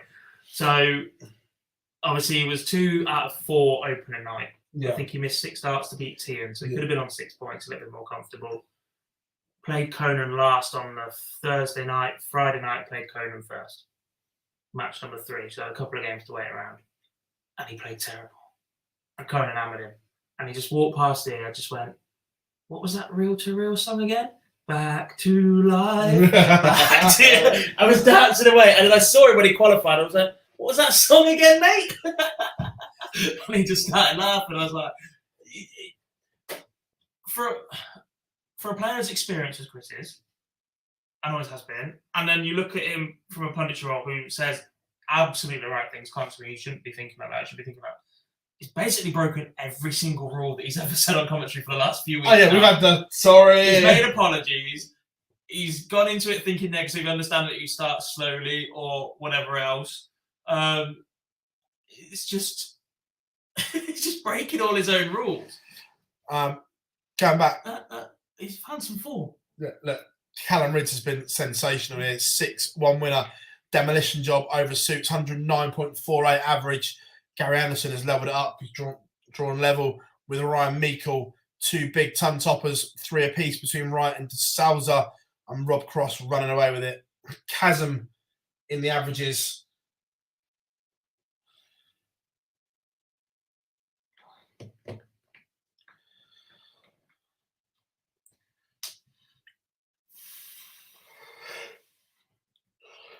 Tad tired today. Top. Tad tired. You wake me up. I was like, I woke up at like 8:30, 9. I was like, no. Literally got to bed about 4:15, I think. Gone from there. Yeah, just go blank. Jennings, Them. Definitely them. They're important. us. They're also important. There's one more. It's them. Oh, that Twitter thing is annoying. Where you can't. It says it can't be tagged, and you just go out and come type back an in. extra 2 letters and it works. Yeah. Nothing like a bug in the system, is there? Next. Again, Ryan Meikle showing some bottle here. Oh no, it's a 1-8. Oh, I wasn't tagging. I somehow managed to start creating a DM. Why has this man sent me a video? Has he been asked to record something? I completely forgot. He was here. Potentially. But look.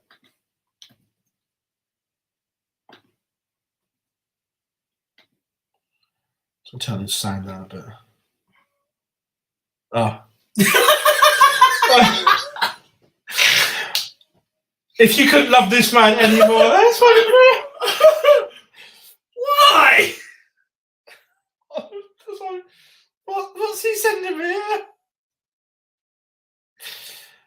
Oh. What a ledge. Was that Lionel Richie? Yeah. What a ledge. Why?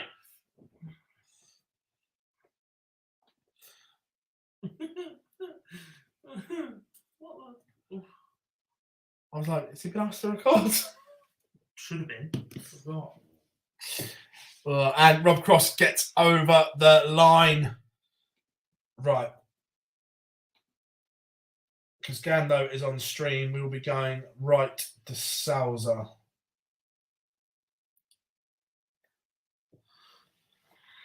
Can you do the perfect leg, Gob? I'm not talking about the 9, I'm talking about the 5 ton leg. Oh, I love the 5 ton's better than a 9 now. It's just rarer.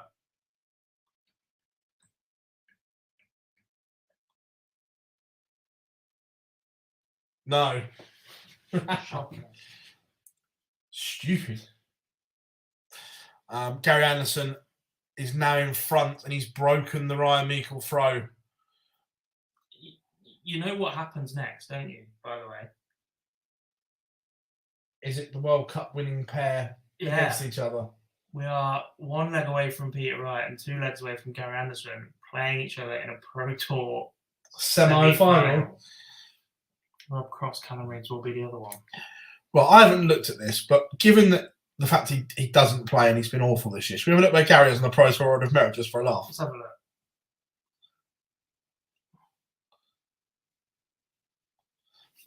So right now on the Pro Tour Order of Merit, we'll keep scrolling. Gary.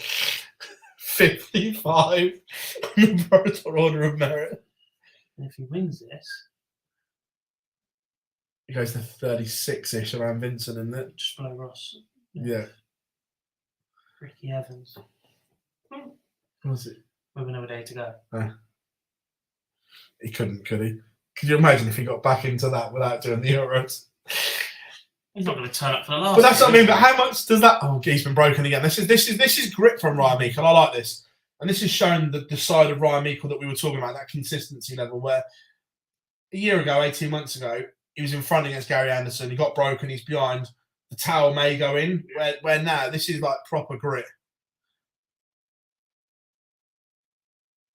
Gary Anderson throwing the blase dart for the last one there. The other 2 are in. He's given it off, and it's just slid into the treble 5. But he'd probably just give it a not a blind one, but like just a fling. Oh boy. Can you imagine the day in the sport where we get Gary Anderson throwing blind 180s on stage? My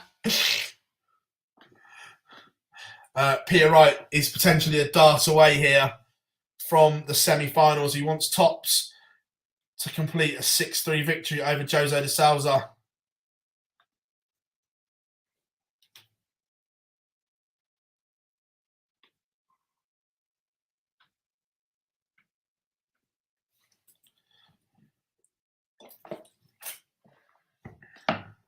Give me the green light.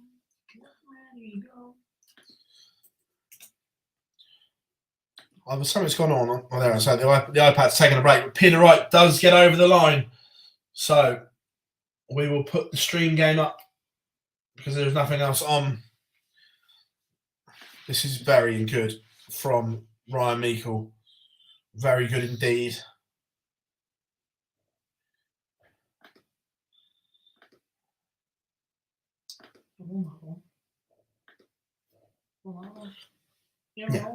Yeah. Could you imagine if say Ghana gets back in the top 16 of the Pro Tour Order of Merit? How much does that mess the Euro Tour draws up? Because when's he going to pull out? We're just never going to play. Or every now and then he'll go. Can you imagine if he went out of the blue? I'm going to go to that one. Just never will. Never will. There are one or two that he may. Gibraltar. Not Gibraltar. There's a couple in Germany. Is it Sindelfingen? There's a few in Germany that are a very easy flight to the venue, where the venue's within 20-minute car trip of the airport. There are a couple that he logistically, yeah. For him, no. I still don't think he ever will. I still think he bears that grudge. But could you imagine if he did? All of a sudden, I'm going to play that one. Yeah, it would go off. Can you imagine the Euro Tour DJ that session? Jump around. Oh, Gary.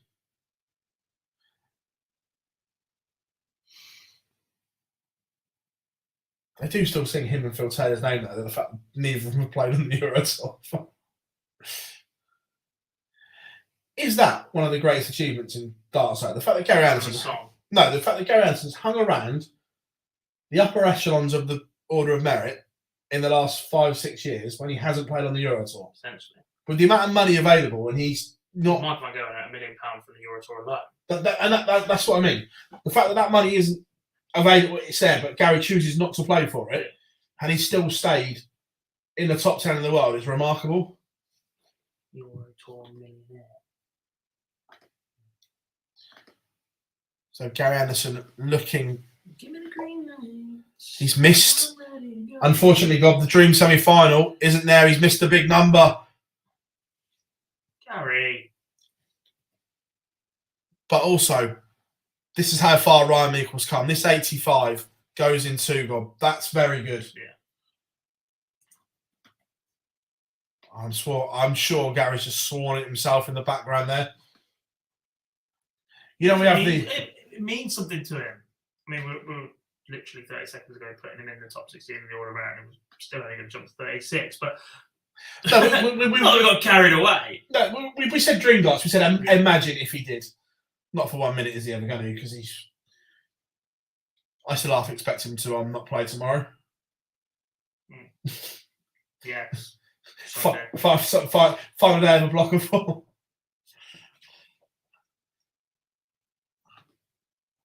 Gary playing tomorrow? No.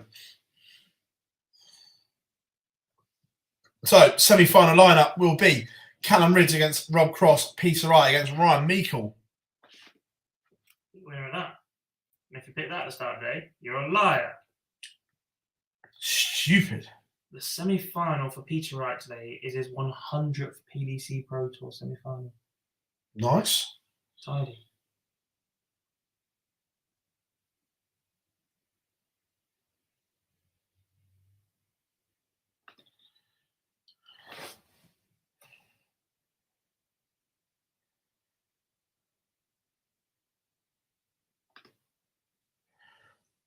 How come Nunes didn't play today?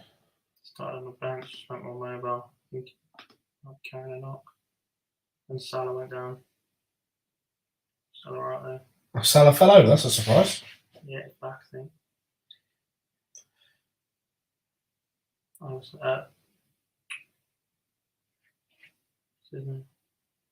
Birds went down for a bit as well. Man City are copying our tactics now, route 1. Oof. Did it to him last week. Harlow's done it this week.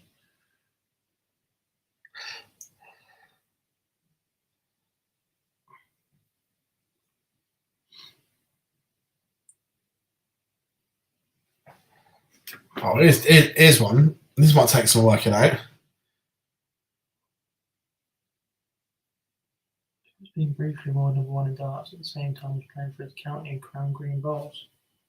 Briefly awarded number 1. Didn't say PDC though, so this could be a trick. Could it be a BDO number 1 job? Oh, cross, essentially.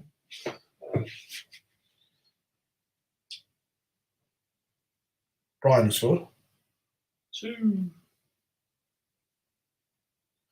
That's not a surprise either. Calvert Lewin's fit and Everton start winning. Defensively, they've been quite good.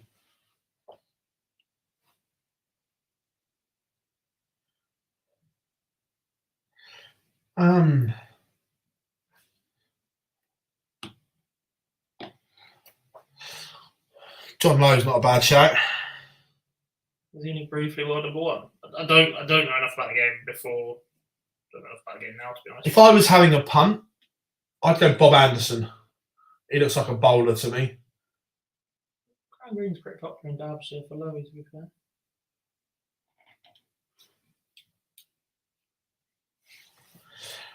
So they will. Ooh.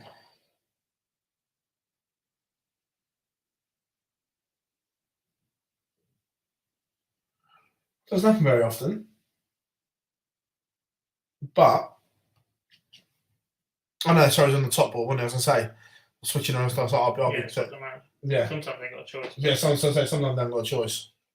So I was looking at the wrong one. It's me being and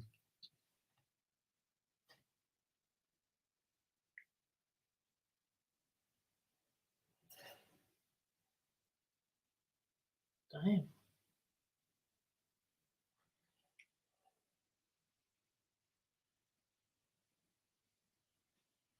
so, chat room, who wins Players' Championship from here? 27, I was thinking. Will it be Callum Ridd, Rob Cross, Ryan Meikle, or Peter Wright? Give you a pass, Bob. Who would you back From here, Peter Wright. Playing well.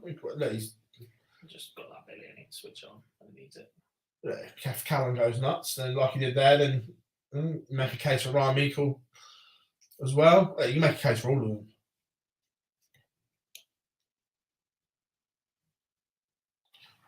Is the thing. Remember, chat room, if you haven't, make sure you drop us a like and thumbs up as well. And subscribe. Oh, 30K is in sight now, isn't it? It's not really 29, yeah. How many stay next week? What's that? How many stay next week?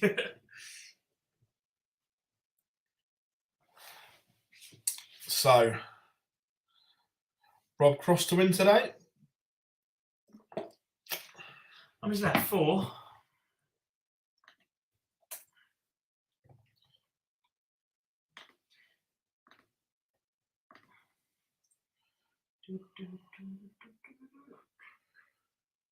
Y'all ready for this? Rob Cross is a win away from going 4th on the Pro Tour Order of Merit.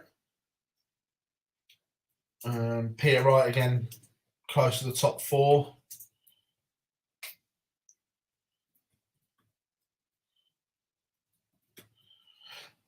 I tell you, MVG, I know they're only exhibitions, but the last 2 nights he's been irresistible. What about the darts? Hey.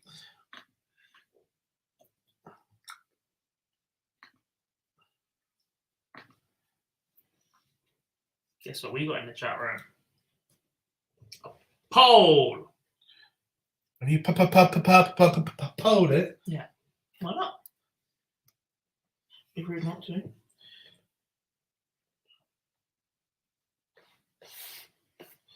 And we're having Wagamamas tonight as well. Yes, we are. Yeah, speaking of, Tears, wake up.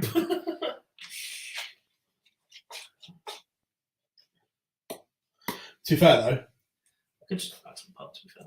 no, all Magals.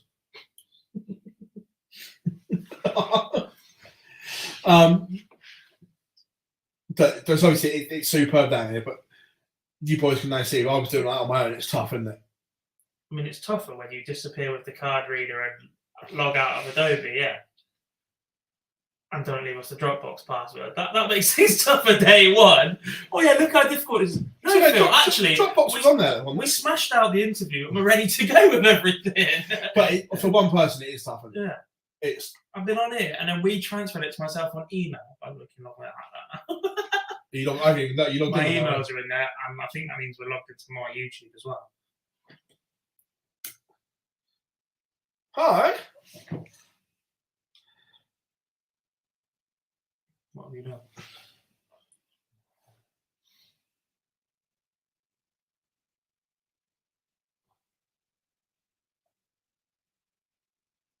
Is that one? Yeah. Entire screen, isn't it? Or window. Same thing, basically. And minimize that.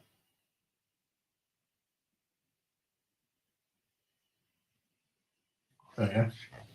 Magic Mouse is crap on it. But yeah, it's a lot for one, isn't it? There's a lot going on. It is all with Dropboxing what we were doing last night. Oh. Yeah. Fingers crossed that's eradicated next week. It won't be happening. Don't you know? The answer will be no. What, of us doing it or getting? Of us doing what we did last night. Oh, Not happening. was it a nightmare? Yeah. Just ridiculous. Did you tell them? Not yet. Let's carry on. Only 70 likes. Yeah, can we get to the 100 likes today, everyone? Come on. You know.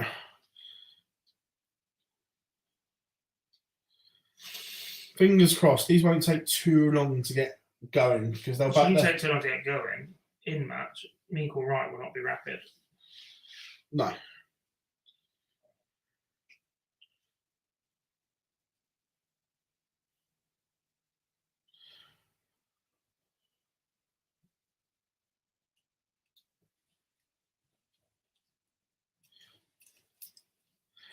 I like the new PDC graphics on the screen, apart from the yellowy patterns on the right hand side.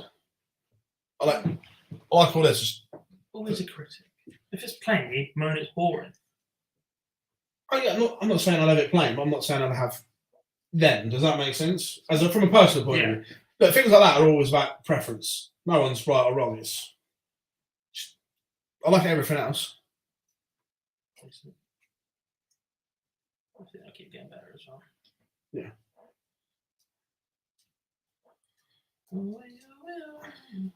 Big Johnny, what equipment fell out of Wright's plumber's bag today? The same darts he threw in Gibraltar that he also threw in New York are also on our advert. Yeah.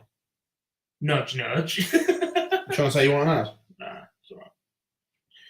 We'll do one We'll between semi-finals and final. We'll run number 2 afterwards. Yeah.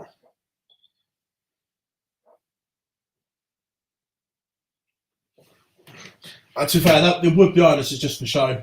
It was just part of the old decor that we don't need.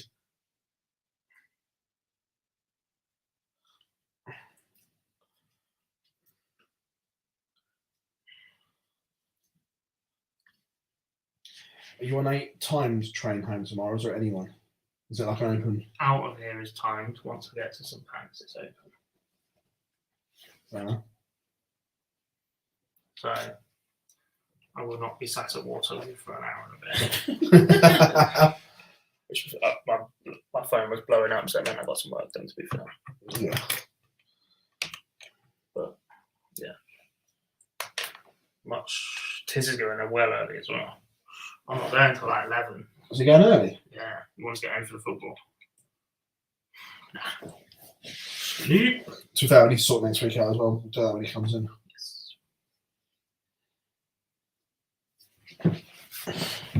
Oh, how you get on with that email system as well?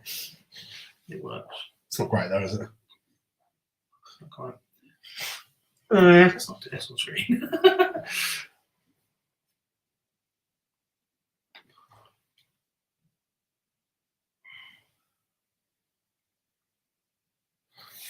Right, we hit the button. So as soon as Wright and Meekle's generated, it'll come up as well. You can do one. Oh, timed him out. Oh, you timed him out. It's because it moved. Shocking. One job, Phil. So I'm going to do it. Because I did it, another comment come in. Try to complain. There you go. Blocked. So do you think Scott made a mistake by not playing at the Super Series? For his own career, no. Look, Scott's desire and ambition has been very clear that he wants to be a pro. And true answer was Stuart Kellett. Oh. Stuart Kellett was world number 1. You having a laugh? I don't remember Kellett ever being number 1. I'm not saying he wasn't, I don't remember it. This was BDO. Yeah.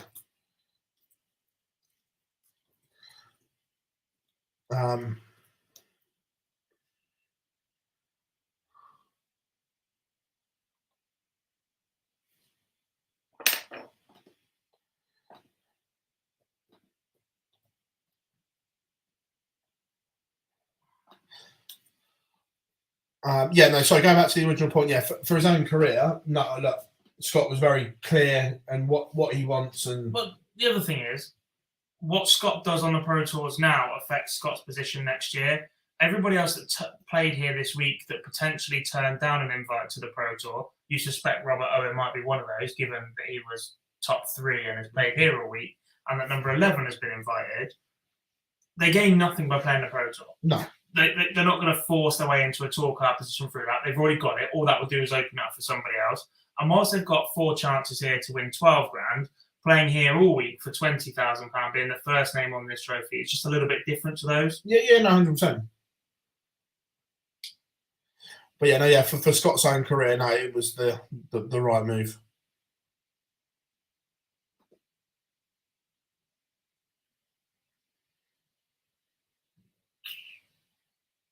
Part of me thinks that's why Josh Payne may win tonight, because things like that happen when you shouldn't be here, and just in sport, that you shouldn't be in a tournament and you end up winning it.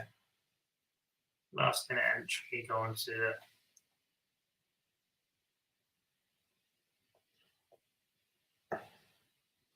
We have pictures on both streams, which is always a good thing. Zoo. Is that the late game? Yeah. So who are they playing? Who are you playing? Is it you? No, United Chelsea. Oh, you just go to the pub and eat and watch football. No, Waggers. Scared. Waggers. Scared. Waggers. Scared. Waggers. Scared. Well, they're being drops hilarious as well. It just makes sense. Oh, yeah. It's a dart show.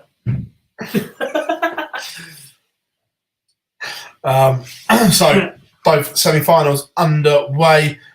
Which one do you want to keep an eye on? The ADC.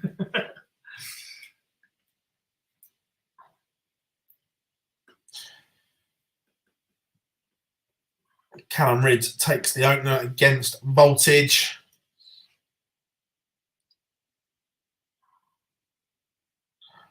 Cross's release point is very good so far. Don't jinx it. You just told me Gary Anderson was going to win the World Championship. Why did I ever say that? Yeah, but it's just an exaggeration. He would have if you hadn't told me he was going to win today. Never let the truth get in the way of a good story, yeah? Just Maximan. What, Saint? He's out, isn't he? Still. Is he still out? I've done my usual, that I picked my fantasy team, looked after it for 3 weeks, it's still been the same ever since. I've played NFL and I've gone from being very, very good at it last year, my debut year, to being 1-6 in matchups this year. So I've just had no luck. Like, players going out injured, making a move when I got the best quarterback in the game, and since then he's been terrible. And when I got one of the best wide receivers in the game and he's then been injured, they've been out on a bye, traded him for one of the best tight ends in the game, who had a terrible first week. And when I agreed the trade was midway for a terrible second week. And since then, he's been the best player. It's just, just nothing works. Rob Cross levels it up at 1 apiece. So, again, this was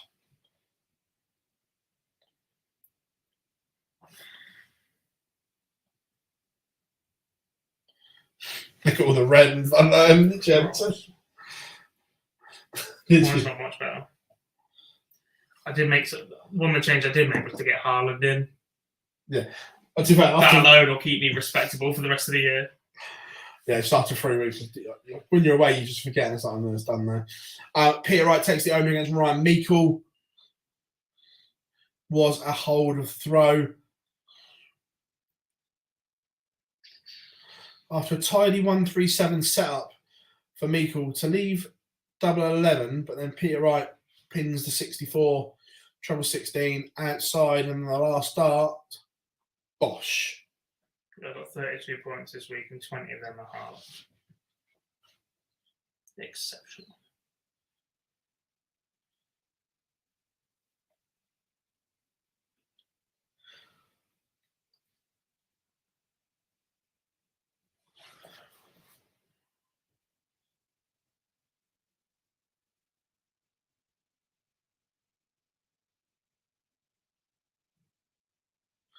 Maybe not that one. Peter Wright looks like he's throwing a bit quicker. Those first two seemed quick. The third one, I don't know if it slipped his hand or whatever, but the first two for Wright definitely seemed quite quick.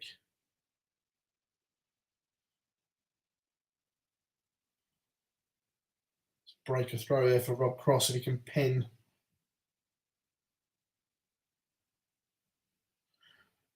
It is a break of throw in 13 darts.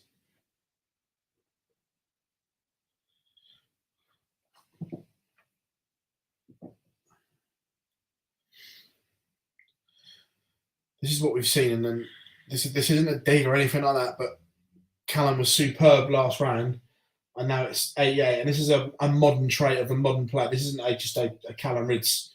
Then this is what we see a lot, isn't it? A game's very good, B game struggle, but it might just be, yeah, it's only 3 legs in, to be fair. There's still time for it to go back up.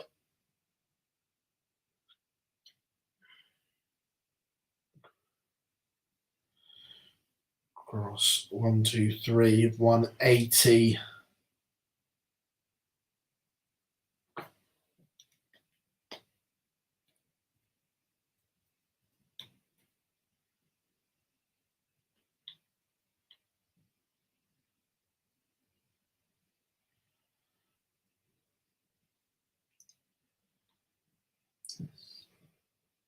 $16 flip. What's happening in 16 minutes? Announcement. Is it? Yeah. Do I need to go and get a cup of tea or coffee for it? No. See? I don't know. What? Wrong one. It's the other one. What? I was asking, do I need to get a cup of tea or coffee for it? I never do it. Thought there was some pun in there that I No. was missing. I was like, no. I was just trying to go and get a tea or coffee for it. No, you'll be alright. You'll be fine. You looked at me as if I was like... I thought I was missing something. Because somebody similar has 12 sugars. I hadn't even thought of that. Yeah. I was just asking you like I get I was like, what's going on?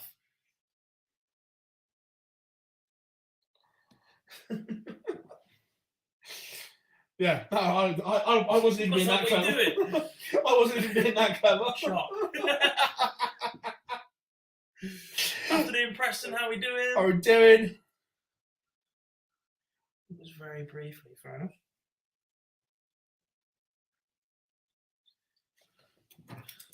I have some caffeine in a can. No, vile stuff.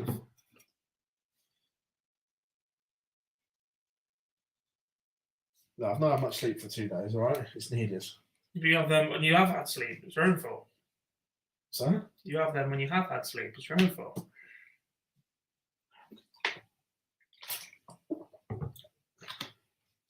And it's the CDC Continental Cup.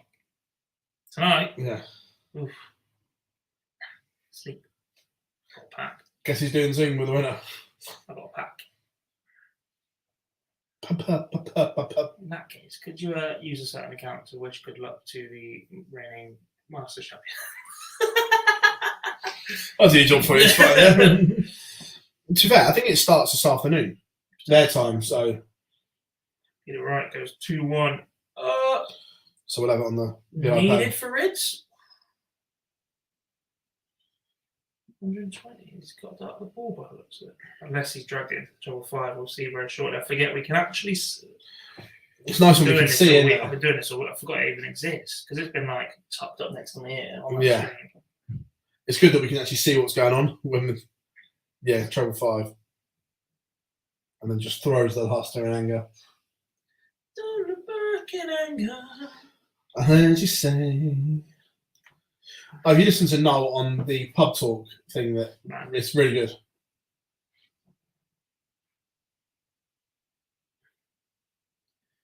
Oh, Rishi Sunak supporters demand Boris Johnson prove claims he has backing of more than 100 MPs. No, you said this.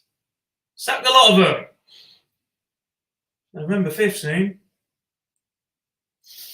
Do you want Guy Fawkes to come back and be reincarnated? Guido, where are you?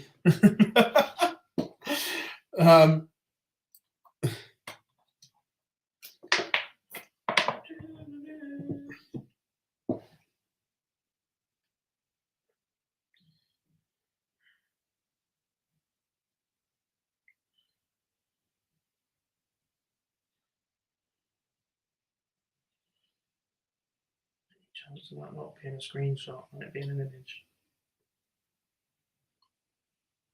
I just saved it just to see. It's a screenshot. Rob Cross is flying like a bad rendition of a High School Musical song. He's averaging 111, and this is flip reversal of what we've just seen. Callum Ridge blew the last game away of 109 average. Rob Cross was somewhere in the mid-90s. Instead, it was Ridge at 92. Rob Cross 111.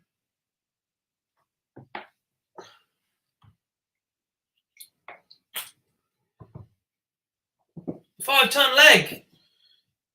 Yes. Yes. Just pretend it's yes. Ooh.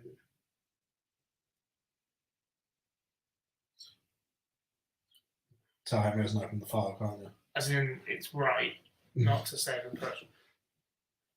Decided I'm going to use steaks as an analogy for the 5-ton leg and a 9 darter. Steaks. Yeah. Medium rare, how most people say a steak should be cooked. 5-ton leg. Well done. 9 darters, or 41 of them on tour this year. We've got to that point in the year where we're using food analogies to Correct. Oh.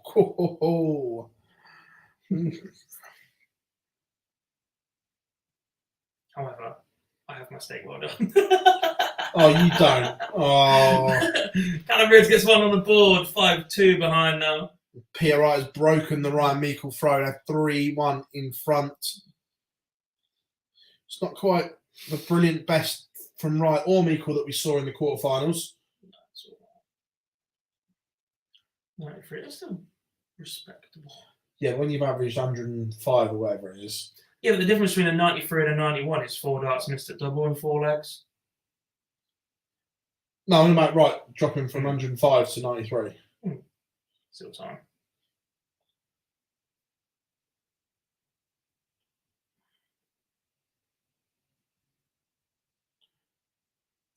Still can't believe your steak well done. Let's take a look at yourself. Blame the rider. Don't like blood. She says it's still moving. How do you like your steak, sir, with a heartbeat? No. No, I'm not. I'm a medium rare. I'm eating towards medium well and easing it in a little bit, but no. Just don't like it on the plate. 41 after 9. The average might fly up. Yeah. Why not then? Big leg for Ridge. If he wins this, breaks back, he's 5-3. Hold for 5-4. For twitchy time. Getting carried away, but you know. Yeah.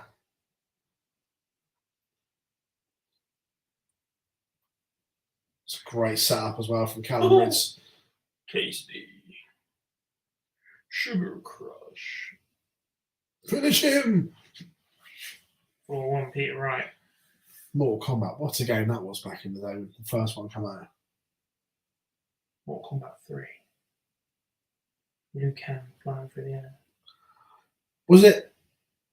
Oh, before we do that, great leg from there. Callum Ridds pins 32 into, and this semi-final on board one is just getting interesting.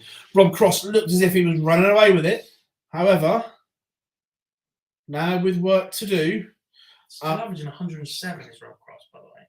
Yeah, but it was comfortable a minute ago. Now Callum's up to his game, and it's a game again. Yeah, what was saying? Mortal Kombat 1 was obviously Scorpion, Sub-Zero, and all that. Was it 2 where they added Katana, Baharoka, and all that lot? I think so. Jax, Yeah, Sonya, Blade. a few others. 3, I think, were still decent, and then it started getting a little bit more expansive, and it went to things like Deadly Alliance with Shang Tsung and whoever else. The Shang Tsung. And... Yeah, but they killed off Liu Kang at the start of that one, and he was always my favourite character, so I hated it. Oh, Liu Kang was quality. Yeah. They killed off Liu Kang in the prelude to more Deadly Alliance. Here we go. It is a good one. So Liam says, pressure will be on Chris Mason tonight. That's what I think. I disagree. I think he comes here with a complete free shot because no one is expecting him to win tonight. It's an absolute free roll. It was a free roll all week. A couple of others have had a free roll anyway. But I think he'll be all right. I think the fact that he basically lives here might help as well. They track viewing numbers on the Super Series. I believe so. Yeah. Yeah, I think he can win Preston. I'm not saying he will, but I think he can. I nailed my colours early on in the week, and I was Graham Usher, and I'm not deviating from that, but 100%.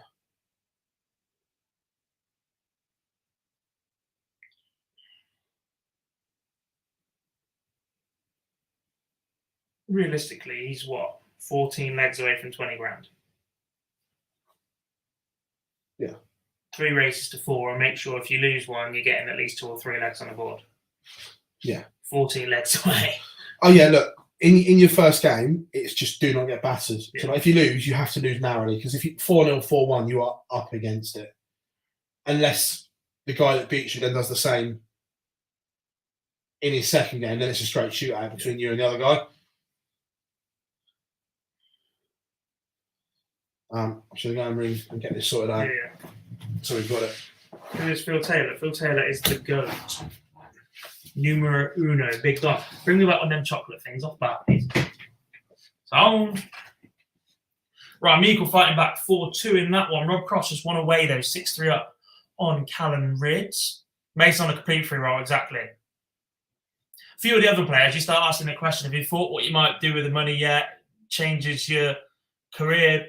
Are you going to go to Q School? Does it bankroll you for a year to go and do that, etc.? Mace, I might buy a new motor. He doesn't need it for a darting career. 10 dart leg from Callum Ridds.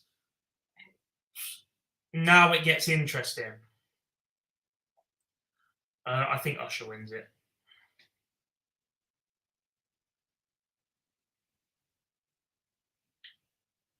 Peter Wright has absolutely fallen off a cliff here.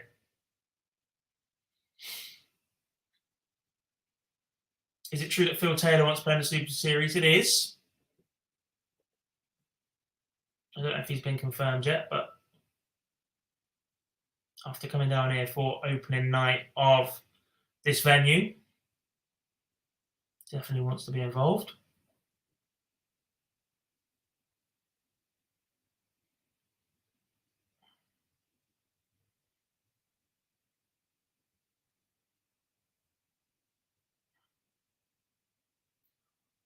Back-to-back poor visits for Callum Ridds.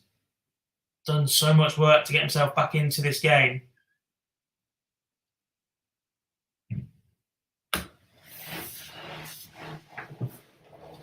What set of darts do you think are the most valuable? As in darts a player actually used, not them daft target Elysium. I don't know how often he got a new set out of the pack yet. if the Rossos were always the same barrel from Phil Taylor, they're the most valuable dart in the world. By the way, you literally just take them out of the I packet. didn't know if they were fresh out of the packet constantly or if he just had one set. No, I've genuinely seen him win them and go and give them to a kid in the front row, and then the next round he's playing with something else. But is that new ones or is that 20 years ago when it wasn't quite as the unicorn Rossos? Yeah, I've seen him with the Rossos go and hand someone in the crowd. In that case, the most valuable set of darts, probably Michael's, where he just had one set and he wore them down. Old Faithfuls. Yeah, I'd say Old Faithfuls. Can't be far away, unless you've got somebody like Eric's last World Championship darts. Jockeys, that they won titles as well, not just any set. Yeah, the title winning darts. Yeah.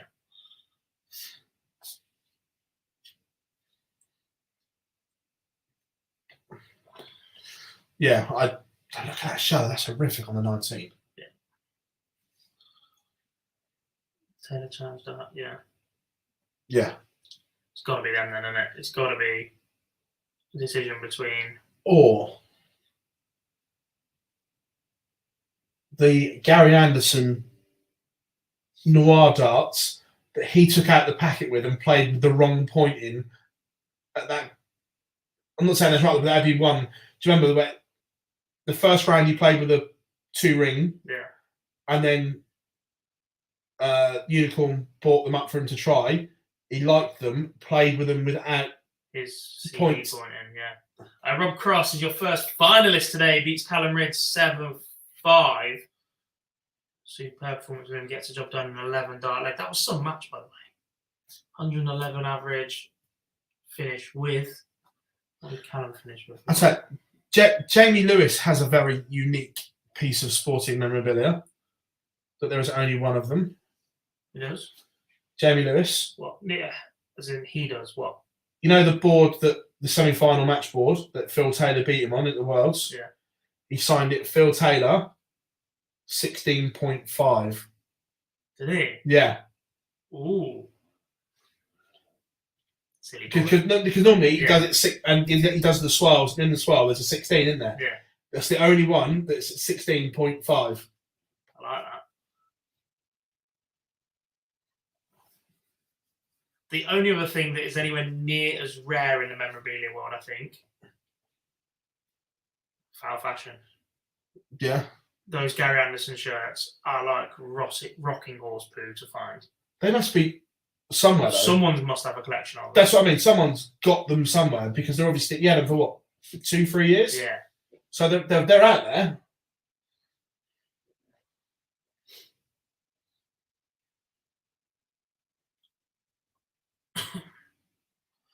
There's a couple of rare shirts as well where players have worn one-off Christmas specials and things like that. Peter Wright, Brendan Dolan, Dolan, Christmas shirt. Yeah, that's what I mean. I like, Taylor did as well. I like players that put the event on the back. So Dave Chisnell for a couple of years when he had his yellow polo shirts. He doesn't know. He doesn't know on his. Yeah. But on for tournament ones, it will say what tournament is I on like the back. those. Almost a bit like having an England shirt with who it was against the game.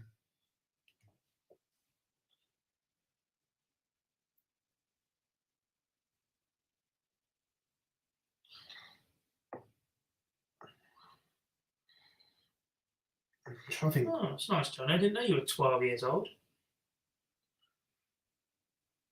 I'll give you an RKO in here on the stream. Yeah, go on in. Just trying to think of what other ones that really stand out. Bob Anderson's horse. Someone's eating that. It's an Iceland burger.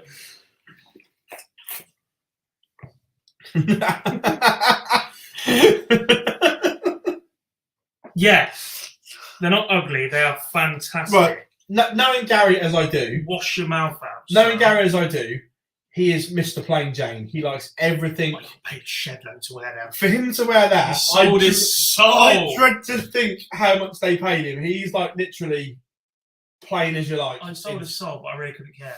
That's what I mean. That's what I It mean. was For fabulous. him to wear them, can you imagine his management team going to Gary? They want to sponsor you and they want you to wear these. Please. I'd do it. In fact, I'd that would be Online Darts' new uniform tomorrow.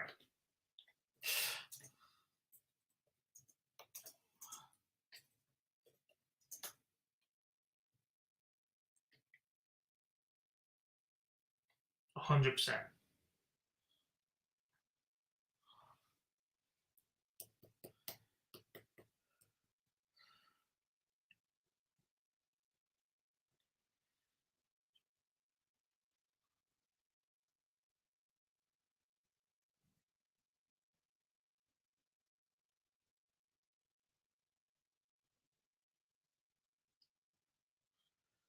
Peter Wright is 50 points away from joining Rob Cross in the final. Does he? Does he go for it? I thought this to say 51. Who did that yesterday? Conan did it yesterday. No, he did it too.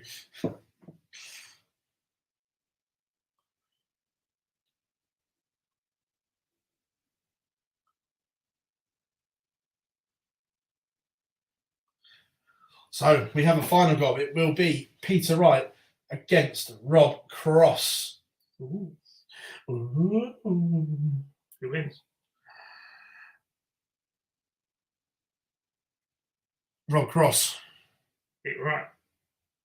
That's what I need to say that.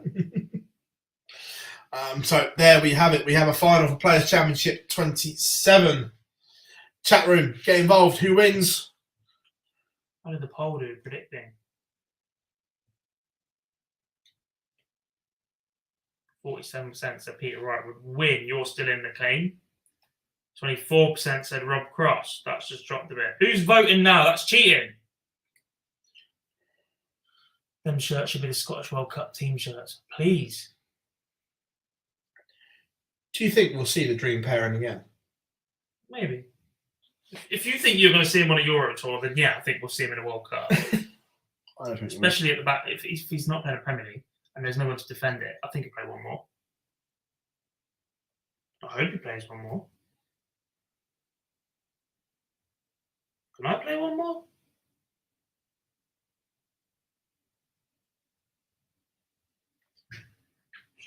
Be interesting. Right. Oh. Right. Hello, George. Yeah, right. One of them was in. Yeah, on the Pro Tour. So finals about to start. So we'll be done shortly. Rob Cross against Peter Wright.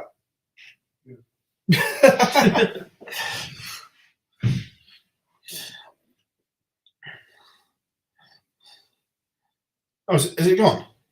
What? The announcement. I haven't seen it yet. I've just messaged the place it's coming from. Stand ready when you are. Oh, right, okay.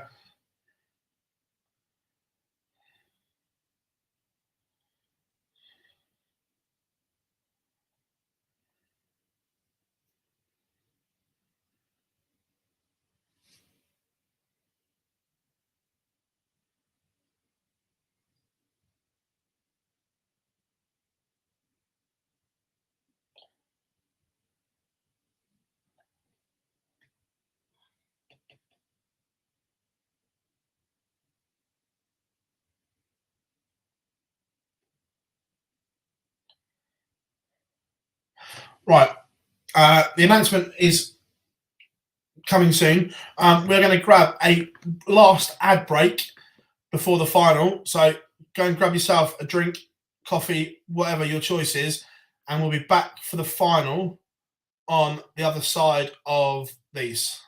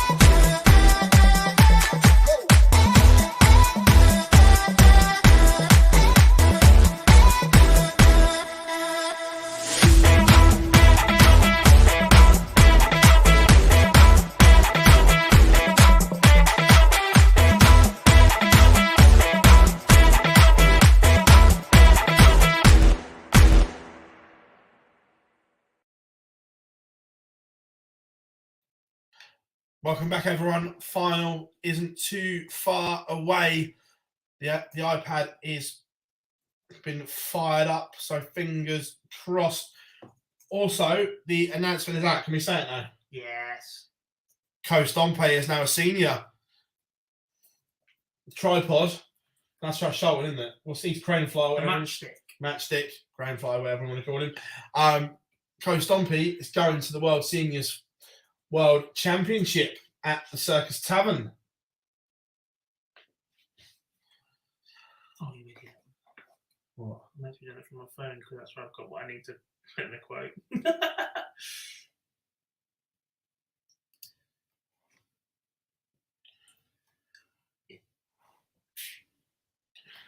We can get rid of one of these now, can't we? Yeah. If you kill it, kill the share. From here, drop it out. Just press on it, click on the blue bit, remove it. Yeah, no, just click remove. Then we'll go back into it on here, wherever it is. I don't do StreamYard. And then we will stop screen, present, share screen, Chrome tab. Oh, wait.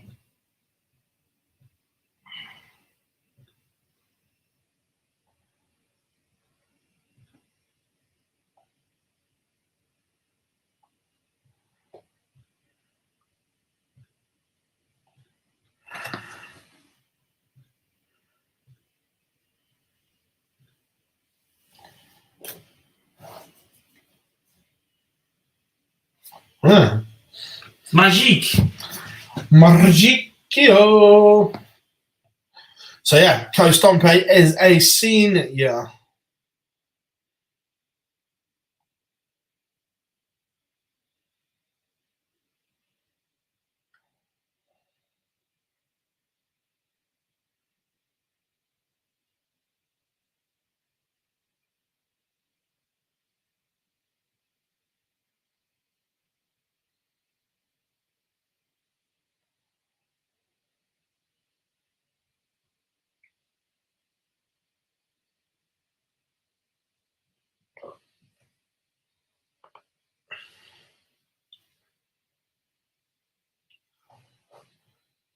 I bet that hurt. No, what?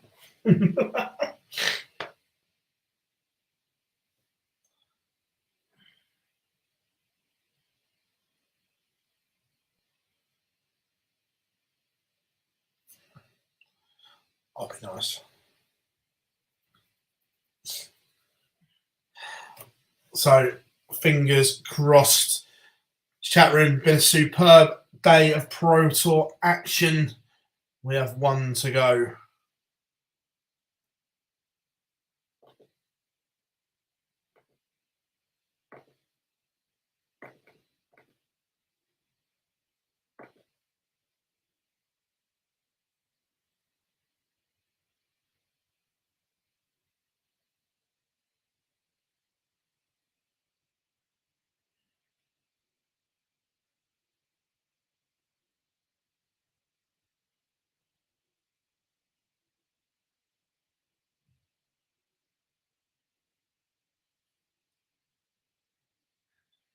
Right.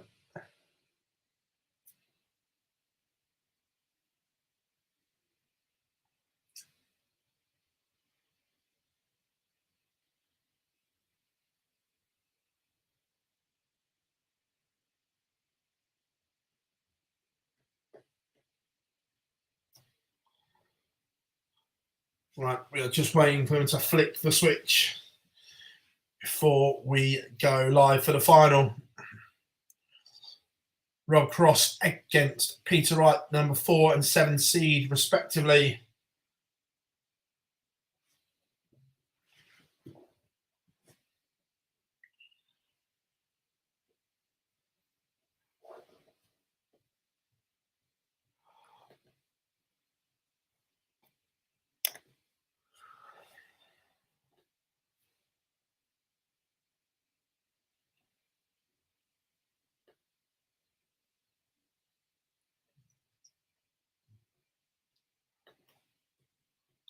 Before I look, he didn't get a hat trick, did he? 2. No. Brian got the other.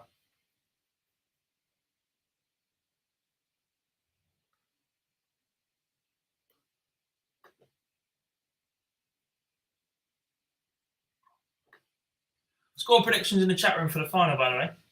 I am going 8-5 cross.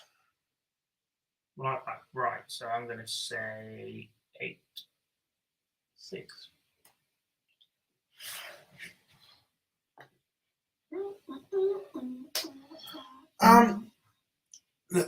This is an interesting one that comes up.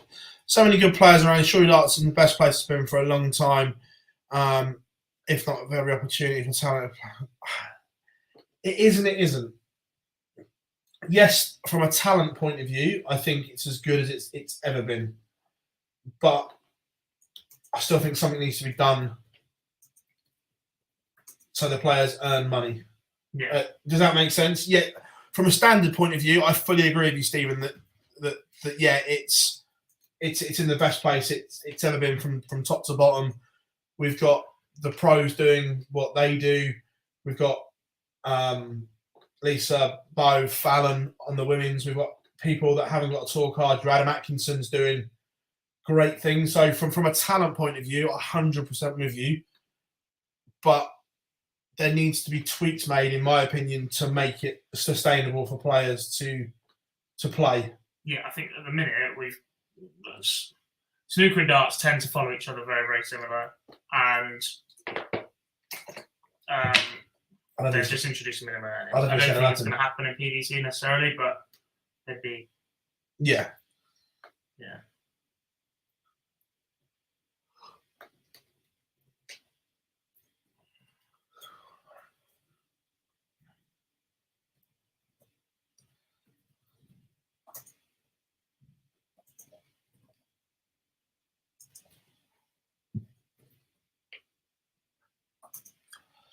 Just looked that when Basaka can't even got the Man United bench, they paid £50 million for him.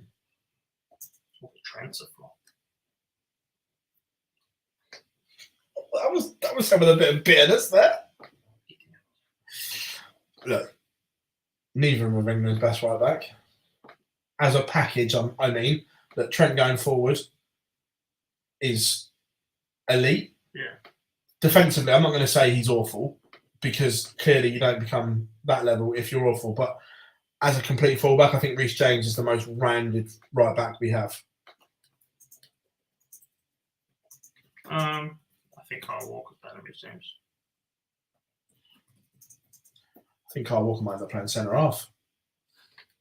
Kyle Walker's not going to be there. So? Kyle Walker won't be there. I think he'll make it. I mean, like Trent was out for weeks. Yeah. Actually gone for 4 days. 4 days and he's on the bench. PDC needs to do something for. Yeah, look, I agree that although, yeah, look.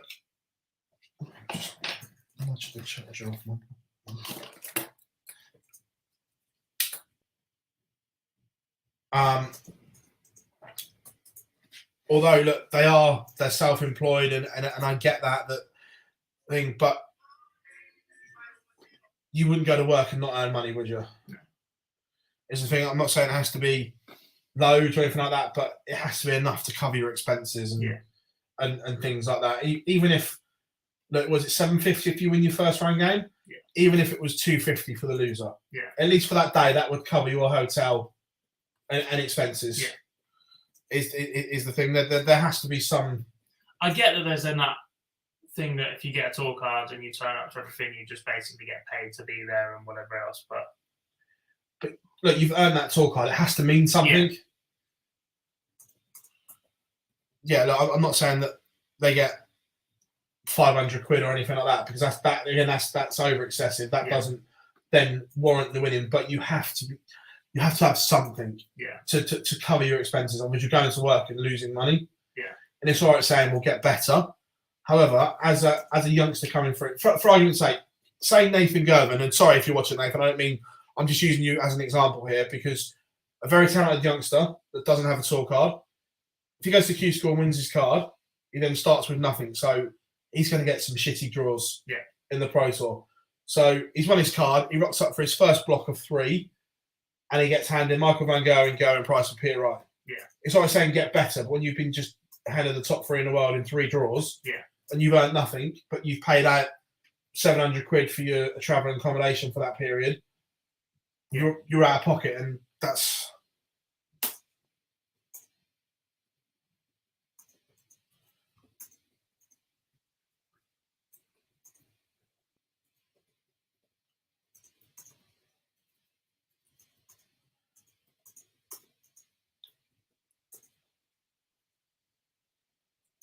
So what are the yearly earnings for the top 64 Dan? Give me a second and I will tell you.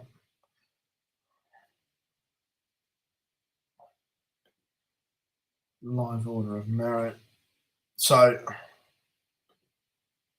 right, so from 64 Dan, Keegan Brown has earned around 32.5 grand, and he's 64 in the world.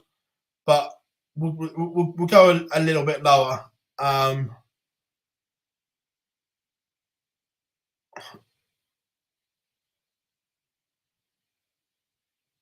So 128, for instance, Ross Montgomery, who won his tour card in January, has earned 9,750 quid.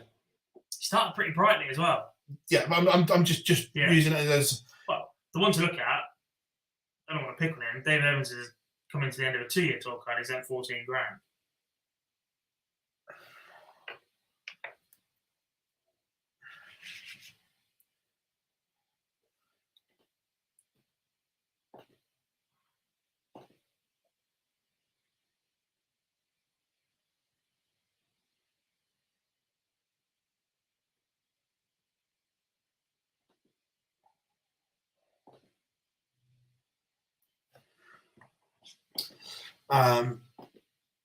So yeah, just looking at it, Richie Bennett, who won his tour card. Oh, look, this is a little bit skewed because he's gone up 6 places with today. But even with today's, he earned his tour card in January, and he's earned just over 11,000.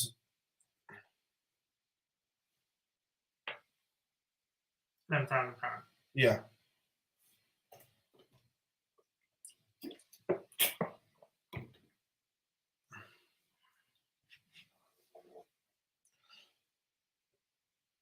So, yeah, look, that's not enough to pay your bills, support your family, and your expenses as a dart player, what it costs you to go to these tournaments.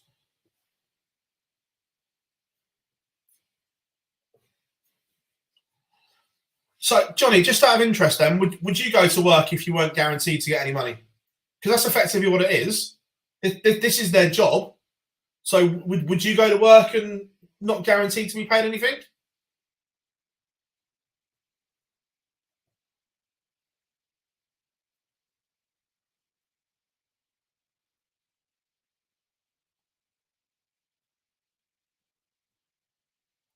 Effectively, darts is just a job. Yeah.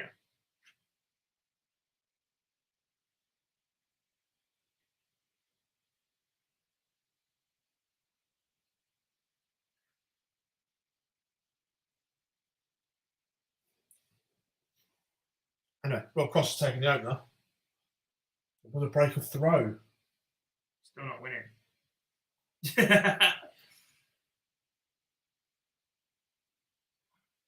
Decided. This one's already done. 8-5. Although I definitely said 8-6.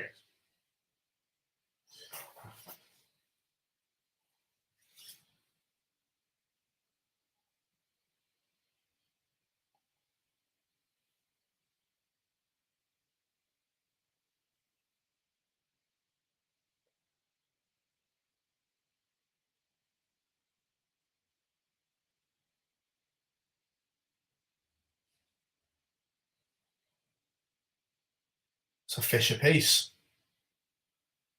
Fish and Chip Friday yesterday, so it's not going. Yeah, one could have had it, one could have cod. All I think about is that old Coral advert from the UK Open now. Adam!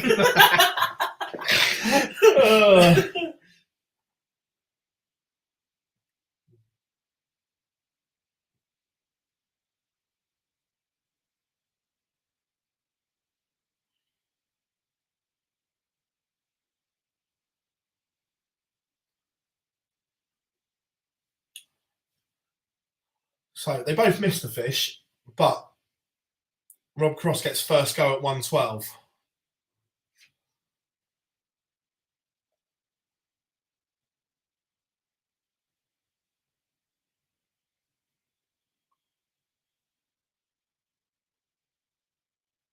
He's made a bit of a... I don't know what's going on. They're both...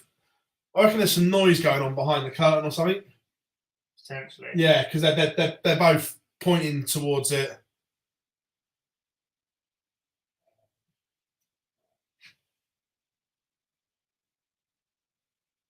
Nah, Johnny, I disagree, mate. We're not going to agree on this. That darts is a job at the end of the day, and no one should go to work and not be guaranteed anything.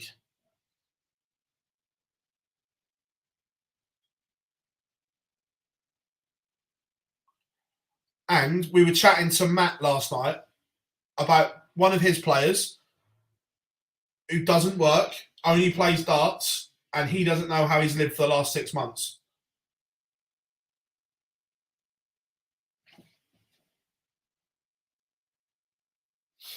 Because he's not winning games. Yeah.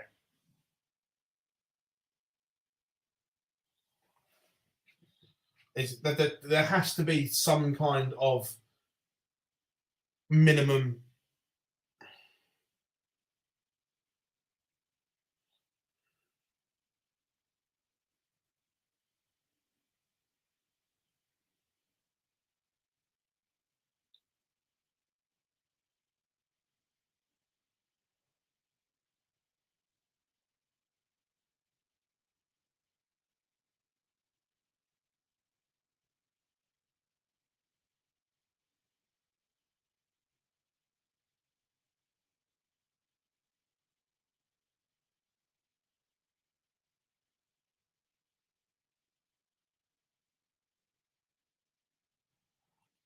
And you listen to it, on the whole, and even you go back to the 80s, like everyone speaks about Bobby George. Why did he never take, or why didn't he ever do this route? For this very reason, he was like, you go to these tournaments, you're not guaranteed to be paid. So he took all the brewery work, going doing exhibitions in all these breweries, pubs, clubs, because he was guaranteed to be paid. Yeah. And he's now a multi-millionaire or whatever it is. George Manor's worth millions and stuff like that. So, look, no one should do a job and not get paid. And I stand by that. Which is why, again, go back to my original argument in sport, professional and amateur. If you're playing in the amateur side of the game, it's different. Yeah. But if you're playing in the professional side of the game, which the PDC is, that then qualifies as a job. Yeah. That's the way I look at it. Again, I'm not saying that... Self-employed, but yeah, it's a job. Yeah. But as a plumber or a plasterer, you wouldn't turn up and not know if you're going to get paid. Or... No.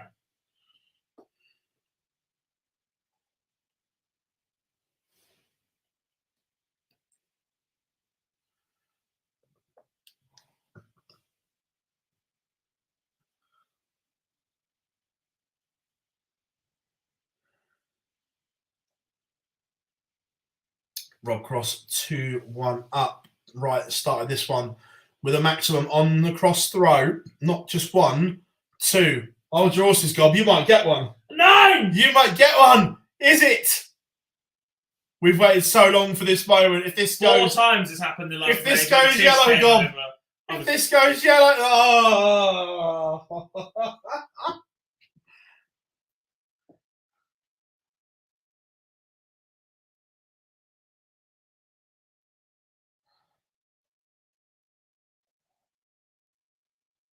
Who might booed him?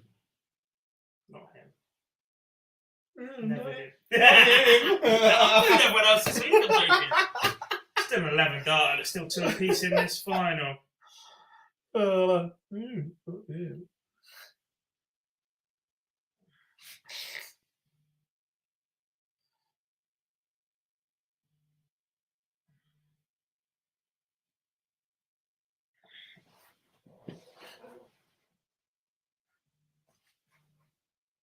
That's probably me retweeting the stuff you're tagged in. So we have a level game, and it's advantage cross again. Sorry, it's advantage right again now. Cross raced into a 2-0 lead.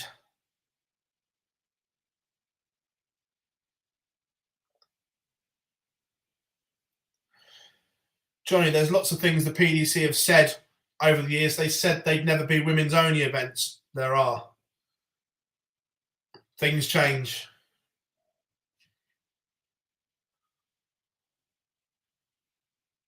Cross's two legs have been a 164 and a what? They haven't.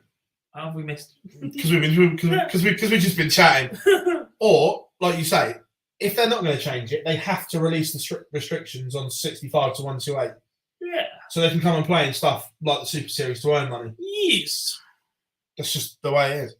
You can't restrict someone's trade and not pay them as well. Because where do you cut off? Could they go and play in the ADC? Would the ADC allow it? For their product, massively. For their product, yeah. But if you're a professional darts corporation tour card holder and you're playing in the amateur darts corporation, which one are you? Amateur darts circuit, sorry. Yeah. Right, yeah, agree. But it's no different to the WDF. They let them go and play in that. I know it's not going to happen again, but they still let them, and none of their players won it. Didn't hear about that. Didn't we?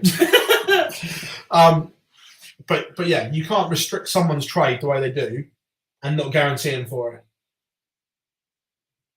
I get from 64 up. Oh, that's interesting. So I can't remember his name. There's a new person on Facebook. On Twitter, sorry. Peter Wright, 3-2 up, pins double 19.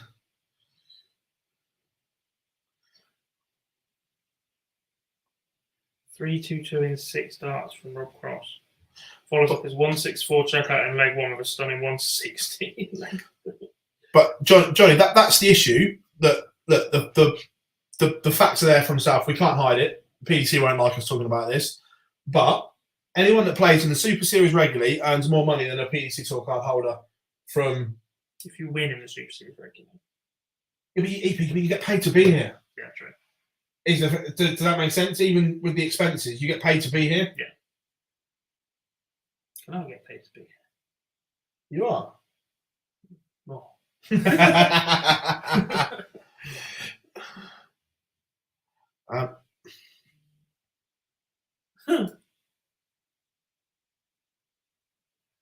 I mean, technically, the BDO survives. Look, the BDO. I'm not sure I've told you this yet. The BDO still exists as a company in Company's House and lost £21,000 this year.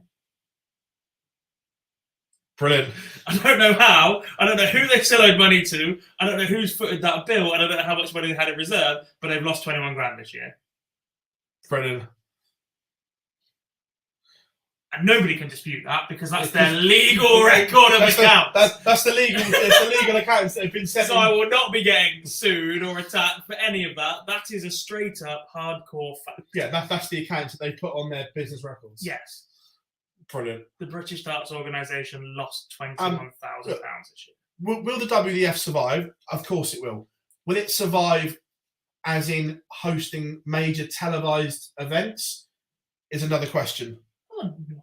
I don't think so. No, I don't. Look, the WDF will still put on tournaments around the world for amateur players at a local level. That has worked since the dawn of time anyway. And that will continue to work. Unless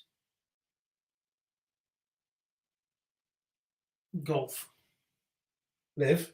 There's a new tennis league next year. 12 players. Shed load of cash. Zverev and Medvedev have already said yes. Is it oil-based cash as well? Yeah. Brilliant. Yeah. Would you? Or would you want more creative license to create a product and brand that just doesn't exist with a WF because it is so much more restricted with its rule book and organizations that have a say in its day-to-day running due to memberships and democracy rather than I think Hello, we own this. the second one is going to be hello, we own this.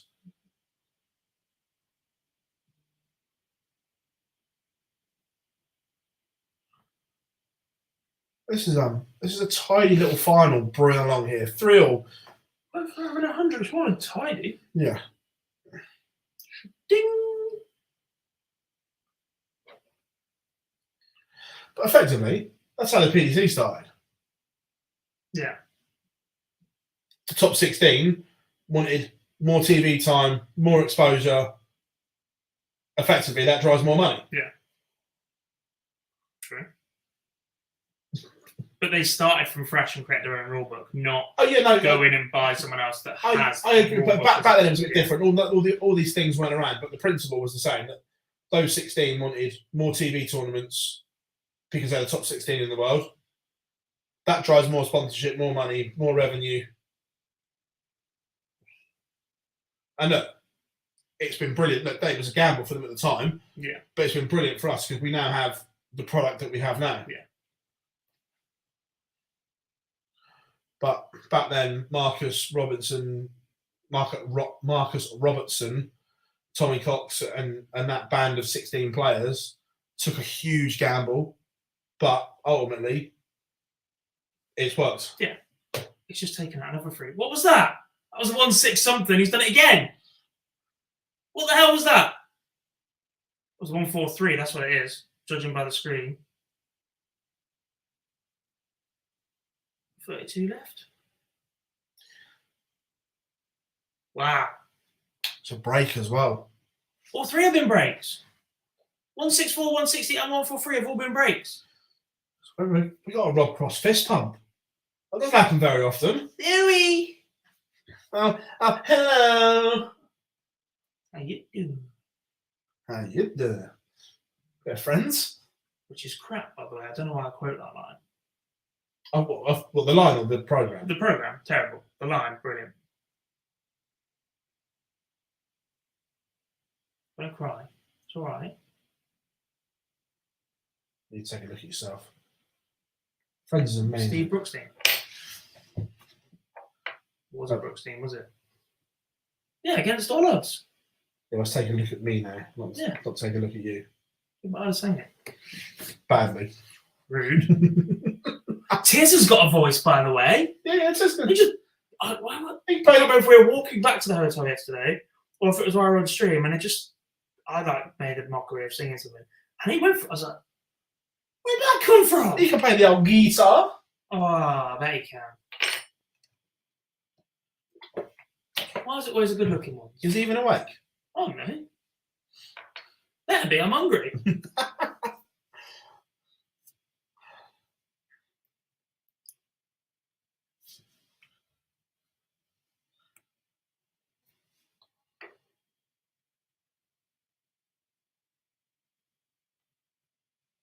I'm really hungry.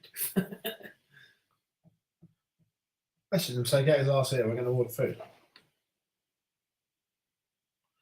That's brilliant from right 177 to apply pressure to the Rob Cross tops.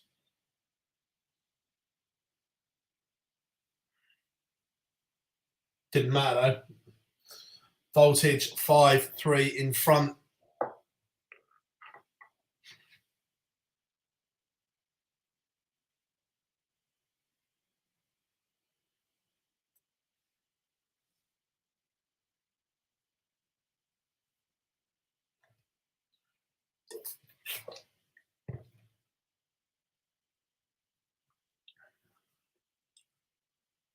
Co-stomping in the World Seniors. Yep, that was the announcement.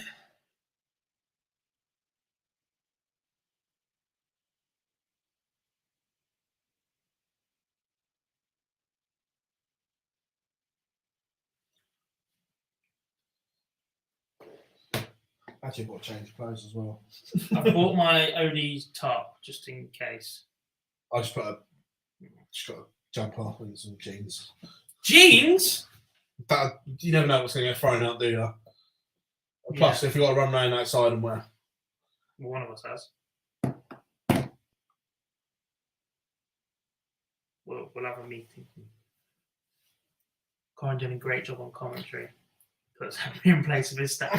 The relationship they've got is brilliant. To be fair, Yeah. the last couple of nights it has sounded entertaining. Who's on tonight? Because wasn't it meant to be Mace? It's Nico and Corin. Corin got the call up last night while she was here to stay again Oh, tonight. all right. Henry's hosting. Cool. Yeah, Mace was guaranteed to be involved in Something finals to, night. yeah. It's like me when I used to do university games. It was, if I don't make the final, then will I call it on stage? Yes! So you called a lot then. Pretty much. I've done 4 national finals, I think. A varsity, and whatever else. A couple of singles. I've done, yeah. First I got was a quarter final. Lost to Adam Warner, who was number 5 on the ADC today. I had more money than he did making the final. Because obviously everyone pays their entries and we give out prize money as fair as you can in an organisation that has to hire in freestanding boards and venues and all that sort of thing just to get student events off the ground. All student led. Fabulous setup there from Rob Cross. Yeah. 134 to leave 56.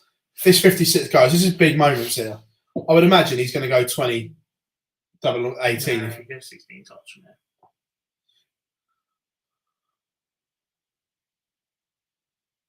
You have to go 16 tops because if you drag it into the treble 20, which Rob Cross might have a tendency to do. Well, he hits it third dart, so we'll find out. We'll watch the stream here.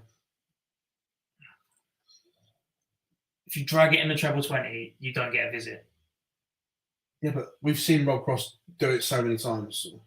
What, hit double 18? Yes. But we've also seen him drag darts low, like the dart at tops, right? If he aims where he's just put that dart for the 20, he would have bust. Yeah, but aim high. And drag it still. How many times have we seen people bust a 180 where they're deliberately aiming high over the top of 2 darts and just go, ugh, and drop it in? Yeah. Exactly. Peter Wright's in a world of trouble here. This has to be 2 trebles just to keep him in touch. And it's dry. This is massive advantage Rob Cross here. Through Pro Tour final. So, We can wait till we get it. has he replied? Yeah. Just nipping in the shower. It says to be in the venue in 2025. That's cool. We'll order it when it gets. Not going to practice in practice room. What's that? Might have a chuck. The Just pairs. motoring now, isn't he? 8-7 left. This will put him on the cusp. To be fair though, when he's like this, when he is just motoring and he's not thinking, it's great.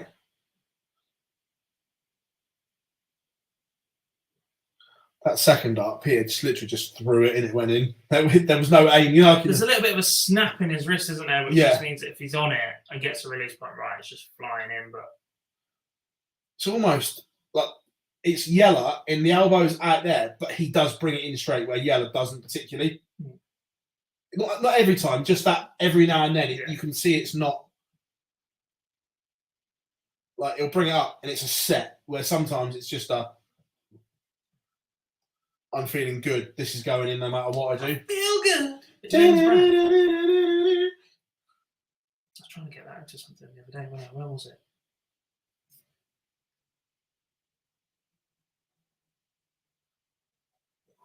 Can't remember. So voltage is on the cusp. It's probably going to have to wait this leg though, the when Peter Wright kicks off 1, 2, 3, 180. At this point, you just mentally set yourself for the next one, don't you? Pretty much. Oh no, it's been a bit wobbly this week.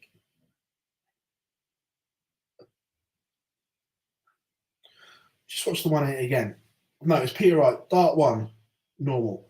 Dart 2, quick. And when it goes in, dart 3, back to normal. It's got more work to do off dart 3. Yeah. Despite it being 2 in the treble, because if one blocks it a little bit more then.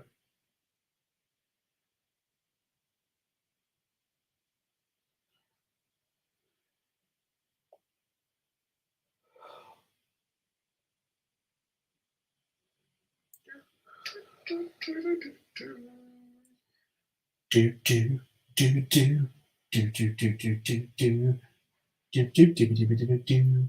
No idea. 90s. Our pleasure, Mark. Are you coming tonight, Matt? Nice. We will Gonna be be, busy. Getting early. yeah, sold out. Not a ticket to be had. I love the phrase "sold out" when they're free, but yeah, do not attempt to turn up.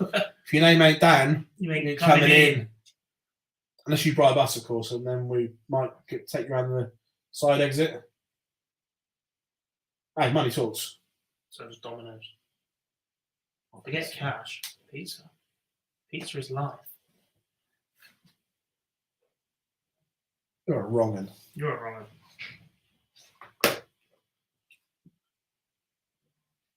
I've not used the kebab shop opposite yet.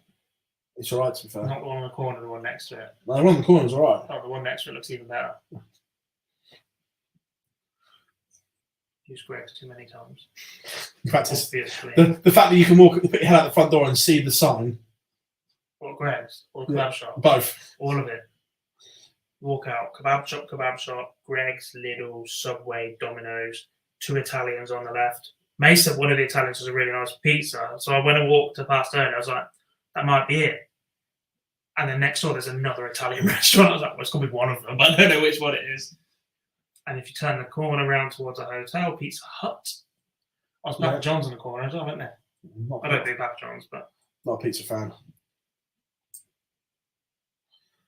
So, what's Rob- the bribery price? A kebab. Oh, large doner and chips. Rob Cross is 122 points away Gets to play on 18s to set it up as well. from claiming Players Championship 27. 27, that's nuts, isn't it? It's not a very good setup, though, because if a 180, that applies pressure. It would be so snaky as well. I didn't finish. There you go. Oh, Peter. Shocking. So, Shocking. when your opponent does that, do you go 16s? Maybe. He Part of hasn't, you just but- wants to get it done, but part of you's gone, yeah, actually, do you know what? Yeah, that's what I mean. Because if you don't hit the treble, the 2 blockers can be horrid. So when they're not on a finish, I'm all for the 16s route. I might go for it anyway, depending on how I'm feeling. Yeah. hate tops.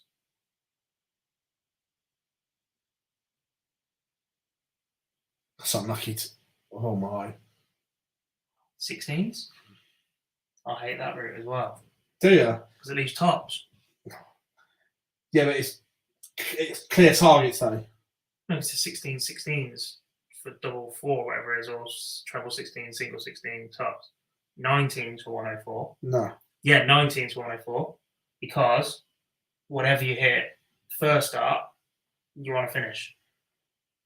Right, Mr. Dart. Rob Cross breeds. Treble 19, single 19 leaves double 14, which is my favourite. You hit a 3, 101, you can go 51 ball. Hit a 7, you can go 97 balls. You're still going down there. No. Even if you're missing, you're staying at the bottom. You're wrong. You're wrong. So let's watch the winning dart on the stream. We know it's all done and dusted, but it comes back 1 dart at double 10. It's a good dart as well, isn't it? Come to Nova Scotia, have a Donair. What's that? So, ladies and gentlemen, there we have it. Peter Wright, Rob Cross defeats Peter Wright. Players Championship 27. You have to say, the finishing early on has changed that final completely. Rob Cross, a 164, a 160, and a 143 has basically just won the final in the first 5 legs. Yeah, Because massively. it just kept him in it. Those chances, Peter Wright sat waiting to punish or take it. He can Yeah, run away yeah. with that final at that point. But superb performance from Rob Cross, unrelenting at the end. Peter Wright, keep going deeper and deeper this week, so don't rule him out tomorrow. The man loves the Sunday. The janitor. Loves the final day, the sweeper. The janitor. But yeah, a superb win for Rob Cross. Again, it's a big thank you to everybody that's joined us once again. A big thank you to the man sat next to me, who's finally done some work today. Reminder, these Super Series. Jesus. Super Series finals are live from 10 p.m. tonight on YouTube and on Sporty Stuff TV. £20,000 up for grabs in that one. Drop us a like on your way out, folks. We really do appreciate it if you could do that for us. We will stream in again tomorrow for the final Pro Tour of this block, and then we're back Monday night for the live lounge. Correct. That is a dart show, 100%. And then we'll see where we go from the rest of the week. But a big thank you to everybody that's tuned in for the last 3 days. We're off for some food, and then we've got plenty of work to do this evening. So thanks for watching, folks. This is just the beginning.